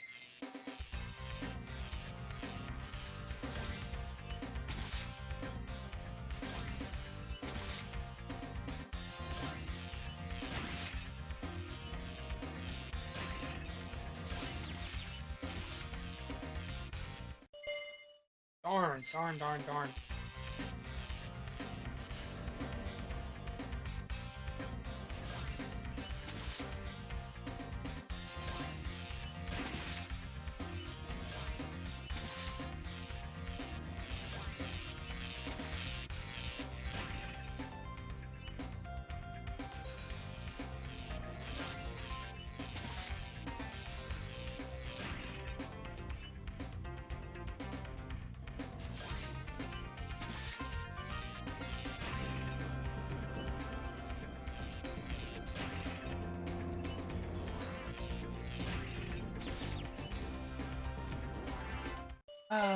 Yeah, this is one of the hardest ones in the game. And we were also nearing the end of the game as a whole.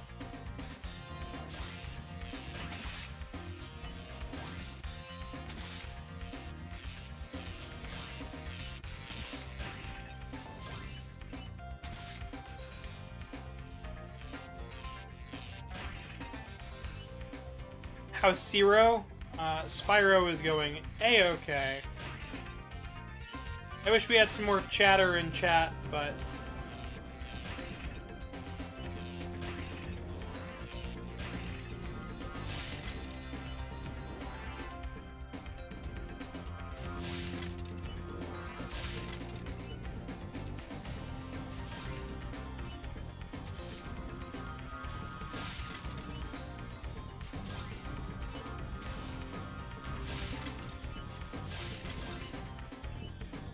At the moment, we're just going... Ah! Throwing things. Thank you for the use of the pellet points.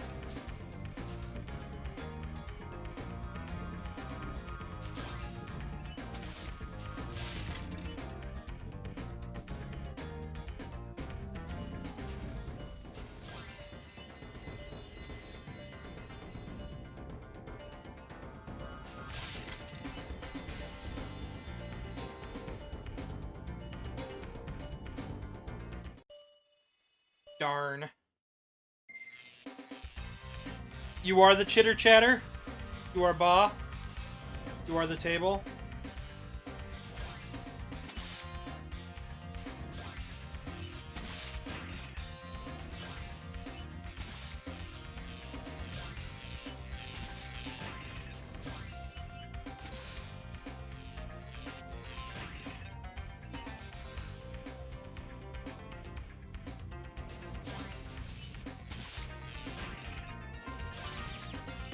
Oh, that needs to be a short.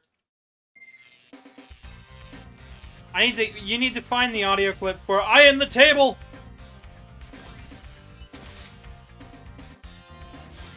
If you can find that again, I've got an excellent short to film whenever you're not as tired.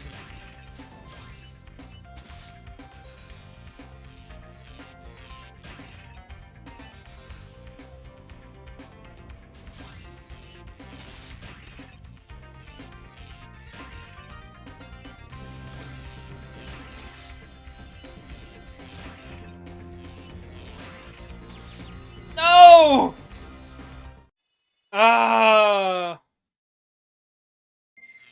I data mosh you with a table, and I use the audio clip, I am the table!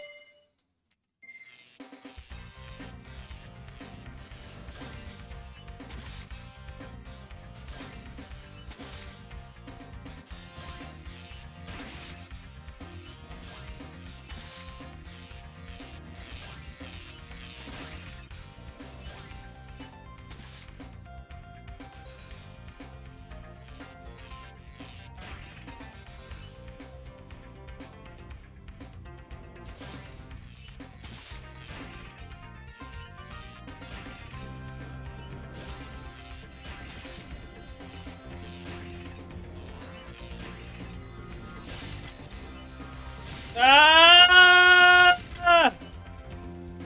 I'm being microwaved. No! Not again! Ah!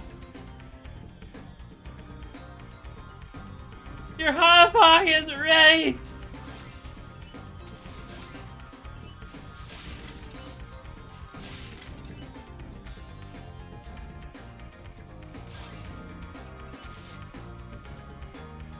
Oh gosh. Everything all at once!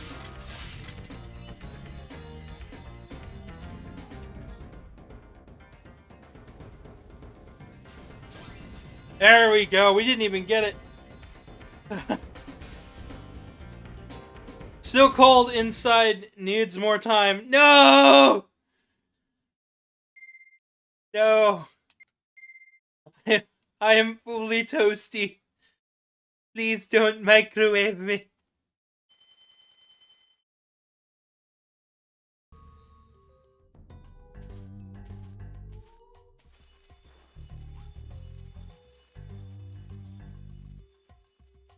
This is actually one of the hub worlds that I find it's easier to do everything in when you do them as they're coming through, so that's why we did the flight section right away.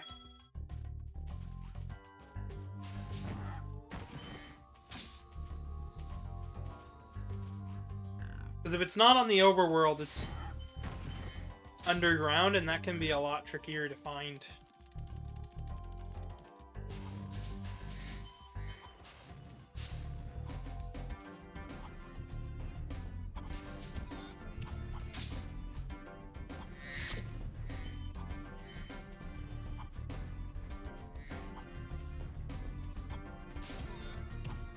Treetops. Treetops is a really infamous level.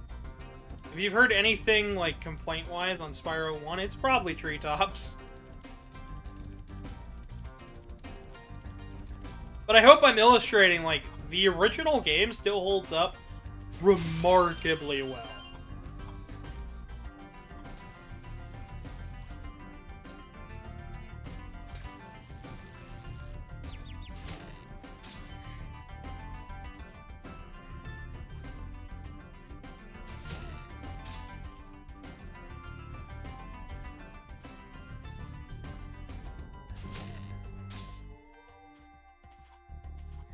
Oh, how are you guys doing, though, today? Guys holding up okay? You enjoying the show?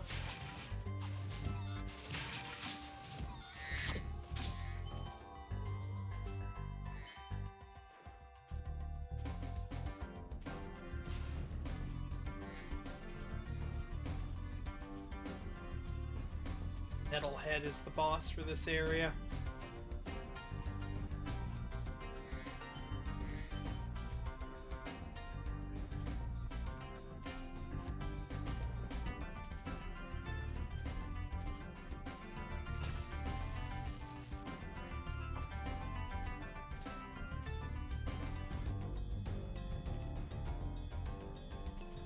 Doing a full sweep of the perimeter.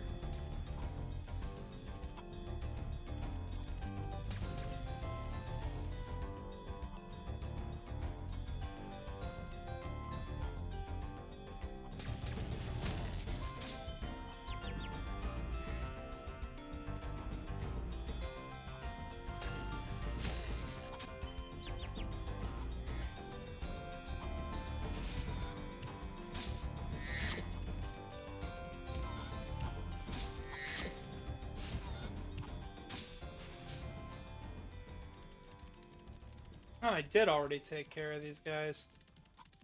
So then it's just a matter of getting across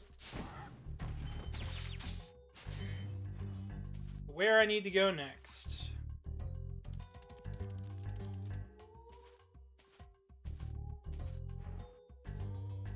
Oh! Levy Jackalope 23 says, hey, hi, welcome in. Thank you for the follow. How you doing today?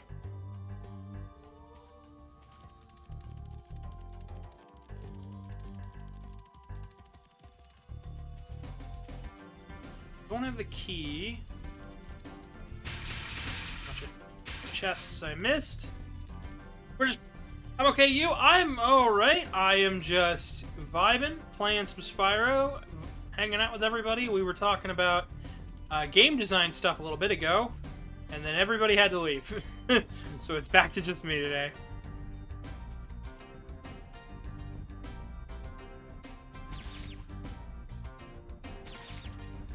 Ah, darn it.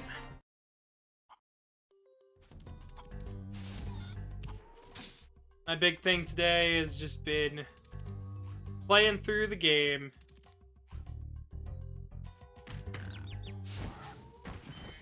I let people vote for what the game was today, last week on the Discord.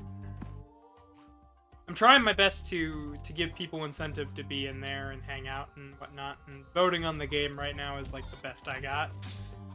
Outside of all the creative stuff that people can post in there. So.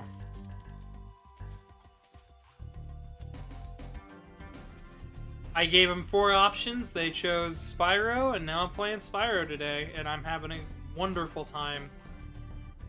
Next week, I've already got the game chosen, but not the version of the game, so. Starting, I believe, Saturday is when I start voting period for everybody. If not Sunday. It'll probably be Sunday. I'm letting people pick between Pokemon Fire Red and Leaf Green. Treetops is pain. Treetops is pain. We already did the flight stage for this world, so we're probably gonna do Treetops just to get it out of the way.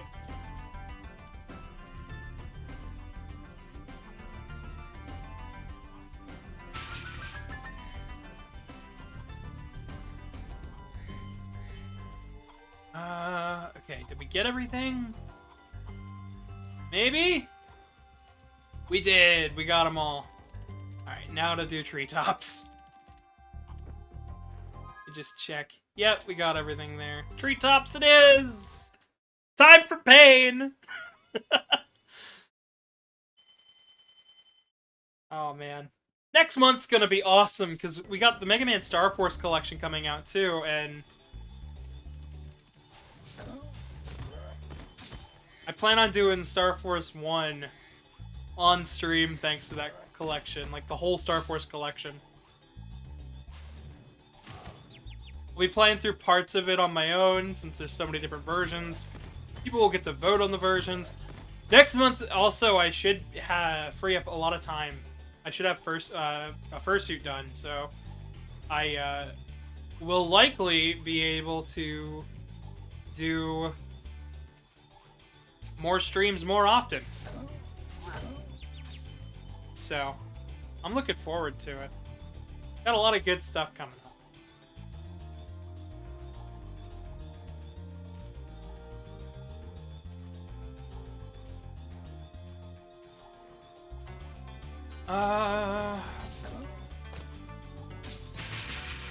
You know, Treetops is just as annoyingly difficult in the Reignited trilogy. I think it's a little easier than it is here, but yeah. I'm glad I chose the original today. It had been so long since I've picked it up and like seriously sat down and played it. And even though I suck at it, yeah. Love your Sona, by the way. Rainbow Hair Crew. Yeah! Rainbow Hair Crew, yes. I am a Prism Cat. Like the light prisms. So, I actually have a rainbow tail too, but I've got a fully white, glittery body. Although, still gotta work on it. May you share you? Of course you can share you. I have a Discord on the channel page, and you can showcase your stuff in the art channel in there. It's where I showcase a lot of my own work too, so yeah, feel free. I love seeing different people's sonas and stuff. That's only one of 3 of my sonas, though. I will say that much. I've also got a rabbit and a dragon, so. But yeah, feel free to share yours. I'm always down to see people's sonas. I do a lot of art and whatnot, so anytime I get to see somebody's new sona, like, you know, it's a good thing for me.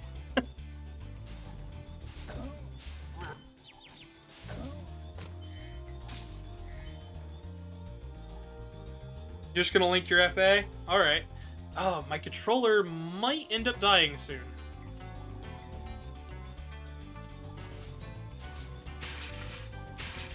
I kind of want to stick to the PlayStation form factor, but I don't have any PlayStation controller that I can just use like this. Shoot. That's the problem with playing with the Polymega. I've got so many controllers, but not all my controllers have analog sticks, and Spyro needs analog sticks to play it right.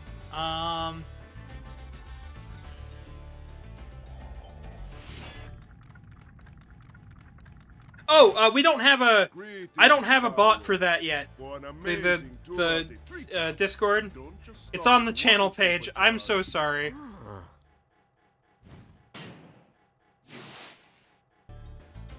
Sorry about the inconvenience there. I promise I will get around to doing that at some point. Oh, I like your rabbit. Oh, that's awesome. Your jackalope. That's awesome. Oh, they look great. I love it. I love the fit. Throw jackalope. Yep, sorry. My bad. Words are words, and words are hard. I've been playing for like 5 hours now. Alright, I need to connect a different controller before this one dies.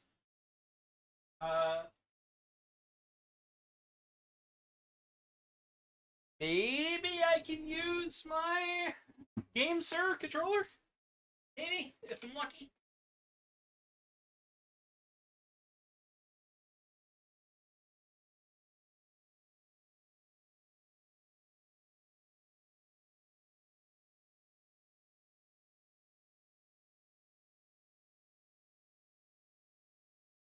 Alright, I can't.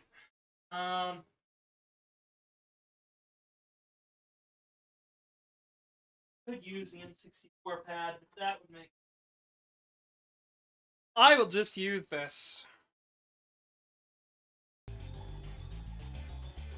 There we go.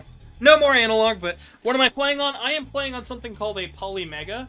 It is a multi-system emulation device that uses real discs. It uses real discs, real cartridges, and it backs them up to the hard drive. So I'm actually playing my childhood copy via emulation, and I'm using a PlayStation Classic controller at the moment. This system's really cool. It gives you background information on each of the games when you go to install them. It'll recommend games based on genre or based on the developer. It's all about game preservation and about learning about game preservation. Like, that's the whole point of the system. They've had some issues in the past, but like, it plays everything from Sega Saturn to PlayStation 1 on down.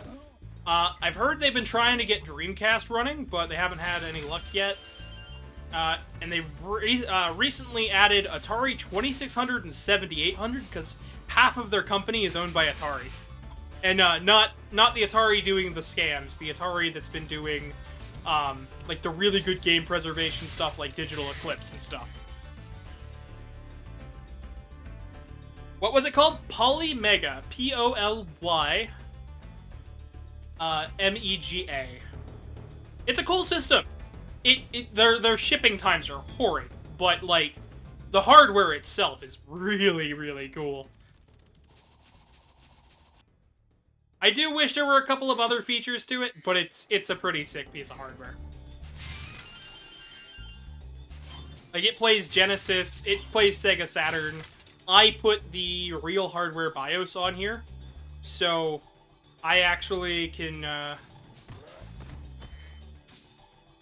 So it runs things a little bit nicer than certain... Because it is just an emulator at the end of the day. Yep. It's by a company called Playmagi. Or Playmagin. I don't remember exactly. But they're all about game preservation, and that's what Atari has been doing lately, so Atari bought like half the company with the plans to like expand what they were doing and help them out. And it worked out pretty well. Like they started getting stuff out on time, and they were able to ship some physical disc games, like games printed on the disc, which was really, really cool. But yeah. I waited for like 4 years on my system though. Like the wait time was horrid. I heard it's been getting better, but I can't attest to it.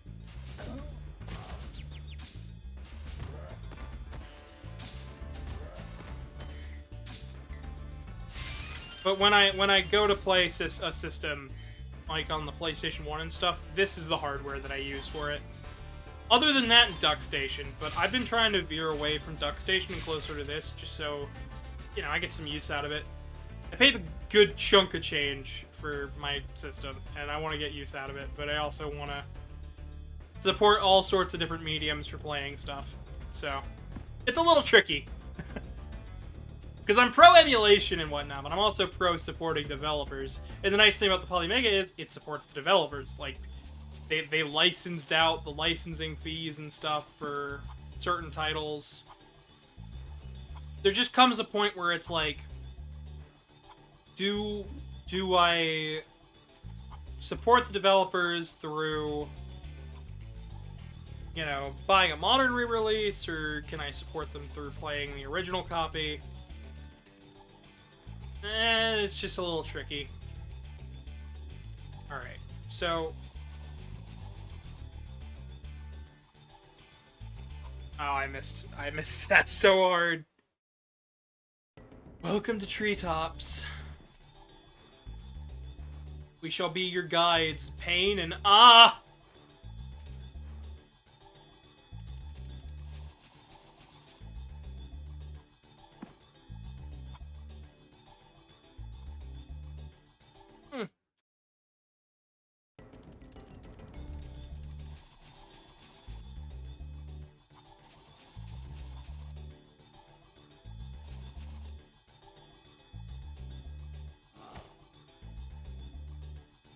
Nope, that wasn't right. It's down this way.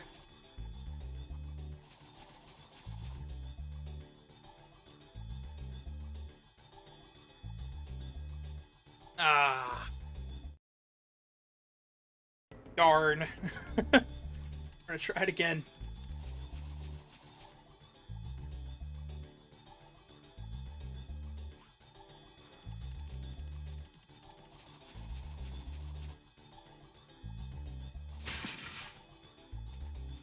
There's one of the crates. One of the boxes. Now I know the way to get up there is like you have to jump through from ramp to ramp to get up there. With this one being the last ramp, I think.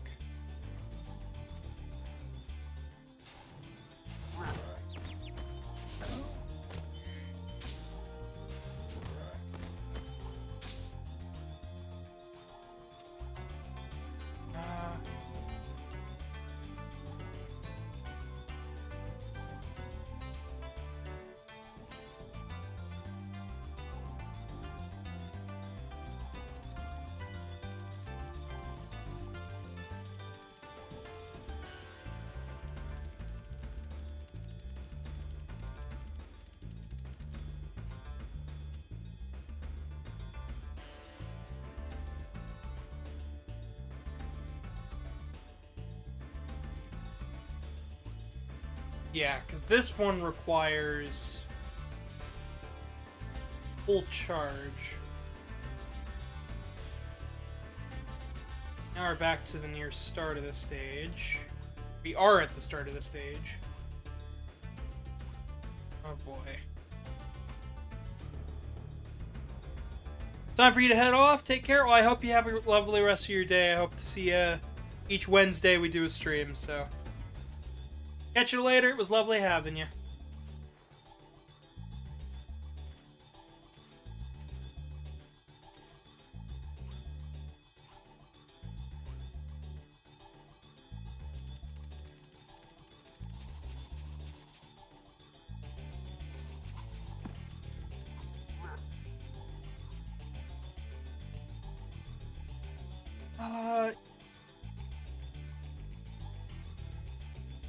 Yeah, we're going about, what, 5 hours now? I'm getting to a spot right now where I think I may want to stop here soon.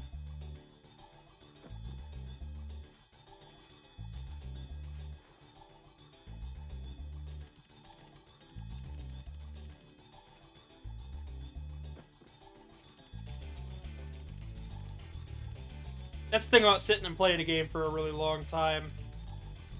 Even if it's something you love. You might have to just stop sometimes. That's about where I'm at. Doing good, I'm feeling okay, but I'm also like, you know...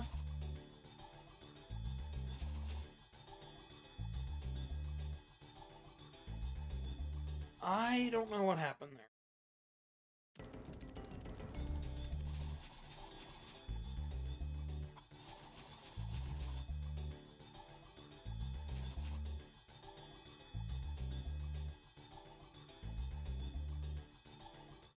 Oh.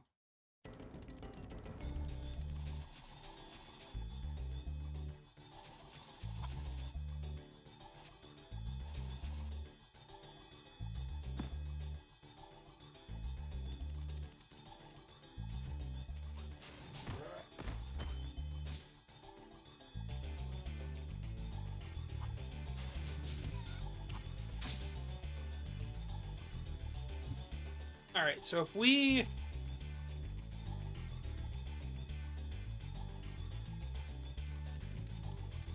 jump off with the turn, with the curve.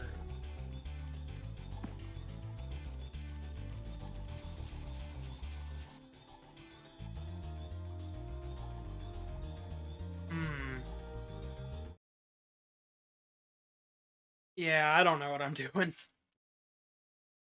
That's alright. I've done it once before on the Reignited trilogy.